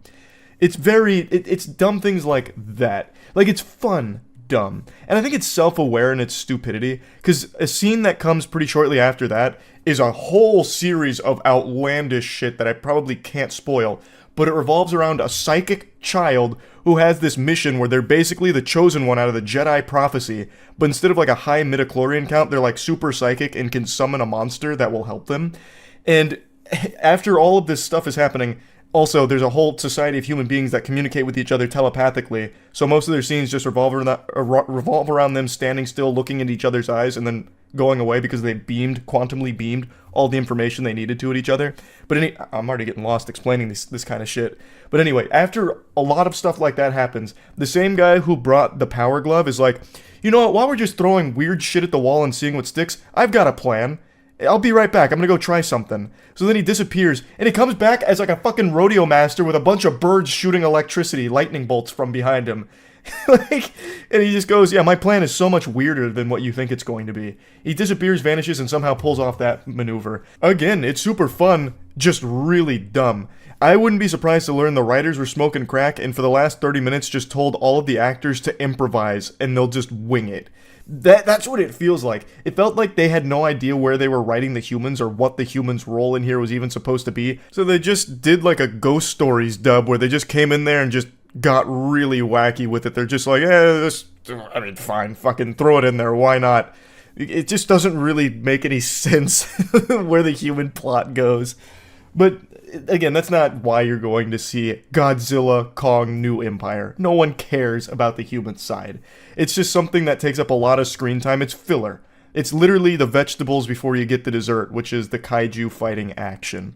But I just had to mention it because it does take up a large chunk of screen time. They devote a lot of time to it, and it is something special. Hooey! I gotta also mention the dialogue, because the lines here, it's written like a Saturday morning cartoon from the early 90s. Like that Powerhouse Project scene, that's pretty much exactly how it plays out. The Powerhouse Project, the one that had the government funding cut to it because it was making Titans too strong and they weren't really on board with that, the one that also happens to be 500 feet away, you can't possibly be referring to that for your plan. Yes, indeed, that is the exact same Powerhouse Project I am referring to. That's how half of the human conversations go. Like, it's super unrealistic. Honestly, towards the end of the movie, I was half expecting Godzilla to start talking. I thought we'd have ourselves like a Transformers Optimus Prime moment.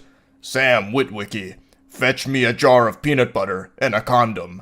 I'm going to Hollow Earth. But anyway, enough dwelling on that. The important part of the movie is all of the giant monster fighting is superb. Except for the ones where Godzilla just immediately kills them. I would have liked to see that a little bit more. It's just kind of underwhelming to have Godzilla come in here and one-shot some cool Titans. Like Tiamat, I thought would have been a really cool fight to see, but it ends in 30 seconds.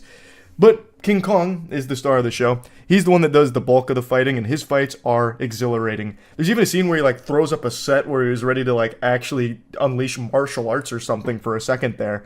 It's just really cool. Like, and it looks great visually. It of course looks great. It's a big budget film, though. As I understand it, this actually has the lowest budget out of the MonsterVerse, from what I can tell.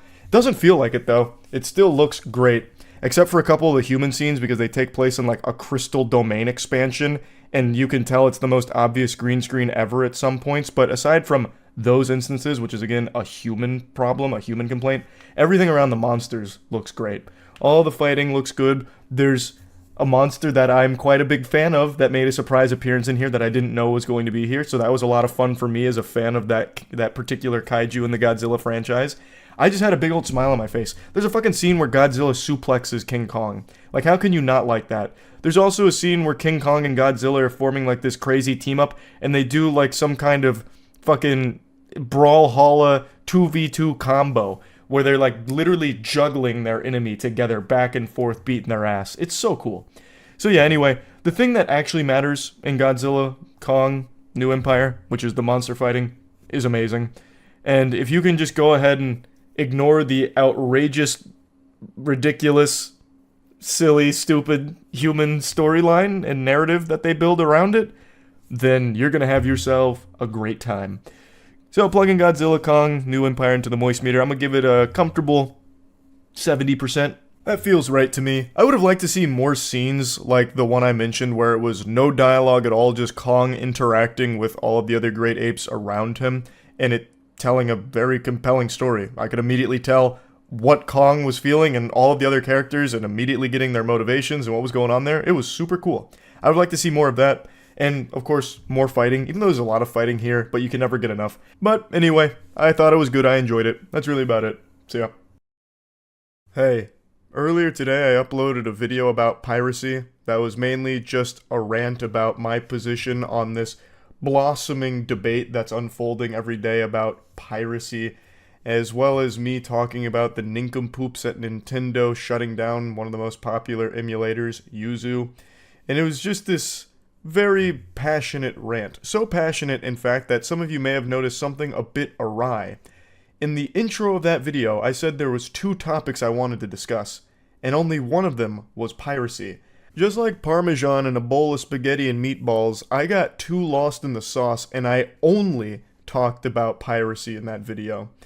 I completely omitted the second half of what I wanted to discuss, and it wasn't until after the video went live that I had that eureka, come to Jesus moment. Gee willikers, I completely forgot the second half of that. Scratching at the hairs on my chinny chin chin, I sat here stewing in my own filth and ultimately decided, fuck it, we'll do it live and I'll just make a dedicated video for this second topic, which is great shows ruining their own momentum by taking these long mid-season breaks where they stagger their release and absolutely butcher all the hype they built up. Invincible is the latest victim of this, but it's not exclusive to just Invincible. As all of you know, I'm a huge fan of this show. I thought the first season was a damn near masterpiece. And Season 2, Part 1, I really liked. And as you know, there was a break. The 4th episode of Season 2 ended in November of 2023, and now Part 2 just started yesterday. So there's this long gap in between that where all of the hype just peters out like a little wet fart and people forget about it because things don't stay in the public consciousness for very long. And when you end it in the middle of something, people usually don't let it like hang there for that long. So many people didn't even know that the second part was rolling around, which includes me. I didn't know until I saw a couple of people I follow on Twitter mention that they were surprised it's back because they forgot. It just doesn't make sense, this trend of stopping in the middle of shit. Like, take for example, you're on the most exciting roller coaster ride ever. You're on the Mummy ride at Universal. You're pumping your fist. Yeah, Brendan Fraser. Yeah, fuck you, Emotep. Boo. And then in the middle of the ride, it just stops. It breaks down. You're having a great time. It stops. And then you just have to wait for it to get back on track and you finish the ride. And it just doesn't feel as satisfying because it's been broken up now. So when I first read about the hiatus that Season 2 was going to be taking, I didn't mind that much because I thought it was some kind of production necessity where something went wrong along the way and they had to take the break. And I think that's excusable. in that circumstance, but that's apparently not the case. Robert Kirkman gave a pretentious goober answer for the hiatus, saying fans will need time to process what happened when it's all said and done, which I think is ridiculous. You think people have just been sitting here processing it for the last fucking 5 months? Absolutely not. People forgot about it because it didn't finish, and a lot of people don't even know that it's back. So he said it's a little bit of a production process just because ramping things up has taken a lot longer than they thought, but also this is something we've done with every season of The Walking Dead, which is not a great thing to pull from since the majority of people dropped The Walking Dead along the way. It's a show that very much overstayed its welcome for the majority of the audience, and if there's any lesson you're ever going to learn from The Walking Dead, it's to do things differently than The Walking Dead did it, because it's an example of falling off and being a victim of their own hubris by doing things poorly, by drawing things out, and by making the audience get tired of it. So he continues, I think narratively it's kind of cool to have that pause to digest what you've experienced. And when you see episode 4 of season 2, you may need a break. It's a big episode. It's definitely a mid-season finale kind of episode. And then he goes on, with everything going on in that time of year, Thanksgiving, Christmas, New Year's, and a lot of family time, I think a lot of shows get lost in the shuffle there, so I think it's a good time to take a pause, and narratively it's going to make things hit a little bit harder, and people will know what I'm talking about when the season launches. Put down the orb of confusion, Robert. That is not how reality works. It's not going to make anything hit harder, it takes the impact away from it, because now you've had all this buildup for nothing, and now there's 5 months of stagnation. This break does nothing but take the wind out of the sails, and you can see that by the response right now to part 2 dropping. The new episode is a banger, but there's a lot of people that don't even know the new episode is out because they've forgotten about it because of that break. It's just silly. And there's so many examples of this now because one of the most criminal release schedules ever was for JoJo's Bizarre Adventure Stone Ocean, which is part 6 of JoJo's Bizarre Adventure. This is a masterclass in how to completely ruin hype. So, Stone Ocean is beloved, and it's one I was really excited for. There was so much hype around it, and then it turns out they were breaking this up into 3 waves. So the first bit of drip feeding for the first part of Stone Ocean was in December of 2021, and people really enjoyed it, people were celebrating its release, but everyone was understandably disappointed that this wasn't the full package. They had to wait for the next part to roll around with no set release date. And then it turns out that second part doesn't even come around until September 1st of 2022, almost a year later. So that by that point, everyone's already forgotten about it. They've already completely moved on from it. So then there wasn't nearly as many people turning up to finish Stone Ocean. And I'm in that anime clubhouse here because at that point it just becomes homework where I need to rewatch the first part of Stone Ocean so I can experience the second part, which should have just been done together. Just wait until everything's complete, like content complete, and then just do it like a normal season. Like that's the sensible way of doing it, or since it's Netflix and they usually do the binge model, just drop it all at once so I can go at my own pace through it without needing to take this year-long break in there where I just fucking get all foggy on the details of things. And to add insult to injury, that second part that came out in September still wasn't the end. They had to come back for a third release of Stone Ocean in December of that year. So there was another gap. Luckily that wasn't as long, but still the damage had been done and so many people had already dropped it by that point and didn't finish Stone Ocean. I imagine if I asked for a show of hands who appreciates a break in the middle of something they're enjoying, there'd be no hands that fly up. That doesn't make any fucking sense. Like who's gonna be watching Invincible during like a crucial moment and be like, whoa, stop, pump the brakes, Buster, wait a minute. I'm gonna need a few months to process what's going on here. Stop, I'm having too much fun. Please, stop, I need it to stop for now. Oh, what a ride, what an adventure. I can't wait to finish this 3 months down the line, 4 months down the line. That's the optimal way of experiencing it. It just ruins the fun. No one wants to be doing something, having a great time, smile on their face, just for it to stop in the middle of it before it finishes. Like you're jerking off and you don't want to just stop before you come, right? Well, I mean, I guess you could if you're like really into edging, I guess, but that's a small number of people compared to like the grand scheme of masturbatory practices. The point I'm making is, like, if you're in the middle of something and enjoying it, having it stop before it's done isn't satisfying, it's underwhelming.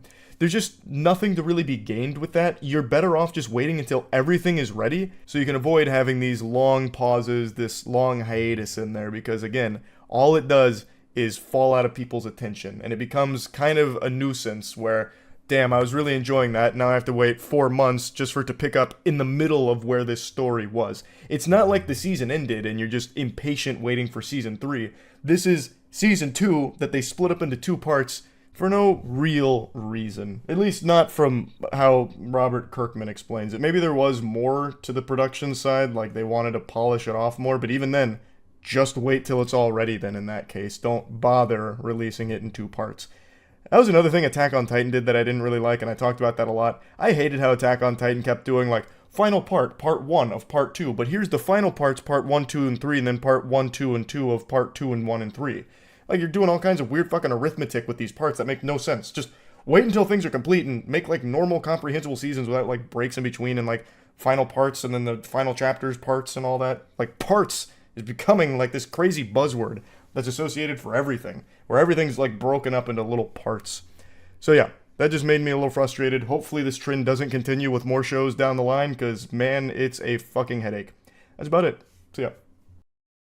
Last night on stream, a chatter traveled through dimensions to make me aware of a powerful entity known as Baba Vanga, who was a Bulgarian mystic and healer who passed away in 1996, but she was actually called the Nostradamus of the Balkans because she made so many predictions, and according to a lot of the people that truly subscribe to her power, a lot of her predictions have come true. So I decided to make like a colonoscopy and dive into this hole here to really uncover the truth behind Baba Vanga's abilities. Now, real quick, I just want to say the streams that I've been doing the last couple days have been unbelievably fun. There's been a lot of new faces in the chat that have just brought up a lot of really fun topics, like the other day with the orifice, last night with Baba Vanga. If you're not coming to my streams, you're really missing out. We're getting into some really deep shit. But anyway, we went over a lot of Baba Vanga's predictions on stream, and I did a lot of research after stream on her myself, personally. And she's got a lot of achievements to her name here. Her fucking gamer score for predictions is extremely high. She's got more badges than a Boy Scout because of all these predictions she's allegedly got right. By far her biggest, her crowning jewel, the one you see in every headline that mentions her name, even to this day, is her allegedly predicting 9/11. So this is what you'll see when you look into this. In 1989, Vanga allegedly exclaimed, "Horror, horror, the American brothers shall fall attacked by steel birds, wolves shall howl in the bushes, and innocent blood shall flow, those steel birds," you get it. This is her predicting 9/11, apparently. However, if you go back to try and look at any source with Baba Vanga saying anything like that pre-2001, it doesn't exist. This doesn't come up until well after 2001. In fact, that seems to be the case for a lot of the predictions she gets credit for. And for some reason, she gets credit for anything at all that happens in the world. If you went and got groceries today, well, you bet your sweet bippy Baba Vanga predicted it 26 years ago. If I went and masturbated right now, there'd be headlines about how Baba Vanga accurately predicted that Charles White would masturbate on April 18th, 2024 at 9 p.m. It's ridiculous. So from what I can tell, when anything happens, mainstream media or her followers will just say that Baba Vanga made that prediction over 26 years ago, and they won't even provide evidence half the time. And if they do, like in the case of 9/11 with the steel bird statement, no references to that exist prior to the event happening. So it seems to me, anytime something happens, they attribute it to Baba Vanga having predicted it after the fact. They put words in her mouth with predictions she herself never actually made. The predictions that she has made, like the official predictions from Baba Vanga that I can find, almost all of them have been wrong. Almost none of them have happened. And some of the ones she does get right are some very general ones that I feel a lot of people probably could have gotten right. The same exact thing with Nostradamus, who made so many fucking predictions that, yes, of course, some of them will be correct, because you spit out so many. I have a higher success rate and accuracy with my predictions on fucking video game announcements, and for some reason, they still write about Baba Vanga as if she's nailing all of these predictions all the time. It happens so frequently. Like in 2017, here's an article. Mystic who predicted ISIS 9/11 had 2 prophecies for 2018. You know what those prophecies were? One of them was that China would be the next superpower taking over the US, and that a new form of energy will be discovered on Venus. You can find media writing about her every year and attributing all kind of predictions to her, almost none of which ever even come close to coming true. For last year, 2023, here was her predictions. She said that there'd be a devastating nuclear disaster that would unfold in 2023 with a major power plant explosion that would cause toxic clouds to settle over Asia. And then there's another one of her predictions for 2023 about the Earth's orbit changing slightly. When we go through Baba Vanga's prediction timeline here in a moment, you're going to see that a lot of these sound like terrible sci-fi movie plots. Like time travel comes in, half animal, half human hybrids come in within like 100 years. It gets fucking crazy. It's like all of it is actually written by like Ridley Scott. But anyway, when I was going through mainstream media articles on Baba Vanga year by year, I noticed a pattern where they'd start talking about predictions that she in no way ever made from anything I can find. Not even her followers making rumors up about predictions, and yet mainstream media is saying that she said certain things that she just didn't. It's so weird. I really don't understand why. You can see Baba Vanga's predictions, and you can see that almost all of them are wrong. And yet, for some reason, people really believe that she had this superpower of predicting things before they happened. And the things she gets credit for are things that you yourself can't actually find any evidence of her ever making that prediction in the first place before the event happened. You're just taking strangers at their word that Baba Vanga said that before the event happened. Even though there's no actual documentation to confirm that. It's just people saying, no, she said that. Trust me. That's my source. Trust me, bro. It's just very odd. It's so strange. Do you see the psychic Baba Vanga, who supposedly accurately predicted 9/11, who said World War III will be next month? I've heard about Baba Vanga. She's allegedly predicted things like World War II, Chernobyl, and Barack Obama becoming president. World War II? What do you mean? She predicted World War II? Why didn't she stop it? God damn it, Baba Vanga. She predicted the orifice. Yeah, that was her final prediction. Most terrifying of all, the flesh box. But let me see her World War III prediction, since apparently she made one of those, which I doubt. It's probably just people putting words in her mouth. She was known as the Nostradamus. She was known as the Nostradamus of the Balkans. She left behind predictions for every year up until 5079. When she said the world would end. What was her prediction for 2023? That's a lot of predictions to be making. One of the most alarming 2023 predictions attributed to Baba Vanga concerns a solar storm which could have caused calamitous consequences.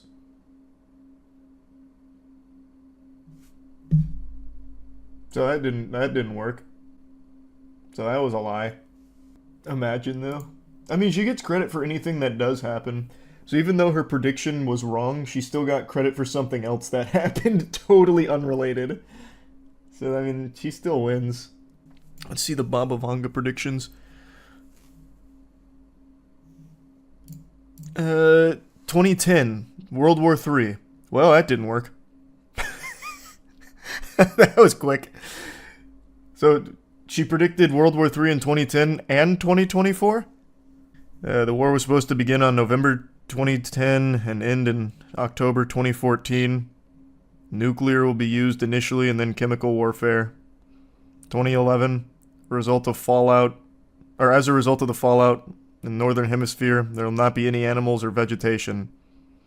2014, man, this is, what?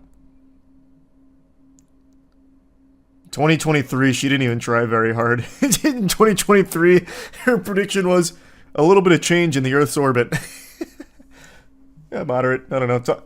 Earth moved differently in 2023, I guess. And then 2025, yeah, Europe still settled, kinda, a little bit. She's so popular in the Balkans, my president quoted her once. Why? Why? She's just wrong about everything. Like, immediately. If people were following her predictions, the world would be in a state of disarray. Thinking a world war was happening in November of 2010, and that the nuclear fallout was going to kill every animal and plant. In 2028, creating a new energy source, probably a controlled thermonuclear reaction.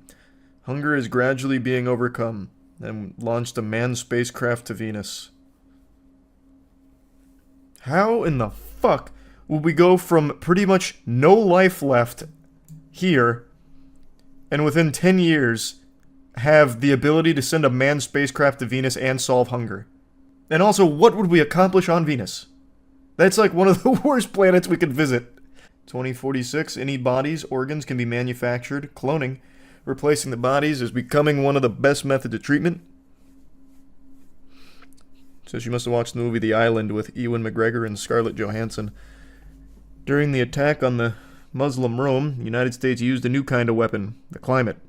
The sharp cooling, instant freezing. And then 2076, we get a classless society, communism. 2084, nature is restored. In 2088, there's a new disease, aging for a few seconds. And then 11 years later, rapid aging defeated. In 2100, we get an artificial sun that illuminates the dark side of the... What the fuck is the dark side of the Earth? In 2111, people become living robots. Then there's a small war. Hungary gets signals from space. Then we get Atlantis.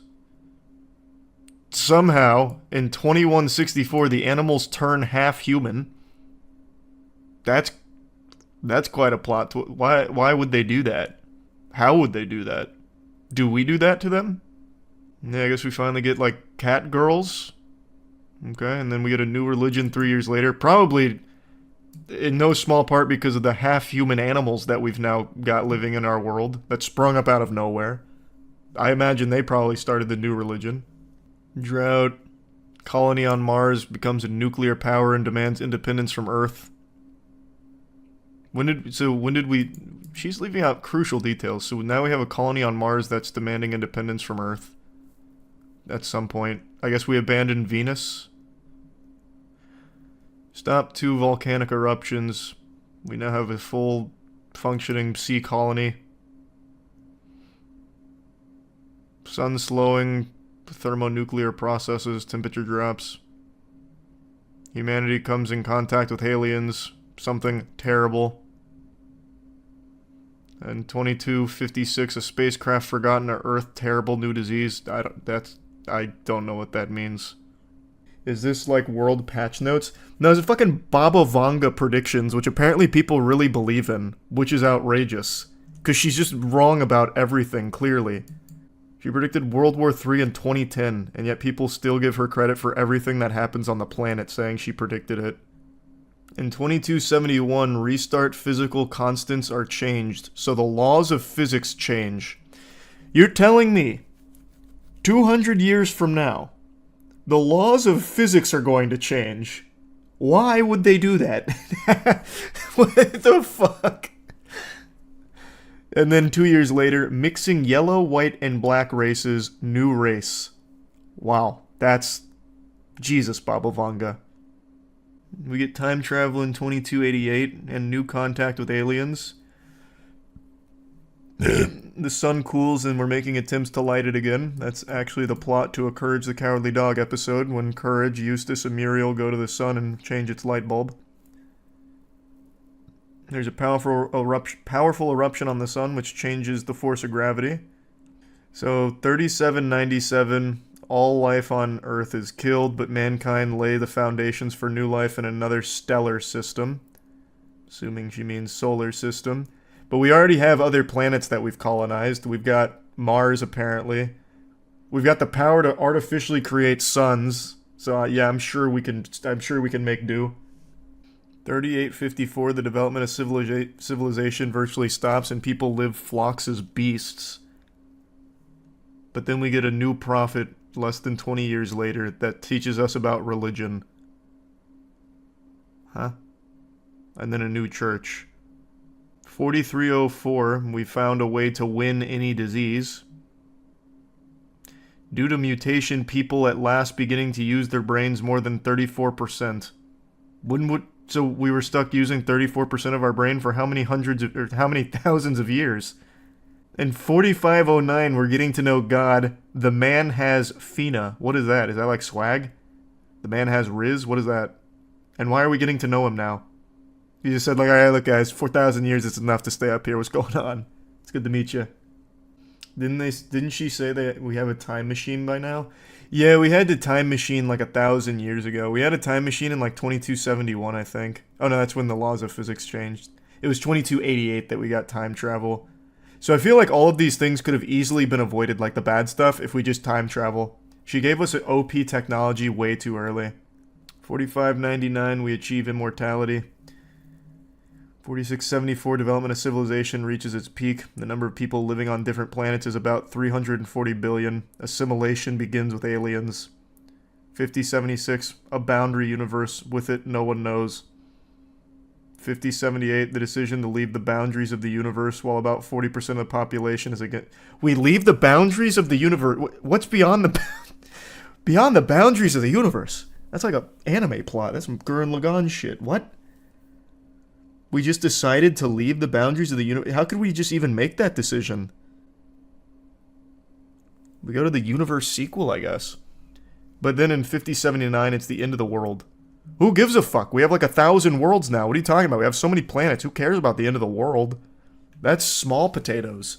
I'm more curious about what we do when we leave the boundaries of the universe.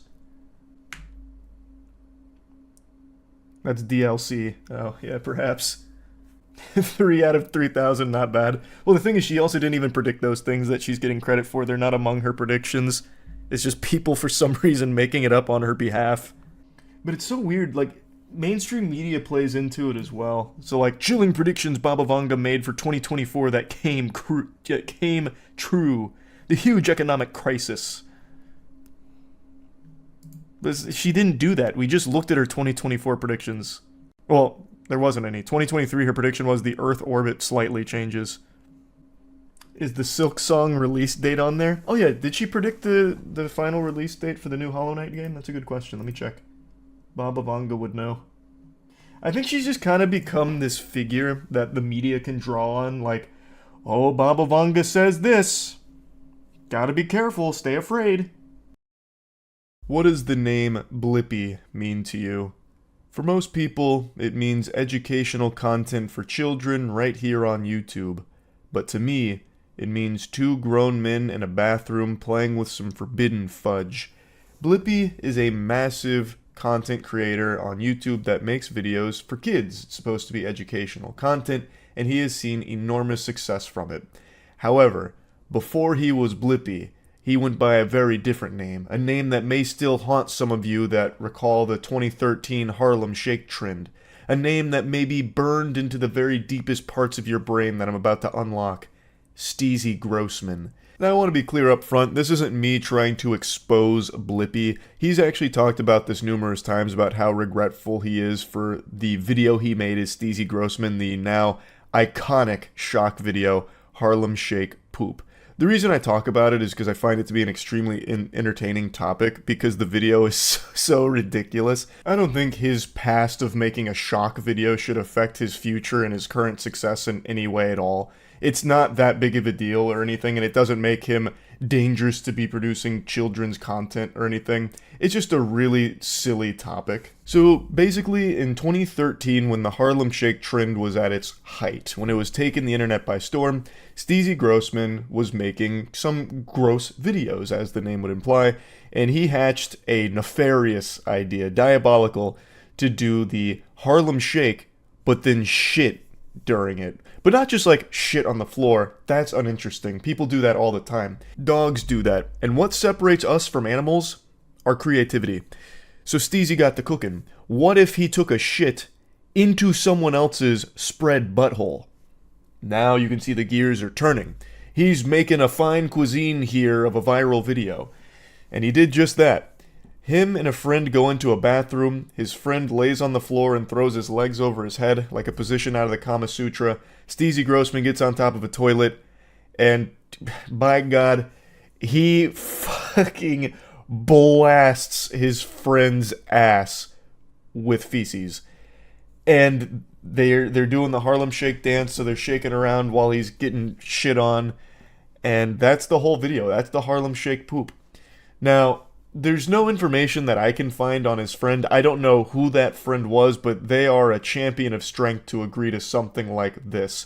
What a warrior. I don't know if they died from it and Steezy hid the body, so we just never hear from that guy, but there is no information I can find on that mysterious individual. He is more mysterious than DB Cooper. I would love to know what happened to that guy. Like, what the fuck is DB Pooper in the Harlem Shake poop video doing right now? Like, because he has to see Blippi's success. And he has to know where Blippi came from. So, like, I can only pray that he is equally as successful in some kind of different venture. I don't really know.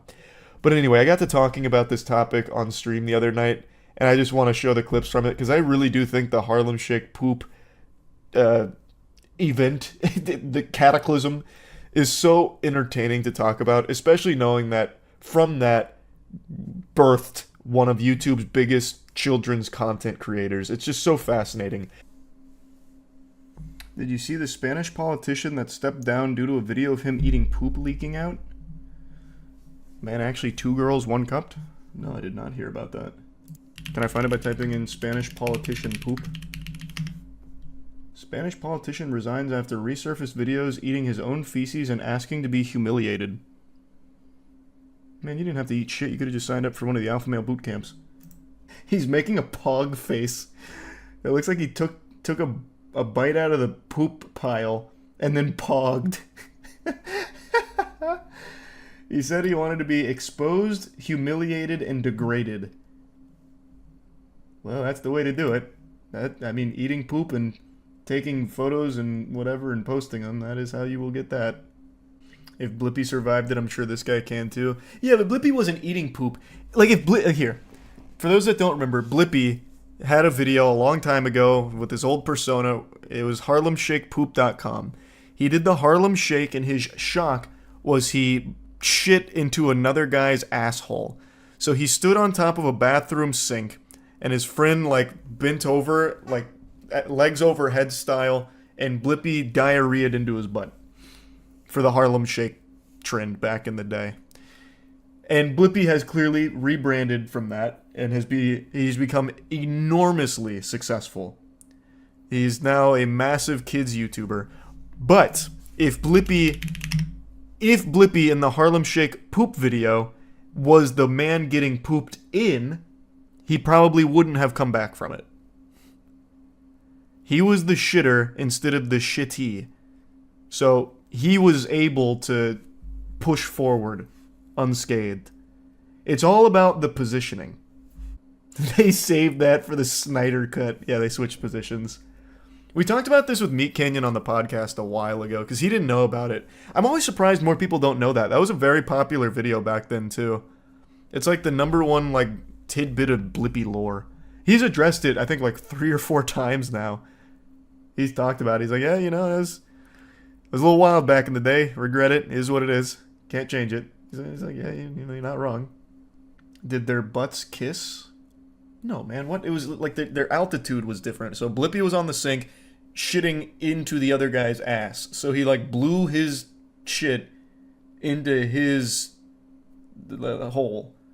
And it, like, runs down him and drips down him as they're, like, gyrating on the toilet. No, it was on the sink, wasn't it? I'm almost positive it was the sink, but it's been a little while since I've seen it. It might have been on the toilet.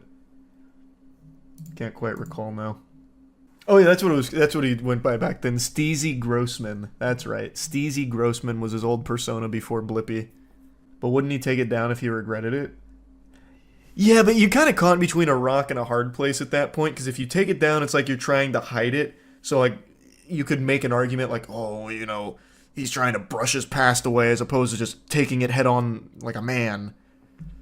And then you also have the other side where it's like, well, why wouldn't he take it down if he regrets it? So, like, you can't really win in that situation. So, I don't know. Maybe he just made the decision that ultimately made the most sense to him. It's not going anywhere. Like, it's been re-uploaded 1,000 times, even outside of HarlemShakePoop.com. Lol, the guy almost vomits at the bottom. Yeah, that guy got the absolute worst end of that bargain. Blippi went on to be this massively wealthy, successful kids channel. The guy that he shit in, who knows where he is? Man's probably under a bridge somewhere shaking his fist. Damn you, Blippi. Why Harlem Shake Poop? You ruined everything. He created his own supervillain. He probably also got some kind of infection from it, too. From Ouroborosing poop. Though, I will say, it's not like all of it went inside. It wasn't like a slam dunk. Like, a lot of the shit missed, mostly. And got, like, a lot on his cheeks and on, like, dripping down his thigh. First take, you think? I would say most likely first take. I would say with a high level of confidence, they probably went with the first take wonder on that one. I know. It's always surprising me. More people don't know that. People have talked about that for a long time. But somehow it always just like falls to the wayside out of the public consciousness. Probably just because it is so yucky. I think he explained how they came to that idea. I'll double check. Like the process of making the Harlem Shake poop. Because you'd have to wonder who would agree to be the guy that's getting shit on. Yeah, there's even a whole section dedicated to it on the Wikipedia. The 2013 video performed the Harlem Shake on a toilet and defecated on a naked friend. It was unearthed by BuzzFeed in 2019, and he said, "At the time, I thought this sort of thing was funny, but really it was stupid and tasteless, and I regret having ever done it." Oh, it turns out he actually did use DMCA takedown notices to remove the video from social media. But the website's still up, isn't it? Maybe he just re-uploads. He's like, you know, if you guys are going to see it, I want you to go to the source. I want you guys to still support my domain. The report reveals how John Grossman's character featured in a number of adult-themed comedy skits and videos with names such as Turd Boy and Underwear Man. One video in particular entitled Harlem Shake Poop shows Grossman taking part in a particularly nasty version of the popular internet meme. The online challenge from 2013 consisted of one person dancing, and it just explains that. Yes, I did make out gross out comedy videos when I was in my early 20s, long before I started Blippi. At the time, I thought this sort of thing... Yeah, okay. I've grown up a lot since then, and I trust people see me as the person I am now, not the idiot I was back then. I really thought he talked more about it. So I guess we'll never know how they decided who would be the one on the toilet and who would be the one on the floor. It'll remain a mystery. How much would you do it for? Have someone poop in me? I don't think there'd be enough money for that. I'm already a hypochondriac as is. I don't know if you could pay me enough for that. I'd be so afraid. $100 million. I mean, yeah, I guess $100 million, but that's not like a reasonable amount. No one would ever pay that. I think the guy was talking within like a realm of reason of like sick fetishists. No one would ever pay $100 million to Hershey squirt in my ass or anything. P. Diddy would. Not even P. Diddy would. P. Diddy would sooner send a League of Assassins to force me to do it for free than pay $100 million for the privilege. About 3 weeks ago, we made a video testing to see if Wish was a scam.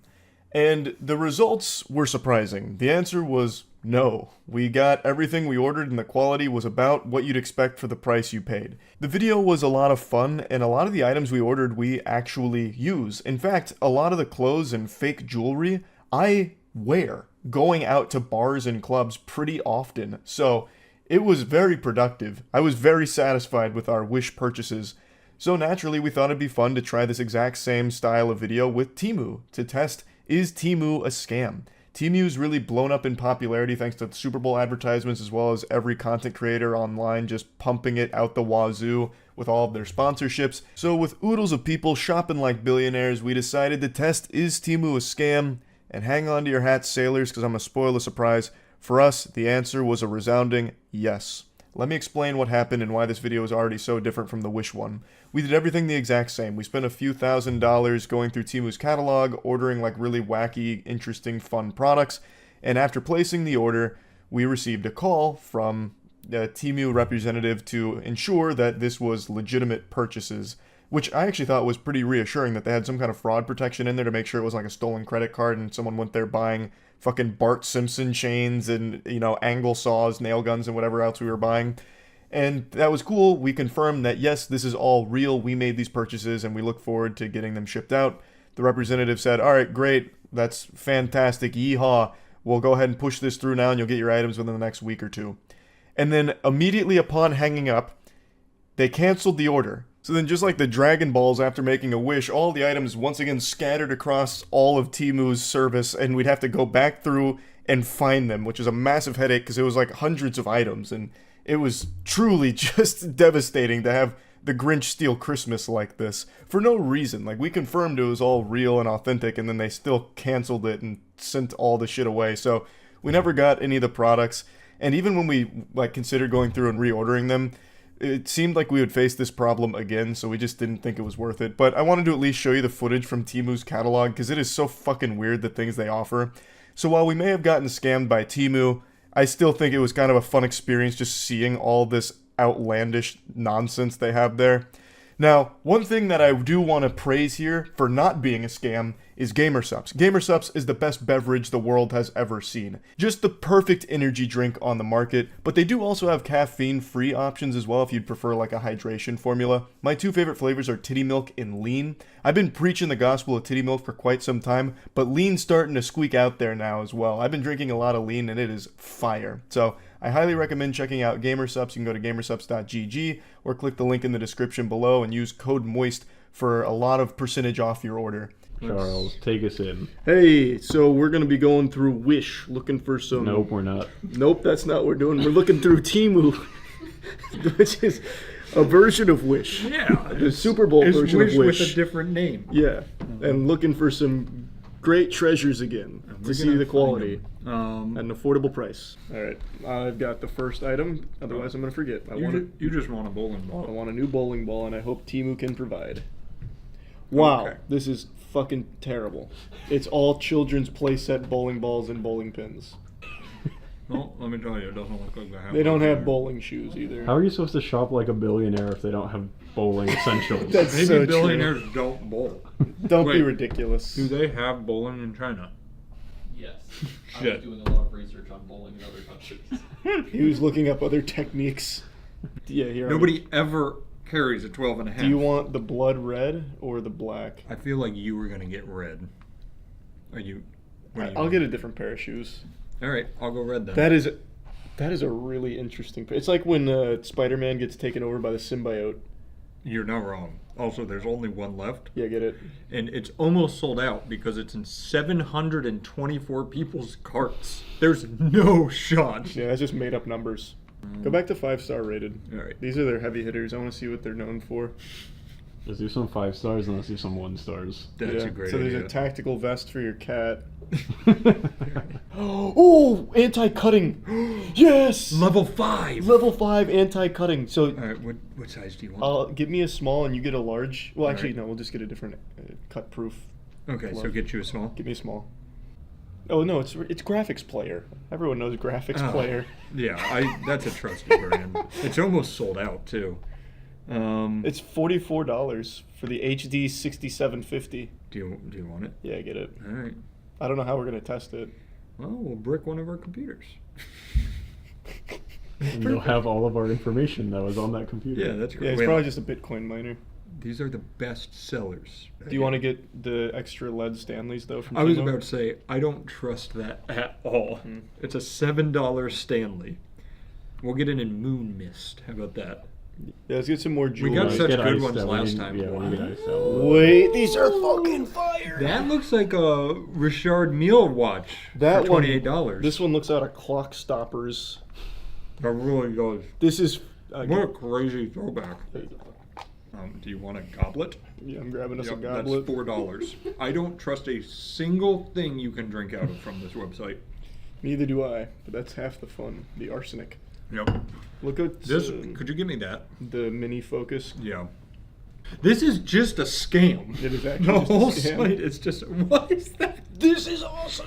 Oh, it comes in a set. Wait, that's exactly what we bought in blue. Is it? The watch, I think, from Wish. Just fucking get it. No, this. It comes with chains and bracelets. Aaron will love this one. I didn't even add that to the cart. Oh. What just stuck in there? No, it just suggested it. So it's This a is cool. knockoff Golden Rainbow Rolex. You're gonna like this one, Aaron. That's gonna be a really cool watch for Yeah. going out. Why Let's go. spend $350,000 when you can get it for $29? I thought a second Bart Simpson chain snuck in there for a second. Oh, we could be so lucky. Here, I'll look at Bart Simpson, see what we find. One piece. Cool smoking gorilla chimpanzee animal canvas. This is over the fireplace at Aaron's Get house. it. Just get it. Can I see it? No. Get it and don't show it to us. So I want to see when we get it. No. There's a chance he owns it already. I own like 3 smoking gorilla paints. Okay, show him. I highly doubt you own this one. Oh, Damn. it's Close. similar. Yeah, that's special edition. Yeah. Like, close your That's eyes true. and imagine. Yeah, start going through the expensive stuff. Yeah. Billionaires know what they Is want. it this, Chase? Is it the Barrett anti-material sniper rifle with injectable soft egg toy? No, but that looks even Oh, better. Let's get that one. Soft egg toy sold me. Yeah, it's shooting Tenga eggs at you. Wait, they have knockoff Skibbity toilet. Oh, they do have knockoff Skibbity toilet. Yeah, grab that. All right. It has 1,800 reviews. I believe nothing on this site. Yeah, this is all At just a all. lie. Oh my God, that Garfield is. Oh my God. Yeah, get that Garfield. Yeah, we'll get that too. They can't use the name Garfield, so they just call him Ugly Fat Cat. There's also a motorcycle pizza. Wait, that sounds cool. Yeah, I'm gonna get that. It is pretty. It's also not The real. It's Photoshop Photoshop. is so bad. You couldn't even just put it on a real pizza. All right. Add to cart. It's $3. Is that just a baby? Yeah, it's a training baby. That looks incredibly realistic. I know when it gets here, it'll look nothing like this, but for now, just for you guys to that's know pretty what we just cool. bought. Oh, I hate that. I hate That is just a picture of a baby. There's Can no we way that's buy- real. Just type in like. This thing is fucking awesome. I want it. Get it for your head. You saw the auto glow with the 6 cores? All right, we'll show Yeah, you. you're a 6-core kind of guy. Yeah, you got money in your pocket. That's really cool. How does a 14-inch vinyl alien baby sound to you? That's basically what I asked for. Vinyl realistic reborn alien baby. It's been born again. If you don't want it, my dad will probably like it. Wait, your dad will love that. I'll take All right, it. let me see. Yeah, we'll just have Danny's room be outfitted in alien gear. This is. Don't you're gonna like this guy, Danny. And if you don't want him in your office, you can go in your garden. It has boobs. Oh, that's perfect. Go in your garden. I gotta tell you, their furniture. It seems like they don't go over a certain No, size. well, $458 for that. What is happening? What just happened here? Is this like a real item? I don't know, but why? So everything else is like $1, and then there's this one single chair for $458. Well, look at the chair. It's pretty cool. And also, is the low? Everything else has essentially been 5 stars. This is 3.5 stars. Maybe that's the only real Get item. it? I was gonna say, Yeah, get it's it. the lowest item on there. That's accidentally like a Wayfair listing on there. That's awesome. Oh wow! They start at 1XL, so That's perfect. yeah, that's what we need. Baggy's back in. That's in style now. Holy shit! That's so cool. And look, it's so poorly photoshopped. It's unreal. I don't believe they've made a single one of these. They've made the Photoshop picture, and when we buy it, they're gonna be like, "How the fuck do we do this?" They were like, oh, they got 2 legs, put 2 faces. Wait! A BBL? A BBL! You can just buy a BBL. Wait, what? So that's style B. That's style C. I liked B more. B's looking more rotund. I think we go style. Oh, style B is sold out. You want to go A? Yeah, all we can do is style A. You're sold out of BBLs. Yeah, that's $71. Yeah. It's got 8 gigabytes of DDR4, 256 gigabyte SSD, 1920 by 1080. So when this comes out, we'll put we'll put Chase on the treadmill and Aaron on the rowing machine, and whoever lasts longer keeps their computer, and the other has to edit on this for the next I video. think the litmus test should be if the computer is good enough is if it can run Sony Vegas. Oh, that's good, yeah. Actually, this is great. This video will be edited on that laptop. On the BMX. we should get like Crisis 2 and shit like that and just start running like benchmarking games. Like, do Eternal and shit. What does that say? Careful, boy. Careful, boy. I am old for good reason. That's awesome. Get it? Is that a shirt? Yep. Yeah. And it's got a skeleton on it. What was that? I want to pause for a second. I'm sorry. A breathable urinal. It's a wearable toilet. Oh, you gotta get that. Yeah. Oh, that's so cool. Ideal for bedridden Oh, people. you have to get that. Which one of us is gonna piss in it to test it, though? It sounds like Matt. Oh, they're sold out. It's provided by the company Be Better. Do you want it? Yeah, I get it. Okay. So this is... My toilet's coming. We'll take a page out of the Cold Ones playbook, and we'll start a Patreon where you can watch us piss in urinal shorts. Ear piercing gun? Would you like to pierce? You have a tattoo gun, and you can get this tattoo. Oh, what? Why'd you say us? Tattoo machine want a kit. tattoo? Not with the wish Oh my gun. fucking god! Whoa, wait, they actually do. And somehow these aren't expensive. A Temu tattoo, huh? All right, add All it right. to Have cart. you seen the shitty one I have? Yeah, you can. Alright. I feel like I have trust in you. You could do better than that one. Well, I already passed it because I just. Excuse me. I just. I honestly. I'm a certified tattoo artist. I have my credentials. There's I'm not ink. worried about Charlie. I'm worried about the Temu, fucking yeah. asbestos getting blasted into my open wound. Yeah, the blood poisoning won't be because of my lack of artistic talent. They have a 10-color ink kit. Whoa, that's $500. These are good deals. That's a battery-powered, like, Jaws of Life. They also have a glue Alright, gun. start the video over. We're finding A the mini good stuff now. chainsaw. Ow! We can take it to the table and see if it cuts through. Let's go down a little. Oh, there's cheaper chainsaws here. There's cheaper chainsaws. All right. Get a chainsaw from Temu. I'm trying to see That's cordless electric chainsaw for $71. I can't wait for the belt to snap and just take your arm off. They probably have Civil War cannon. I wonder if they, like a blunderbuss. Do you think they have a nail gun? Oh, absolutely they do. Why do you need a nail gun? All right, wait. Do you want the saw, a nail gun? Oh, I'm looking at nail gun now. They got tools at the walls. Yep, here it is. Oh yeah, cordless electric nail gun. We could start shooting nails at each other. And we can wear armor from Temu while the cutlass gloves. Cutlass Ah! gloves! Let's delete everything and just go. Wait, this matches the pants. Whoever gets. All right, we need that. Yeah, whoever gets the pants can put this in your house, and you're gonna be like really sad. The pillow. The pillow's nice. The pillow says "sticking out your gyat for the Rizzler." I think it's Oh, we pretty just send that to Rizzo so we can put it Oh, like, in the yeah. stream room. These are without a doubt the craziest text messages I've ever covered, and I know that might be hard for some of you to believe considering all of the wackos we've gone over, but trust me, this takes the cake of lunacy. They are so outrageous that I at one point threw my hands in the air and said, "Enough is enough, fiddlesticks, this is fake. It has to be fake. It's too ridiculous." So I did a little bit of digging, and it seemed other people also thought that they might be fake.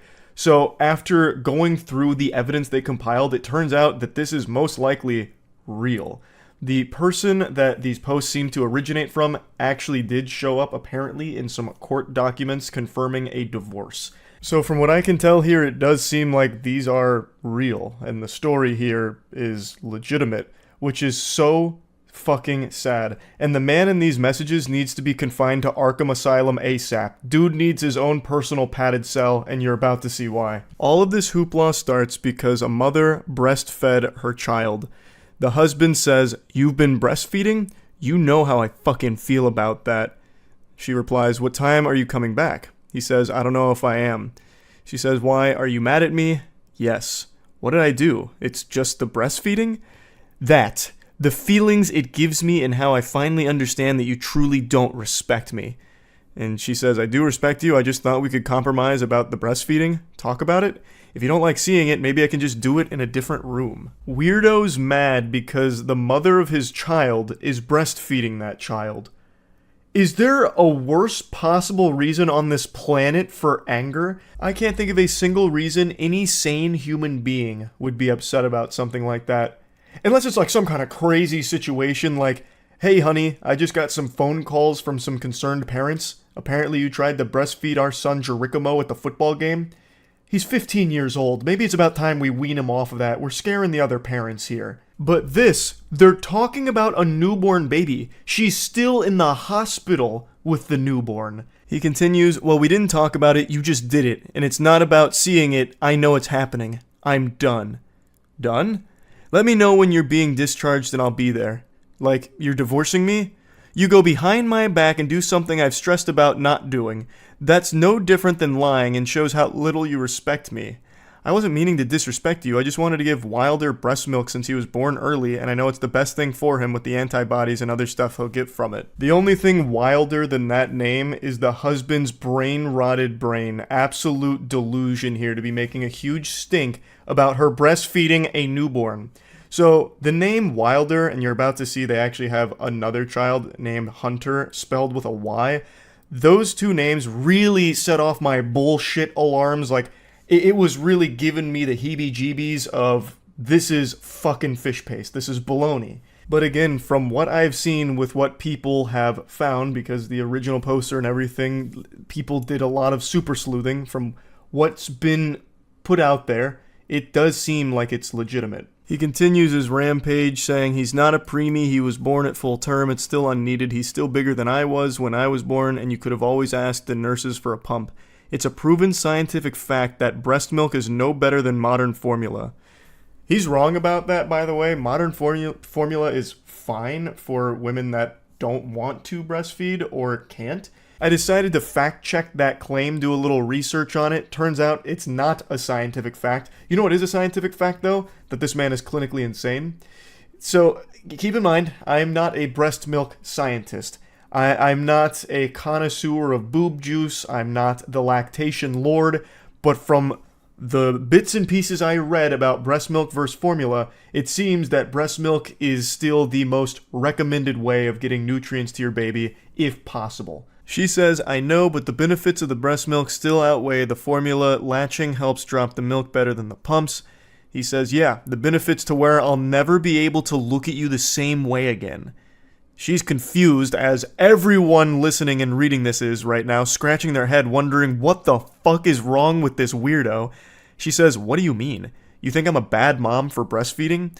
And he says, I think you're a bad wife. I think you don't respect me. I think you took a joy away from me. I think a lot of things.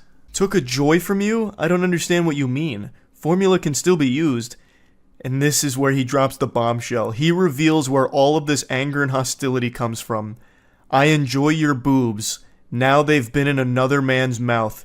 I now no longer enjoy your boobs. He goes Neanderthal mode. Boob sucked by baby. Boob no good to me now. No want tit no more. His own child he views as competition because his newborn son suckled his mother's bosom for milk. The most natural thing throughout human history. And somehow this psychopath thinks that his newborn has now tainted his wife's boobs and he can no longer enjoy them, saying that they were in another man's mouth. Wait until he finds out where that baby came from, because that baby came out of his wife's vagina. Well, actually, I guess that's not true. I bet there is a non-zero chance that this unhinged maniac forced his wife to get a C-section, so that way her vagina wasn't ruined by another man. I bet there's actually a really high likelihood that that's exactly what happened. And that's scary. This dude is so fucking red-pilled, he won't even let his own newborn son touch his wife's body.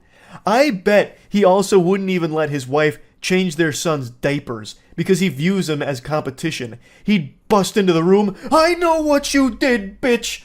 You looked at another man's wiener when you changed Wilder's diaper, didn't you? And just starts profusely crying, probably calls her like a cheater or something if she changes their son's diapers. This guy is so mentally unwell, I was stunned. Like I said, I couldn't believe this was real. She tries to talk sensibly to him. Just Wilder's, not another man. Their baby, their actual baby goo goo gaga infant is who we're talking about here, not a man. He views an actual, 2-day-old as a man? What the fuck? But anyway, he says, he's a male, and your son. That makes it incestuous in my eyes. And she says, it's not like that at all. And then he goes, I'm not saying anything I haven't told you before. So this man was probably riddled with red flags for a long time in this relationship, and now he is just breaking.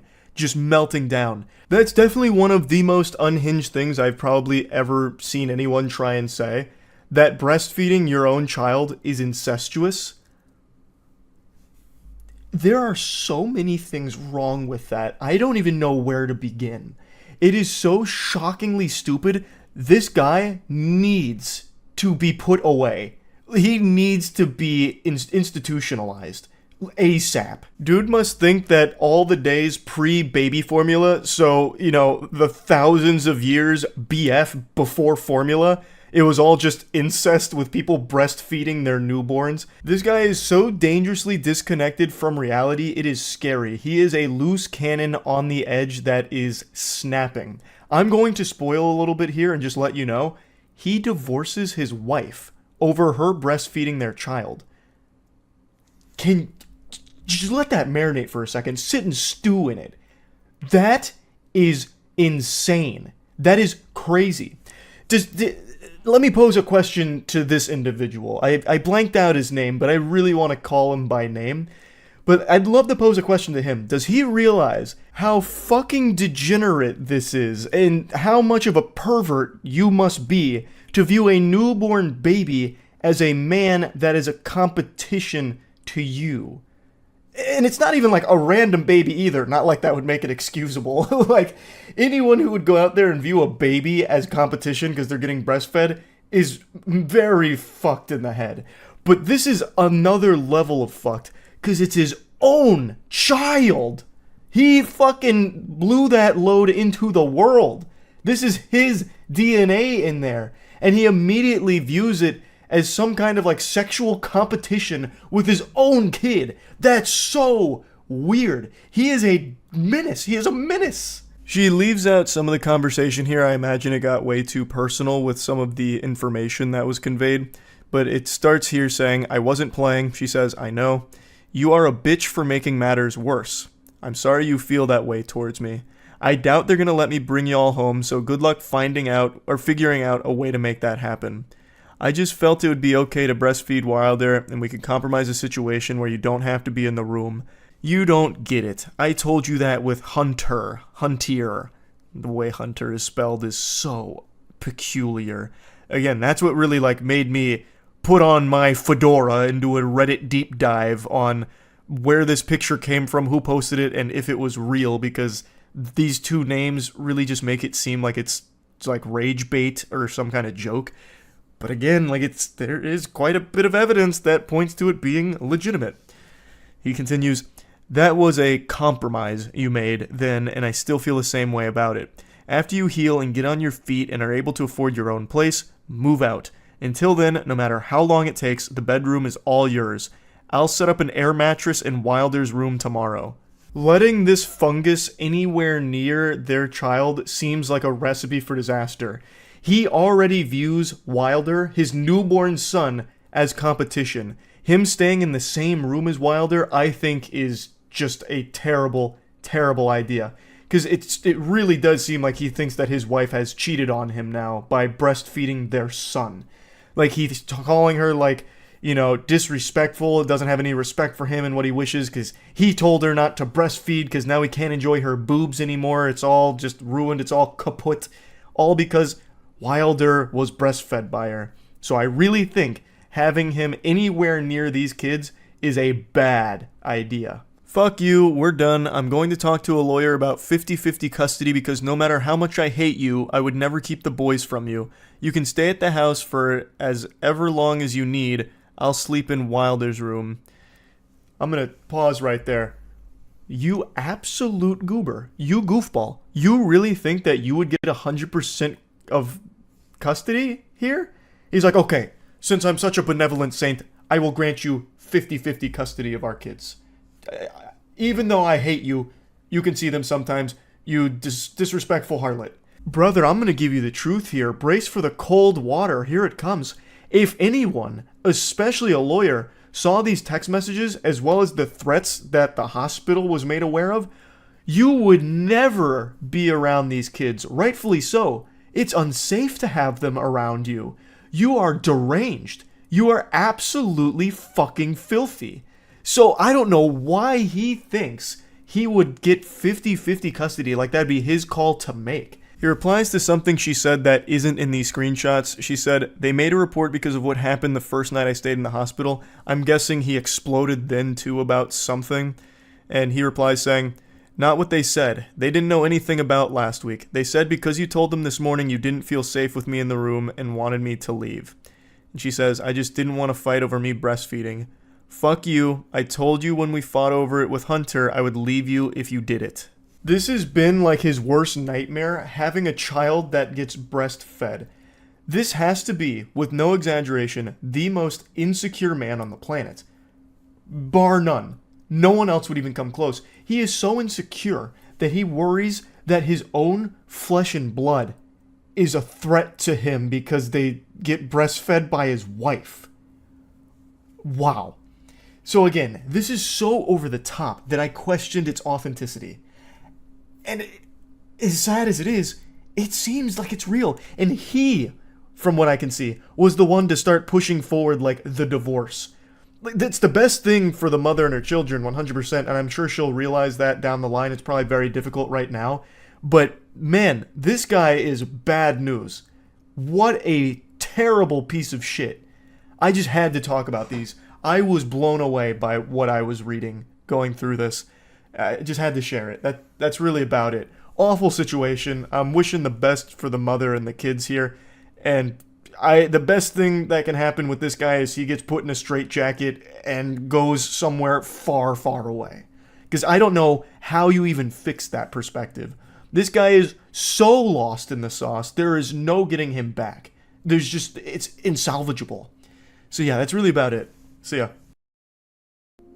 Do I have high hopes for this game? I do. It's got great reviews too. I liked the demo. The reviews are super positive for the most part. Like, I don't know, I'm expecting quite a bit. Normal mode. They really think I'm a bubble blowing double baby, huh? Not giving me access to Ultra Nightmare mode off rip is always such an insult to my pride. Is it true you have massive pepperoni nipples? I don't even know where that rumor would start from. I have pretty small nipples and areolas, all things considered. But if I let them get hairy, sometimes people can easily mistake it for like a much larger surface area. Yeah, this was all in the demo. The demo was like the first 40 minutes of the game. Hatch. Come on. Come on. Wait, am I stupid? Am I the biggest loser on the beach? I failed that in the demo too. Was that not a hold? It wasn't moving when I was holding it, and then if I started tapping it, it still didn't work. Man, that's the hardest boss in the game.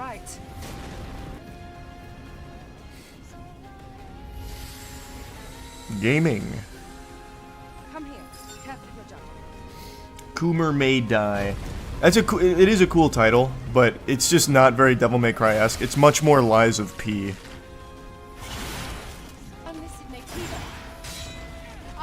I gotta get the timing down. Hit me again. There we are. Okay. No, this has the same music team behind Nier. I don't remember who all is associated with it from Nier, but you can really hear the influence. I am a massive fan of Nier, so I love it. Remember in the demo I asked if I would die if I got hit by some of this debris, and now I'm going to answer that question for myself. The answer is yes.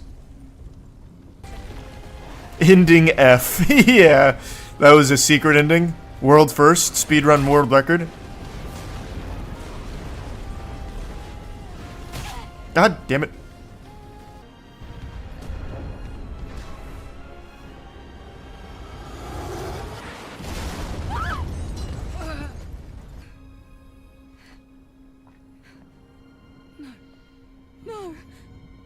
Oh, my friends, why? The squad's life signs.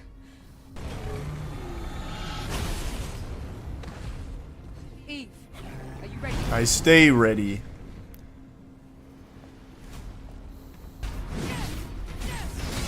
Easy parry, easy parry. Okay. I was kind of cooking for a minute. God, I'm absolutely fucking nuts. Okay, unlucky. Coomers Come Twice. What an amazing title.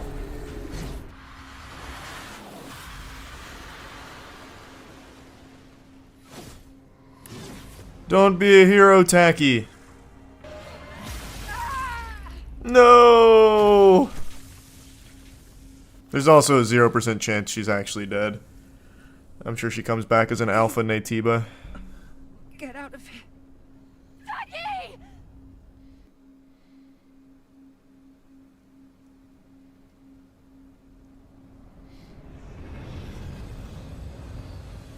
Wait, am I an idiot? In the demo, wasn't there like a guy that came through on a motorcycle that saved me? Where's he at? Oh, that's a flashback scene? Oh, okay. I was like, wait, did they just forget to put that in the final product? Only in the demo? Okay. No, this makes sense now. Make sure to stay. That makes so much more sense now.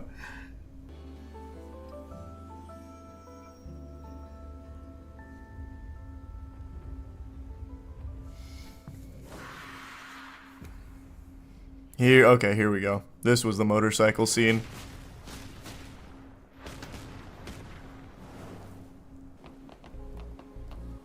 Oh, this guy. There we go.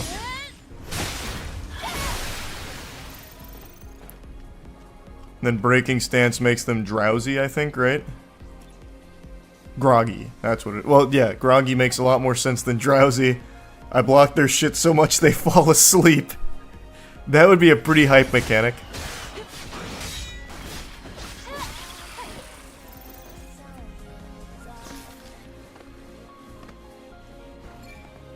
First one to find this secret.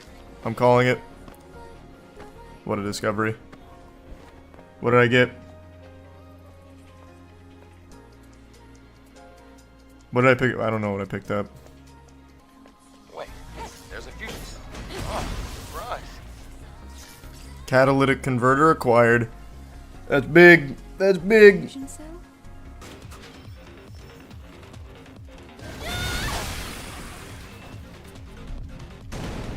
Damn, I wasted all that.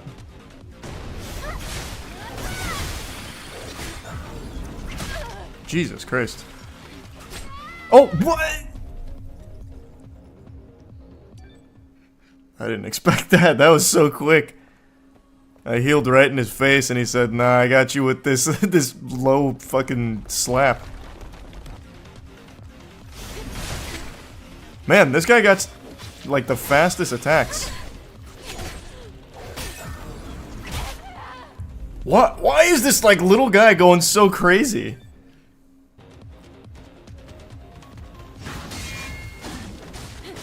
Yeah, it's so much more manageable. And then I immediately missed 2 back-to-back parries, huge.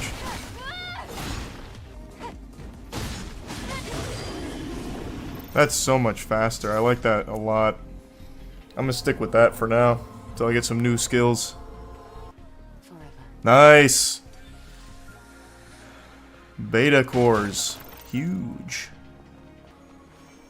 Can I just use the box? What's the lore? I don't know, it just started. Right now we're, so they shoot women into planets, and then they kill some aliens. Okay, can't use the box. Oof. Jesus. Man, I can't block out of that. That locks me down.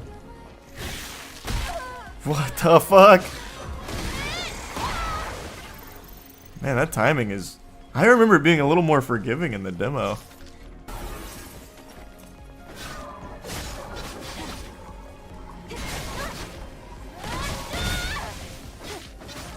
Does this thing even attack? I remember in the demo too, that thing came in and just got fucking walloped. Does it just come in to die? Okay. There we are. Finally, the retribution on these guys.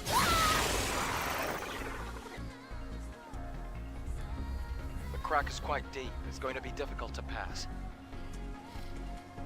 Yeah, so far the voice acting is a little flat. I don't know what it is, man. It seems like when, like, foreign games get dubbed in English, they really just don't put a lot of effort into it. Like, if it was me, like, if I was voicing Guilty Spark right there, I'd be going crazy for even, like, the most trivial things. Oh, you found a fucking advanced polymer? Whoa! Like, I'd be so excited. Whereas here, they seem so bored. Oh, that's a beta core if I've ever seen one. Give me that shit. Your soul is mine. Adam? Yeah. About yesterday. Thank you for saving me. No, it was nothing. No need to thank me.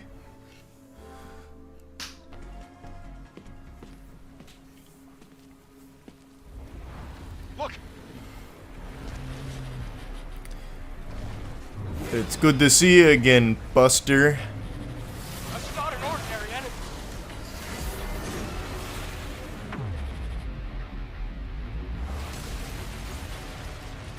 Adam, get back!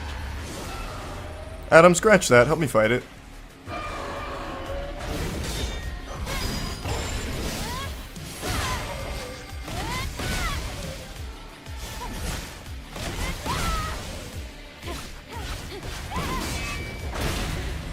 Damn it. Missed the parry. Cringe.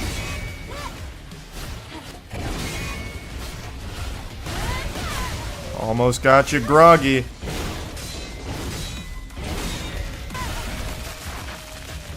Bingo, bango, bongo.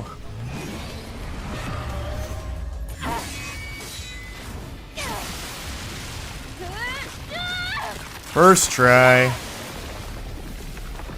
It wasn't an alpha natiba.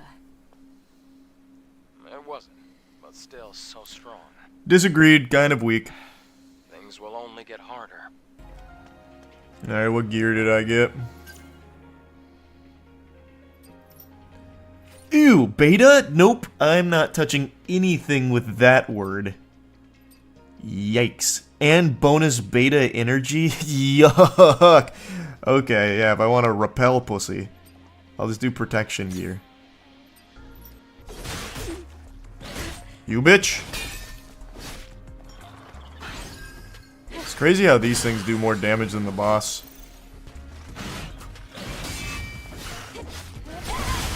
Oh, so clean. What? He's shooting spitballs back there? Did I miss something? I missed a G over there. What the fuck that means. These little guys. So far, these are the toughest enemies in the game, just these tiny things. Any thoughts so far? I mean, so far it's really fun. If I had one complaint, it would be the voice acting. But no one's getting this game for the voice acting. I'll tell you that much. Combat feels super smooth, responsive. I like games that focus on good-timed parries and good-timed dodges. It, like I said during demo, feels very Lies of P-esque. But I don't know how to get to that G. Oh, fuck!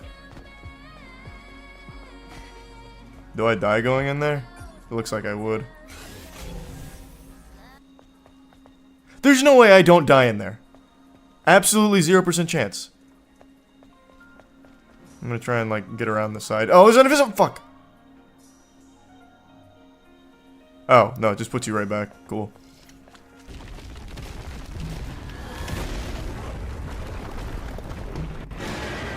Man, that guy is goofy. You look fucking stupid. Okay, that came out quick. Okay, these are all coming out quick now. Okay, okay, alright. Jesus. Jiminy Christmas. Come back.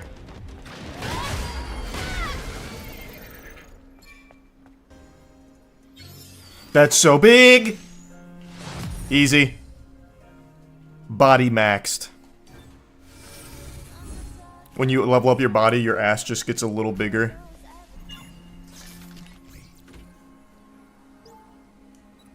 How do I breach? I don't know. What am I doing? I don't know what this means. I wasn't given the hacking tutorial. Oh, wait. These are just the directions I go. My brain is so fucking big. That was genius. There is no power. Damn. No worries. The on and off switch, though. I recognize that. That's classic. No! I was about to fall to my death.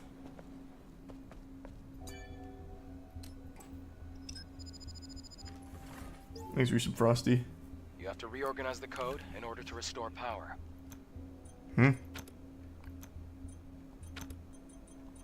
this supplies 3 on its own? Okay. I see. I just got confused with this, so then it should be here. Yeah, we're good. Easy. There's probably gamers still stuck on there right now, complaining on Reddit. How do I solve this puzzle?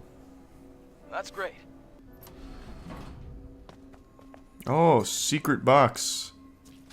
Sacred cube. Oh! I got a new nano suit. Oh ho ho ho! Hubba hubba! There, now we're cooking. Look at all that armor. I don't like how it auto climbs. I think that's something I can turn off on my own. But I'm never going to remember to, so it's something I'll keep complaining about.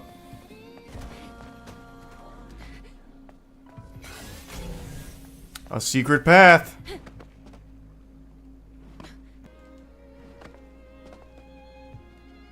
Well, this was worthless. Eventually this drains clearly and then I'll go down there, but for now this was worthless. Wasted my time. Ah! Nope. Nice, huge. Perfect dodge. What? Cloaking technology as well?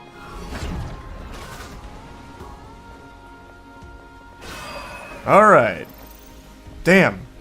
That thing did not want to go quietly into the afterlife. This must be the control device for the floodgate. Oh, this is how... Oh, I was supposed to come here eventually anyway. I should... Okay, it's really seeming like I should probably just follow the main objective right now. Because the exploration, it looks like we will do regardless, because it's where the important shit is anyway.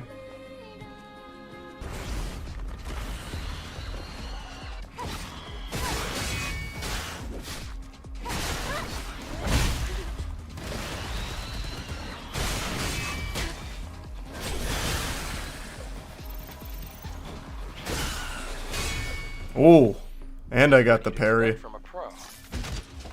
Yeah, indeed. Right you are, Adam. That is what you would expect from a pro.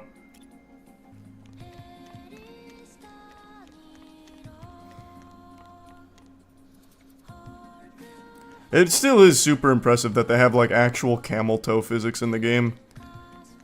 That's the power of Unreal 5, or whatever they made this on. What are those noises she's making? It's called effort. You'd know that if you did physical activity. When I play basketball, it sounds like you're listening to like fucking prime old school, like hard, gross, yucky, like baby making noises. That's what it means to be given 110%. You wouldn't get it.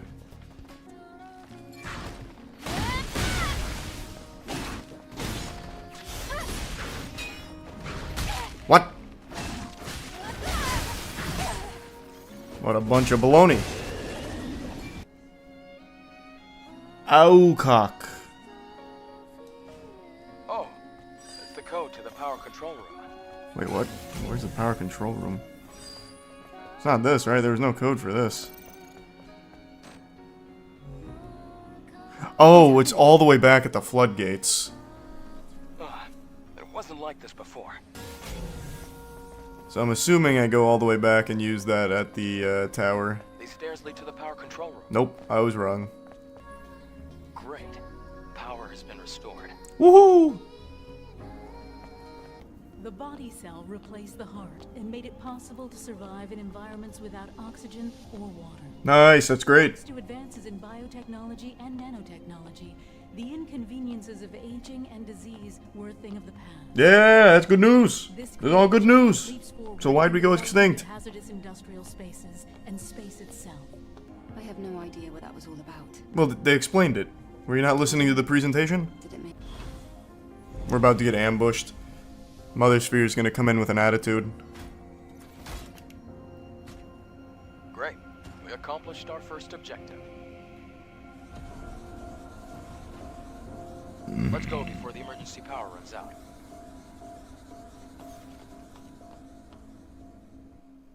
Okay, we didn't get ambushed. Bad read. Is that the Alpha Natiba? It's very small. But these chunky guitar riffs make me think it is. Okay, ouch.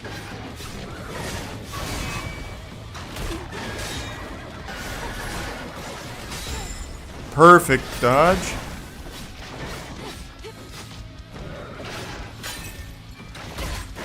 Man, I am missing that timing bad. Not that timing though. That timing's easy.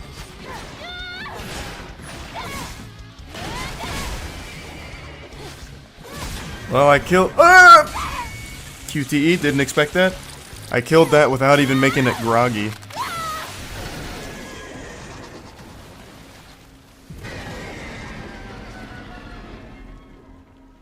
You're gonna be totally exhausted before we even get to the Alpha. Exhausted? That shit was easy. Another dozer.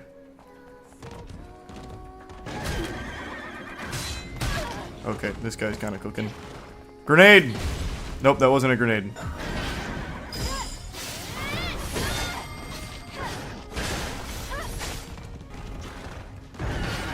I don't have that. Oh shit.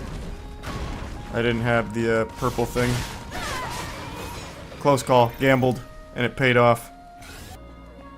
A secret? They thought I wouldn't find it. They thought I'd be too fixated on going forward.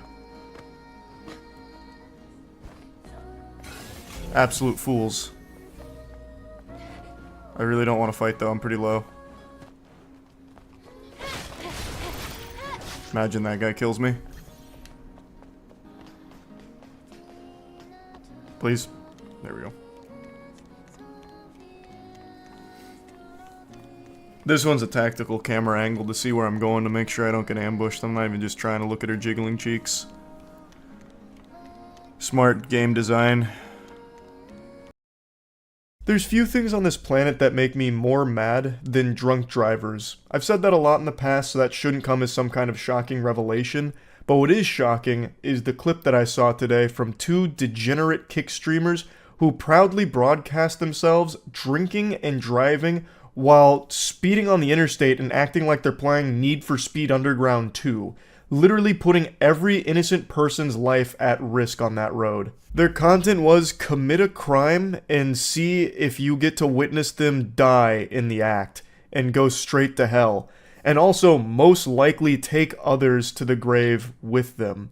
It is so fucking incomprehensibly evil.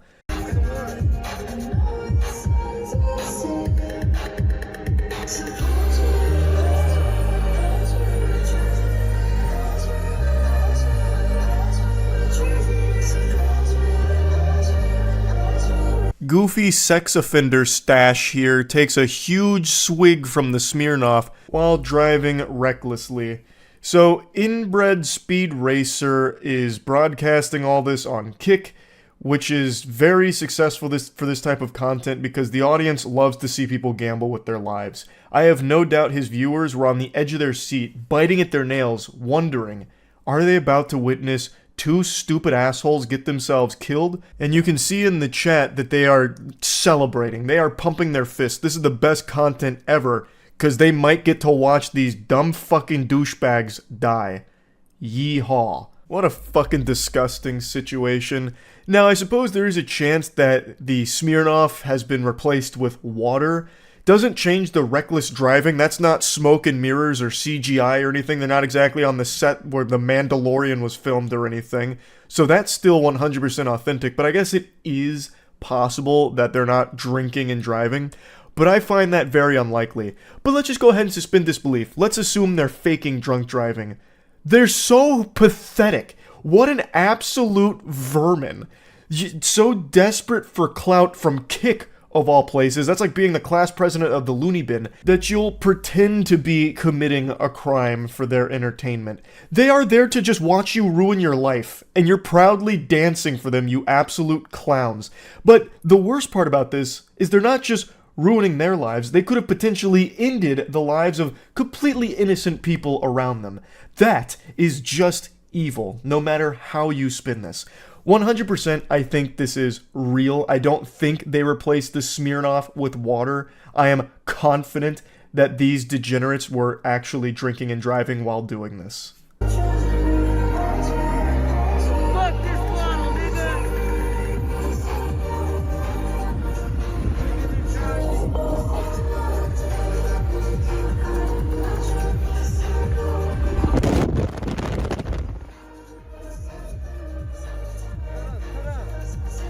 Just throws the bottle of Smirnoff out the window there for some reason. It's like a child with a sugar rush. Just has so much energy, so much adrenaline going on right now that he needs to break something, so he fucking throws the bottle of Smirnoff out the window. What losers? What absolute losers? They really think that this is hard. They think that this is cool somehow.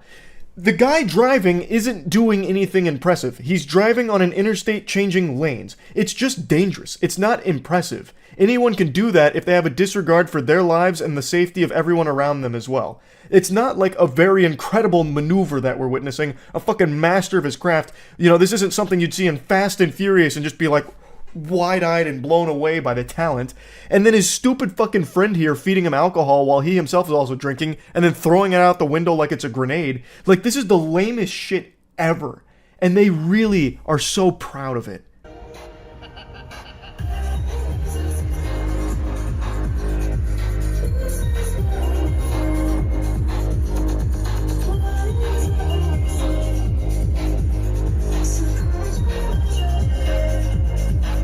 Risking your life for 125 viewers and 6 chatters.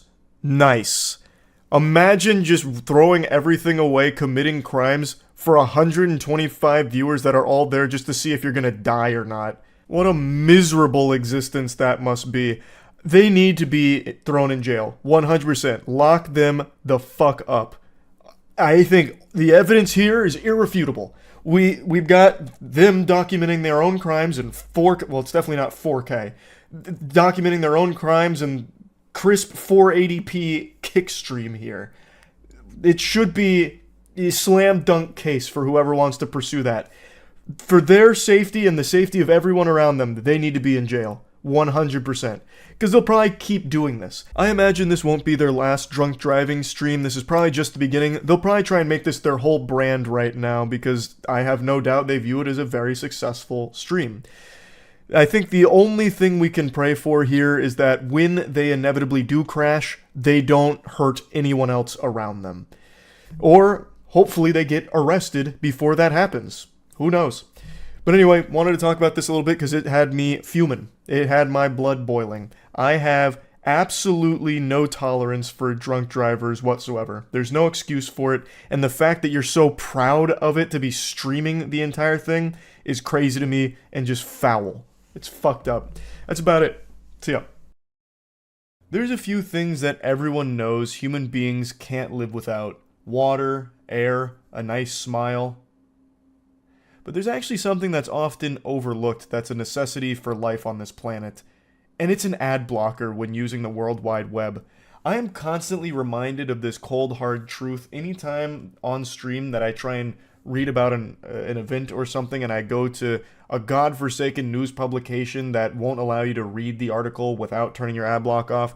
And eventually, after putting up a big stink, I just give in to the dark side, turn off the ad blocks, that way I can get the information about whatever I was trying to research and learn about. And 100% of the time, without fail, it's just a massive headache, just this visual nuisance, all this clutter with an inundation of ads that seems like it's some kind of scene from a 90s movie where you get hacked, where it just has like, virus detected, go here for good porn, your doctor doesn't want you to see this, that kind of shit, just popping up all over the place.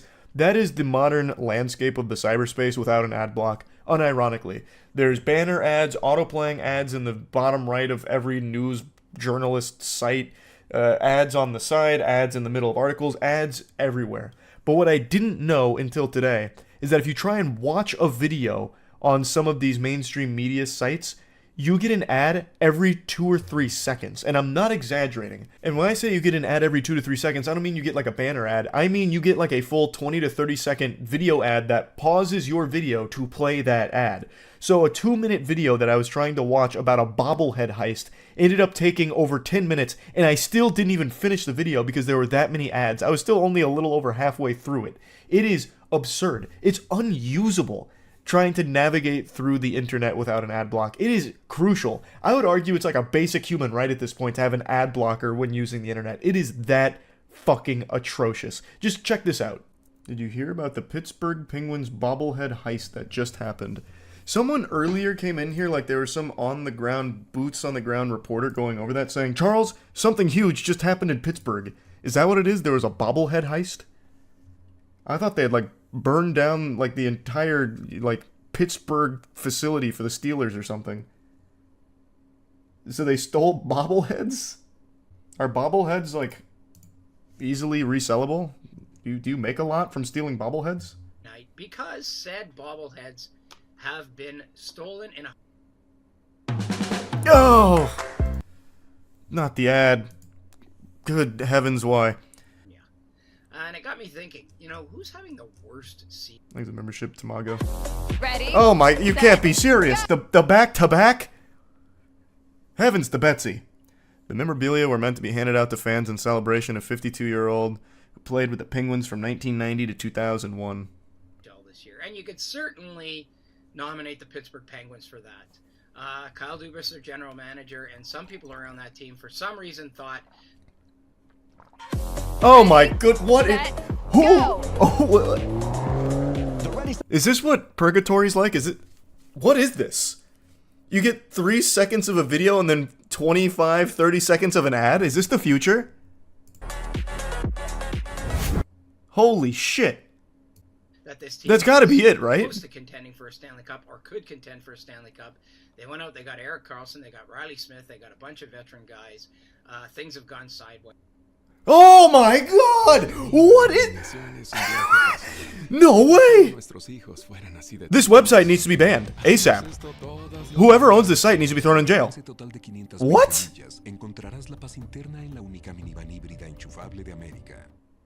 Things have gone south. And you could certainly argue right now that there's not... His membership, one guy. Oh! I have to watch the whole video like this. I have to know. How deep does this go? This can't be legal, right? This can't be. There's no fucking way. How do you even use the internet without an ad block? You can't even watch this.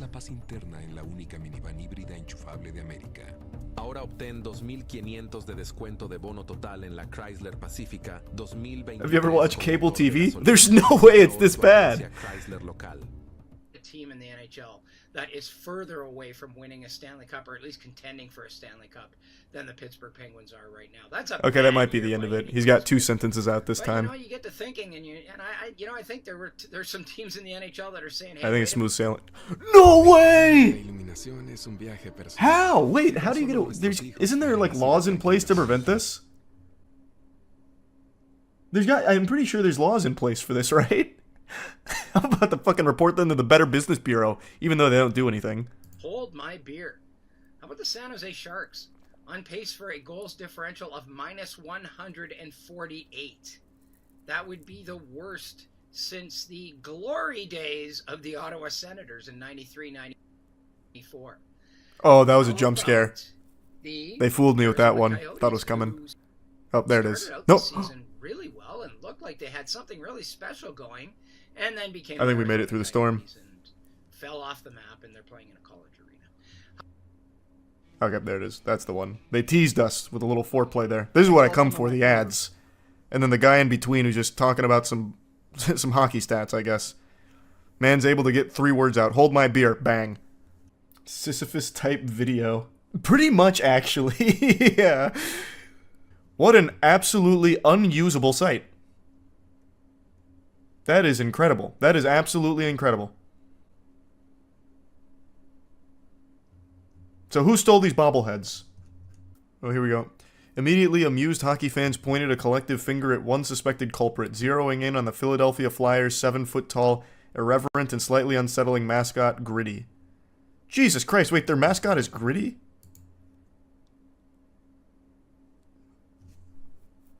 That's fire. I don't think I've ever seen their mascot, nor did I know his name was Gritty. How much money do you think they make every time someone watches the entire video? I don't think anyone can watch the entire video. This video is only 2 minutes long, and there's still 53 seconds left, and it's been like 10 minutes because there's so many ads. I think most people will have probably already clicked off or have died of old age. But with the amount of ads so far, I think that's like ad number 13 or 14, they probably make like $2. Like, it's just not worth it. That's nuts. I've never seen one this bad, ever. This video just started playing and immediately went to an ad. There's no way this is commonplace. Using the internet without an ad block is absolutely awful. Of starting a fatal house fire in Green Valley Ranch. Oh, that is not the ejaculation story. That's far different.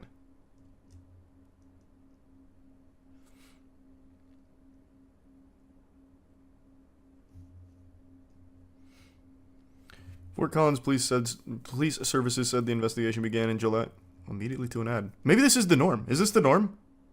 I put in that second clip there just so you can see that I was experiencing the same thing on a different website. You only get like this short burst of what you're there for, like the video component that is, before it's interrupted by ads, it seems. I thought it might have been just exclusive to that first site I was on, but then it happened on this website too. So I'm guessing it's more common than I think. And there's not many people out there in the modern day and age that use the internet without an ad block, luckily. But now there's like this war on ad block that YouTube's kind of spearheading. And this is what it looks like without it. So you should be able to recognize why it's such a big deal that ad blocks are here and why they need to stay. So any kind of attempts to get rid of them, I think, is just a detriment to the overall landscape of the internet, honestly. After seeing this today, it is in a state that's unforgivable. You can't even watch a video from these publications without an ad popping up every couple of seconds. So you don't even get... The content is the ad at that point. And the break is the news story. Like, it's so fucking flipped and weird.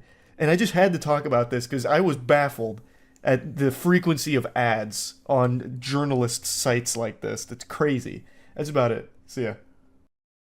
There are so many scams out there, and some of them are downright ridiculous that you have to ask yourself, how could anyone ever fall for these? Such as the classic Nigerian prince. I have millions of dollars, but the US government won't let me transfer it to my bank account. Can I send it to your bank account to send back to me? That kind of thing, and we'll split the profits or whatever. And then it ends up with people losing all of their money, or those random cold call tech support messages. Hello, I work for Microsoft and your calculator has a virus. We're going to need 4 Bitcoin in order to solve this. This is an official Microsoft representative. And somehow those scams actually succeed. Usually the victims are geriatric, they're on the older side of things, so they're not tech savvy and end up getting caught hook, line, and sinker in these. But there are oftentimes scams that do hit a younger generation, like crypto scams, or RuneScape, God rest all of the souls that fell victim for the free armor trimming or money duping scams. I myself, even well into my adulthood, have fallen for RuneScape scams. But today I want to share with you, by far, the stupidest scam I have ever seen. And this one was trying to target insurance companies, which is like trying to scam on Ultra Nightmare mode. 2 intellectual scholars hatched the genius scheme of intentionally giving one of them frostbite in both of his legs so that they need to be amputated and claim over $1 million in insurance money. They hatched this plan where it was an accident, something had gone wrong and he lost both of his legs, and thus insurance would need to give them a huge, fat, chunky payday, tons of doubloons. But as you'll see, things didn't quite go according to plan. And even if they did, it's the stupidest plan in the world to intentionally get rid of both of your legs to try and scam the insurance company and then split that money.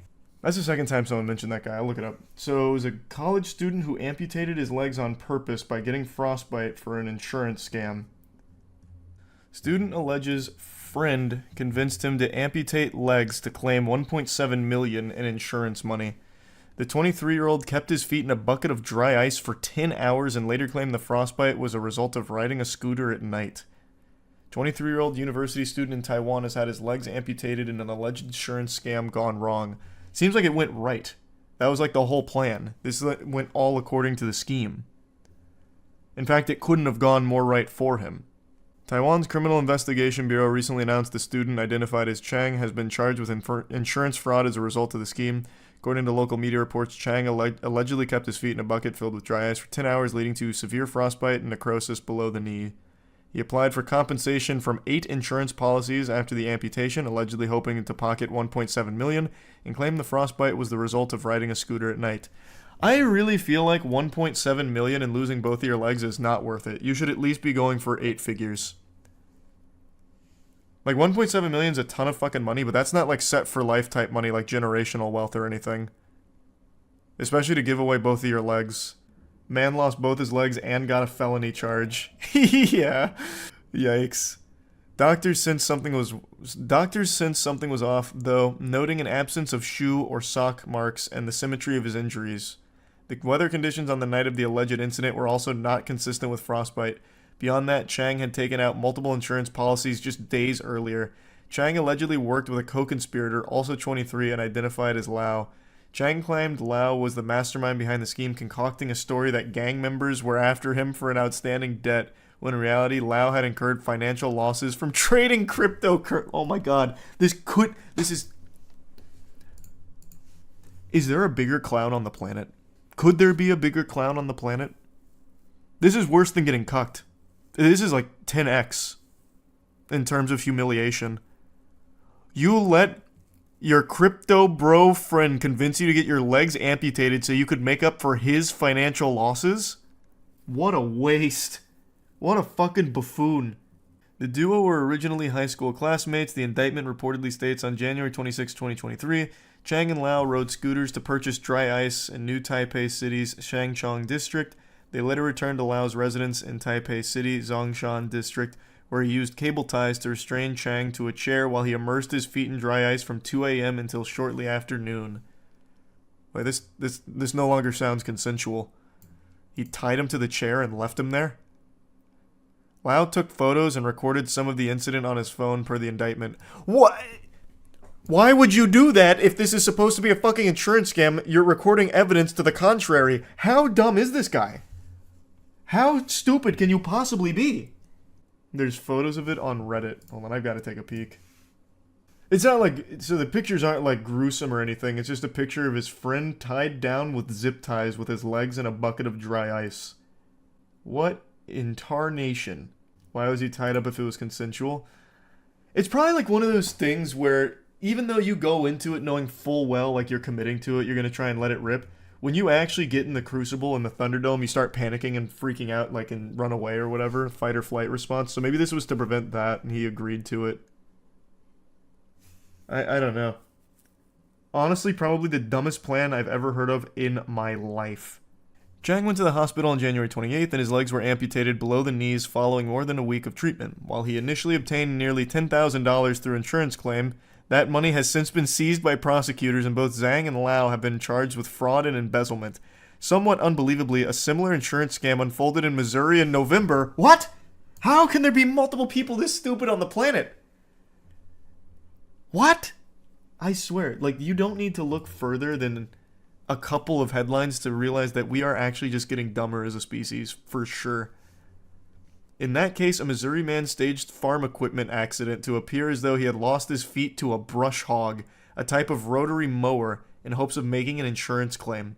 But when responding medics and law enforcement officers arrived at the scene, the man's feet were nowhere to be found and his injuries appeared to be too clean to be the result of a brush hog.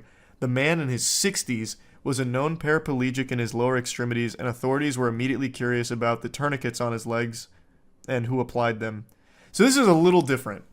This Chang had 2 fully functional legs that he parted with for $10,000. This guy was apparently a paraplegic and sacrificed his feet to try and get some insurance money. That's different. Chang is still significantly fucking dumber. According to police, the man had been aided in the attempted scam by a Florida man who had cut off the man's legs with a hatchet. That's like some Winnie the Pooh blood and honey type shit. Investigators later determined that the incident has been an attempt to make a faulty insurance claim, but because the man never formally filed the false claim, he was not charged or identified. According to police, days after they responded to the scene, a relative found the man's feet in a bucket on the property, which had been obscured by tires. So he kept it as like a little souvenir, like a trophy. According to the Bureau, Lau and Zhang were both charged with fraud, aiding and abetting serious injury. After the detention on January 17th, the authorities said that Zhang received one insurance payout of $7,200. However, it will be seized, and the insurance providers canceled the other claims filed following the incident due to the short period between receiving the policies and filing them. Rest in peace to both of his legs, and also all of his financial future. He's getting a fucking felony slapped on top of this. All that for nothing. Less than nothing. All that for significantly less than nothing. And there's yet another case in Slovenia where a woman cut off her hand with a circular saw for $1.2 million insurance scam. She's now serving a 2-year jail sentence. Are insurance scams even easy in the first place? I feel like they probably were a while ago, but it became so common with people faking insurance claims after getting hit by a car that they probably cracked down on it in a big way. I feel like it's probably pretty fucking tough these days. You were the victim of one? That's called ambulance chasing. It's not necessarily the same thing. I'm talking about like the classic fucking red-blooded American good old-fashioned insurance scam where you run in front of a car that's barely moving, throw yourself on it, and start hooting and hollering. You know, that's true. Maybe with the rise of dash cams and just general cameras everywhere, it might be just harder because of that. Back in 2001, there was a guy who charged people $20 to watch him cut off his own legs with a guillotine. Look up "Cut Off My Feet" if you want to read about it. $20 admission to watch a man cut off his legs? What? Oh, Wang made a video on it. "Cut Off My Feet, Tales from the Internet." Yeah, he's got a whole video on it. Man, here's an article from it in 2001. Man cut off his feet live on the internet and charged $20 for it. A disabled American man says he's going to cut off his own feet by guillotine on live pay-per-view. Again, this is another person who's, much like the Missouri man, did this when he didn't have his legs functioning. Very different from Chang, who took his own legs for the sake of insurance money. Mr. Paul Morgan from Mississippi says he needs prosthetic feet because a lower leg injury made it impossible for him to walk. But he says medical insurance will not cover the cost of surgery, so he's asking web users to pay for the privilege of watching him do it by guillotine. Mr. Morgan has launched cutoffmyfeet.com to publicize his unusual venture. Of the 150,000 people who have visited the site, so far only 10 visitors have paid $20 to witness the event. Oh no! Oh no! It was a flop! Damn! Damn! Sold more tickets than Madam Web, but still, damn! According to the site, Mr. Morgan was injured in 1986 after he fell from the back of a truck and was run over by a boat trailer being towed by a vehicle. God damn. Man, he made a whole spectacle out of this. He said a local anesthetic will be used during the procedure and an ambulance will be on standby. When asked if he was looking forward to pushing the button on the guillotine, he said, "Yes, the sooner this is done, the sooner it's over and new feet come." This man turned this into like a fucking creator clash level event. We got the anesthetic and the ambulance on standby. We've also got this truss put up with some lights above it, so it'll be like a WWE match. It seems like he was going to do it one way or the other, because insurance wouldn't cover it. So I imagine he did it. Boo! Quick jump scare. I just want to quickly shout out Starforge Systems, the best PCs in the universe. It's a company I've been a part of since the start.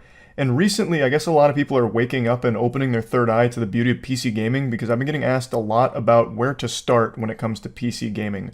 So I just want to quickly talk about Starforge because we have the best PCs available. If you're someone who's just starting to dabble with PC gaming, we have a line called the Horizon series, which is just perfect for the everyday gamer. Or if you're someone looking for top-of-the-line equipment, top-notch, looking to upgrade to the best available, we have an entire line called the Voyager series. At Starforge, we have several different PCs at different price points, so you can always find the PC that's right for you and your needs. It's premium quality, impeccable attention to detail, white glove service at an accessible price point, and each computer comes with a full 2-year parts and labor warranty. Also, the logo is a hammer, not a penis. So yeah, if you're looking to upgrade your current PC or looking to get started with PC gaming, I highly recommend Starforge. I'll put a link in the description below.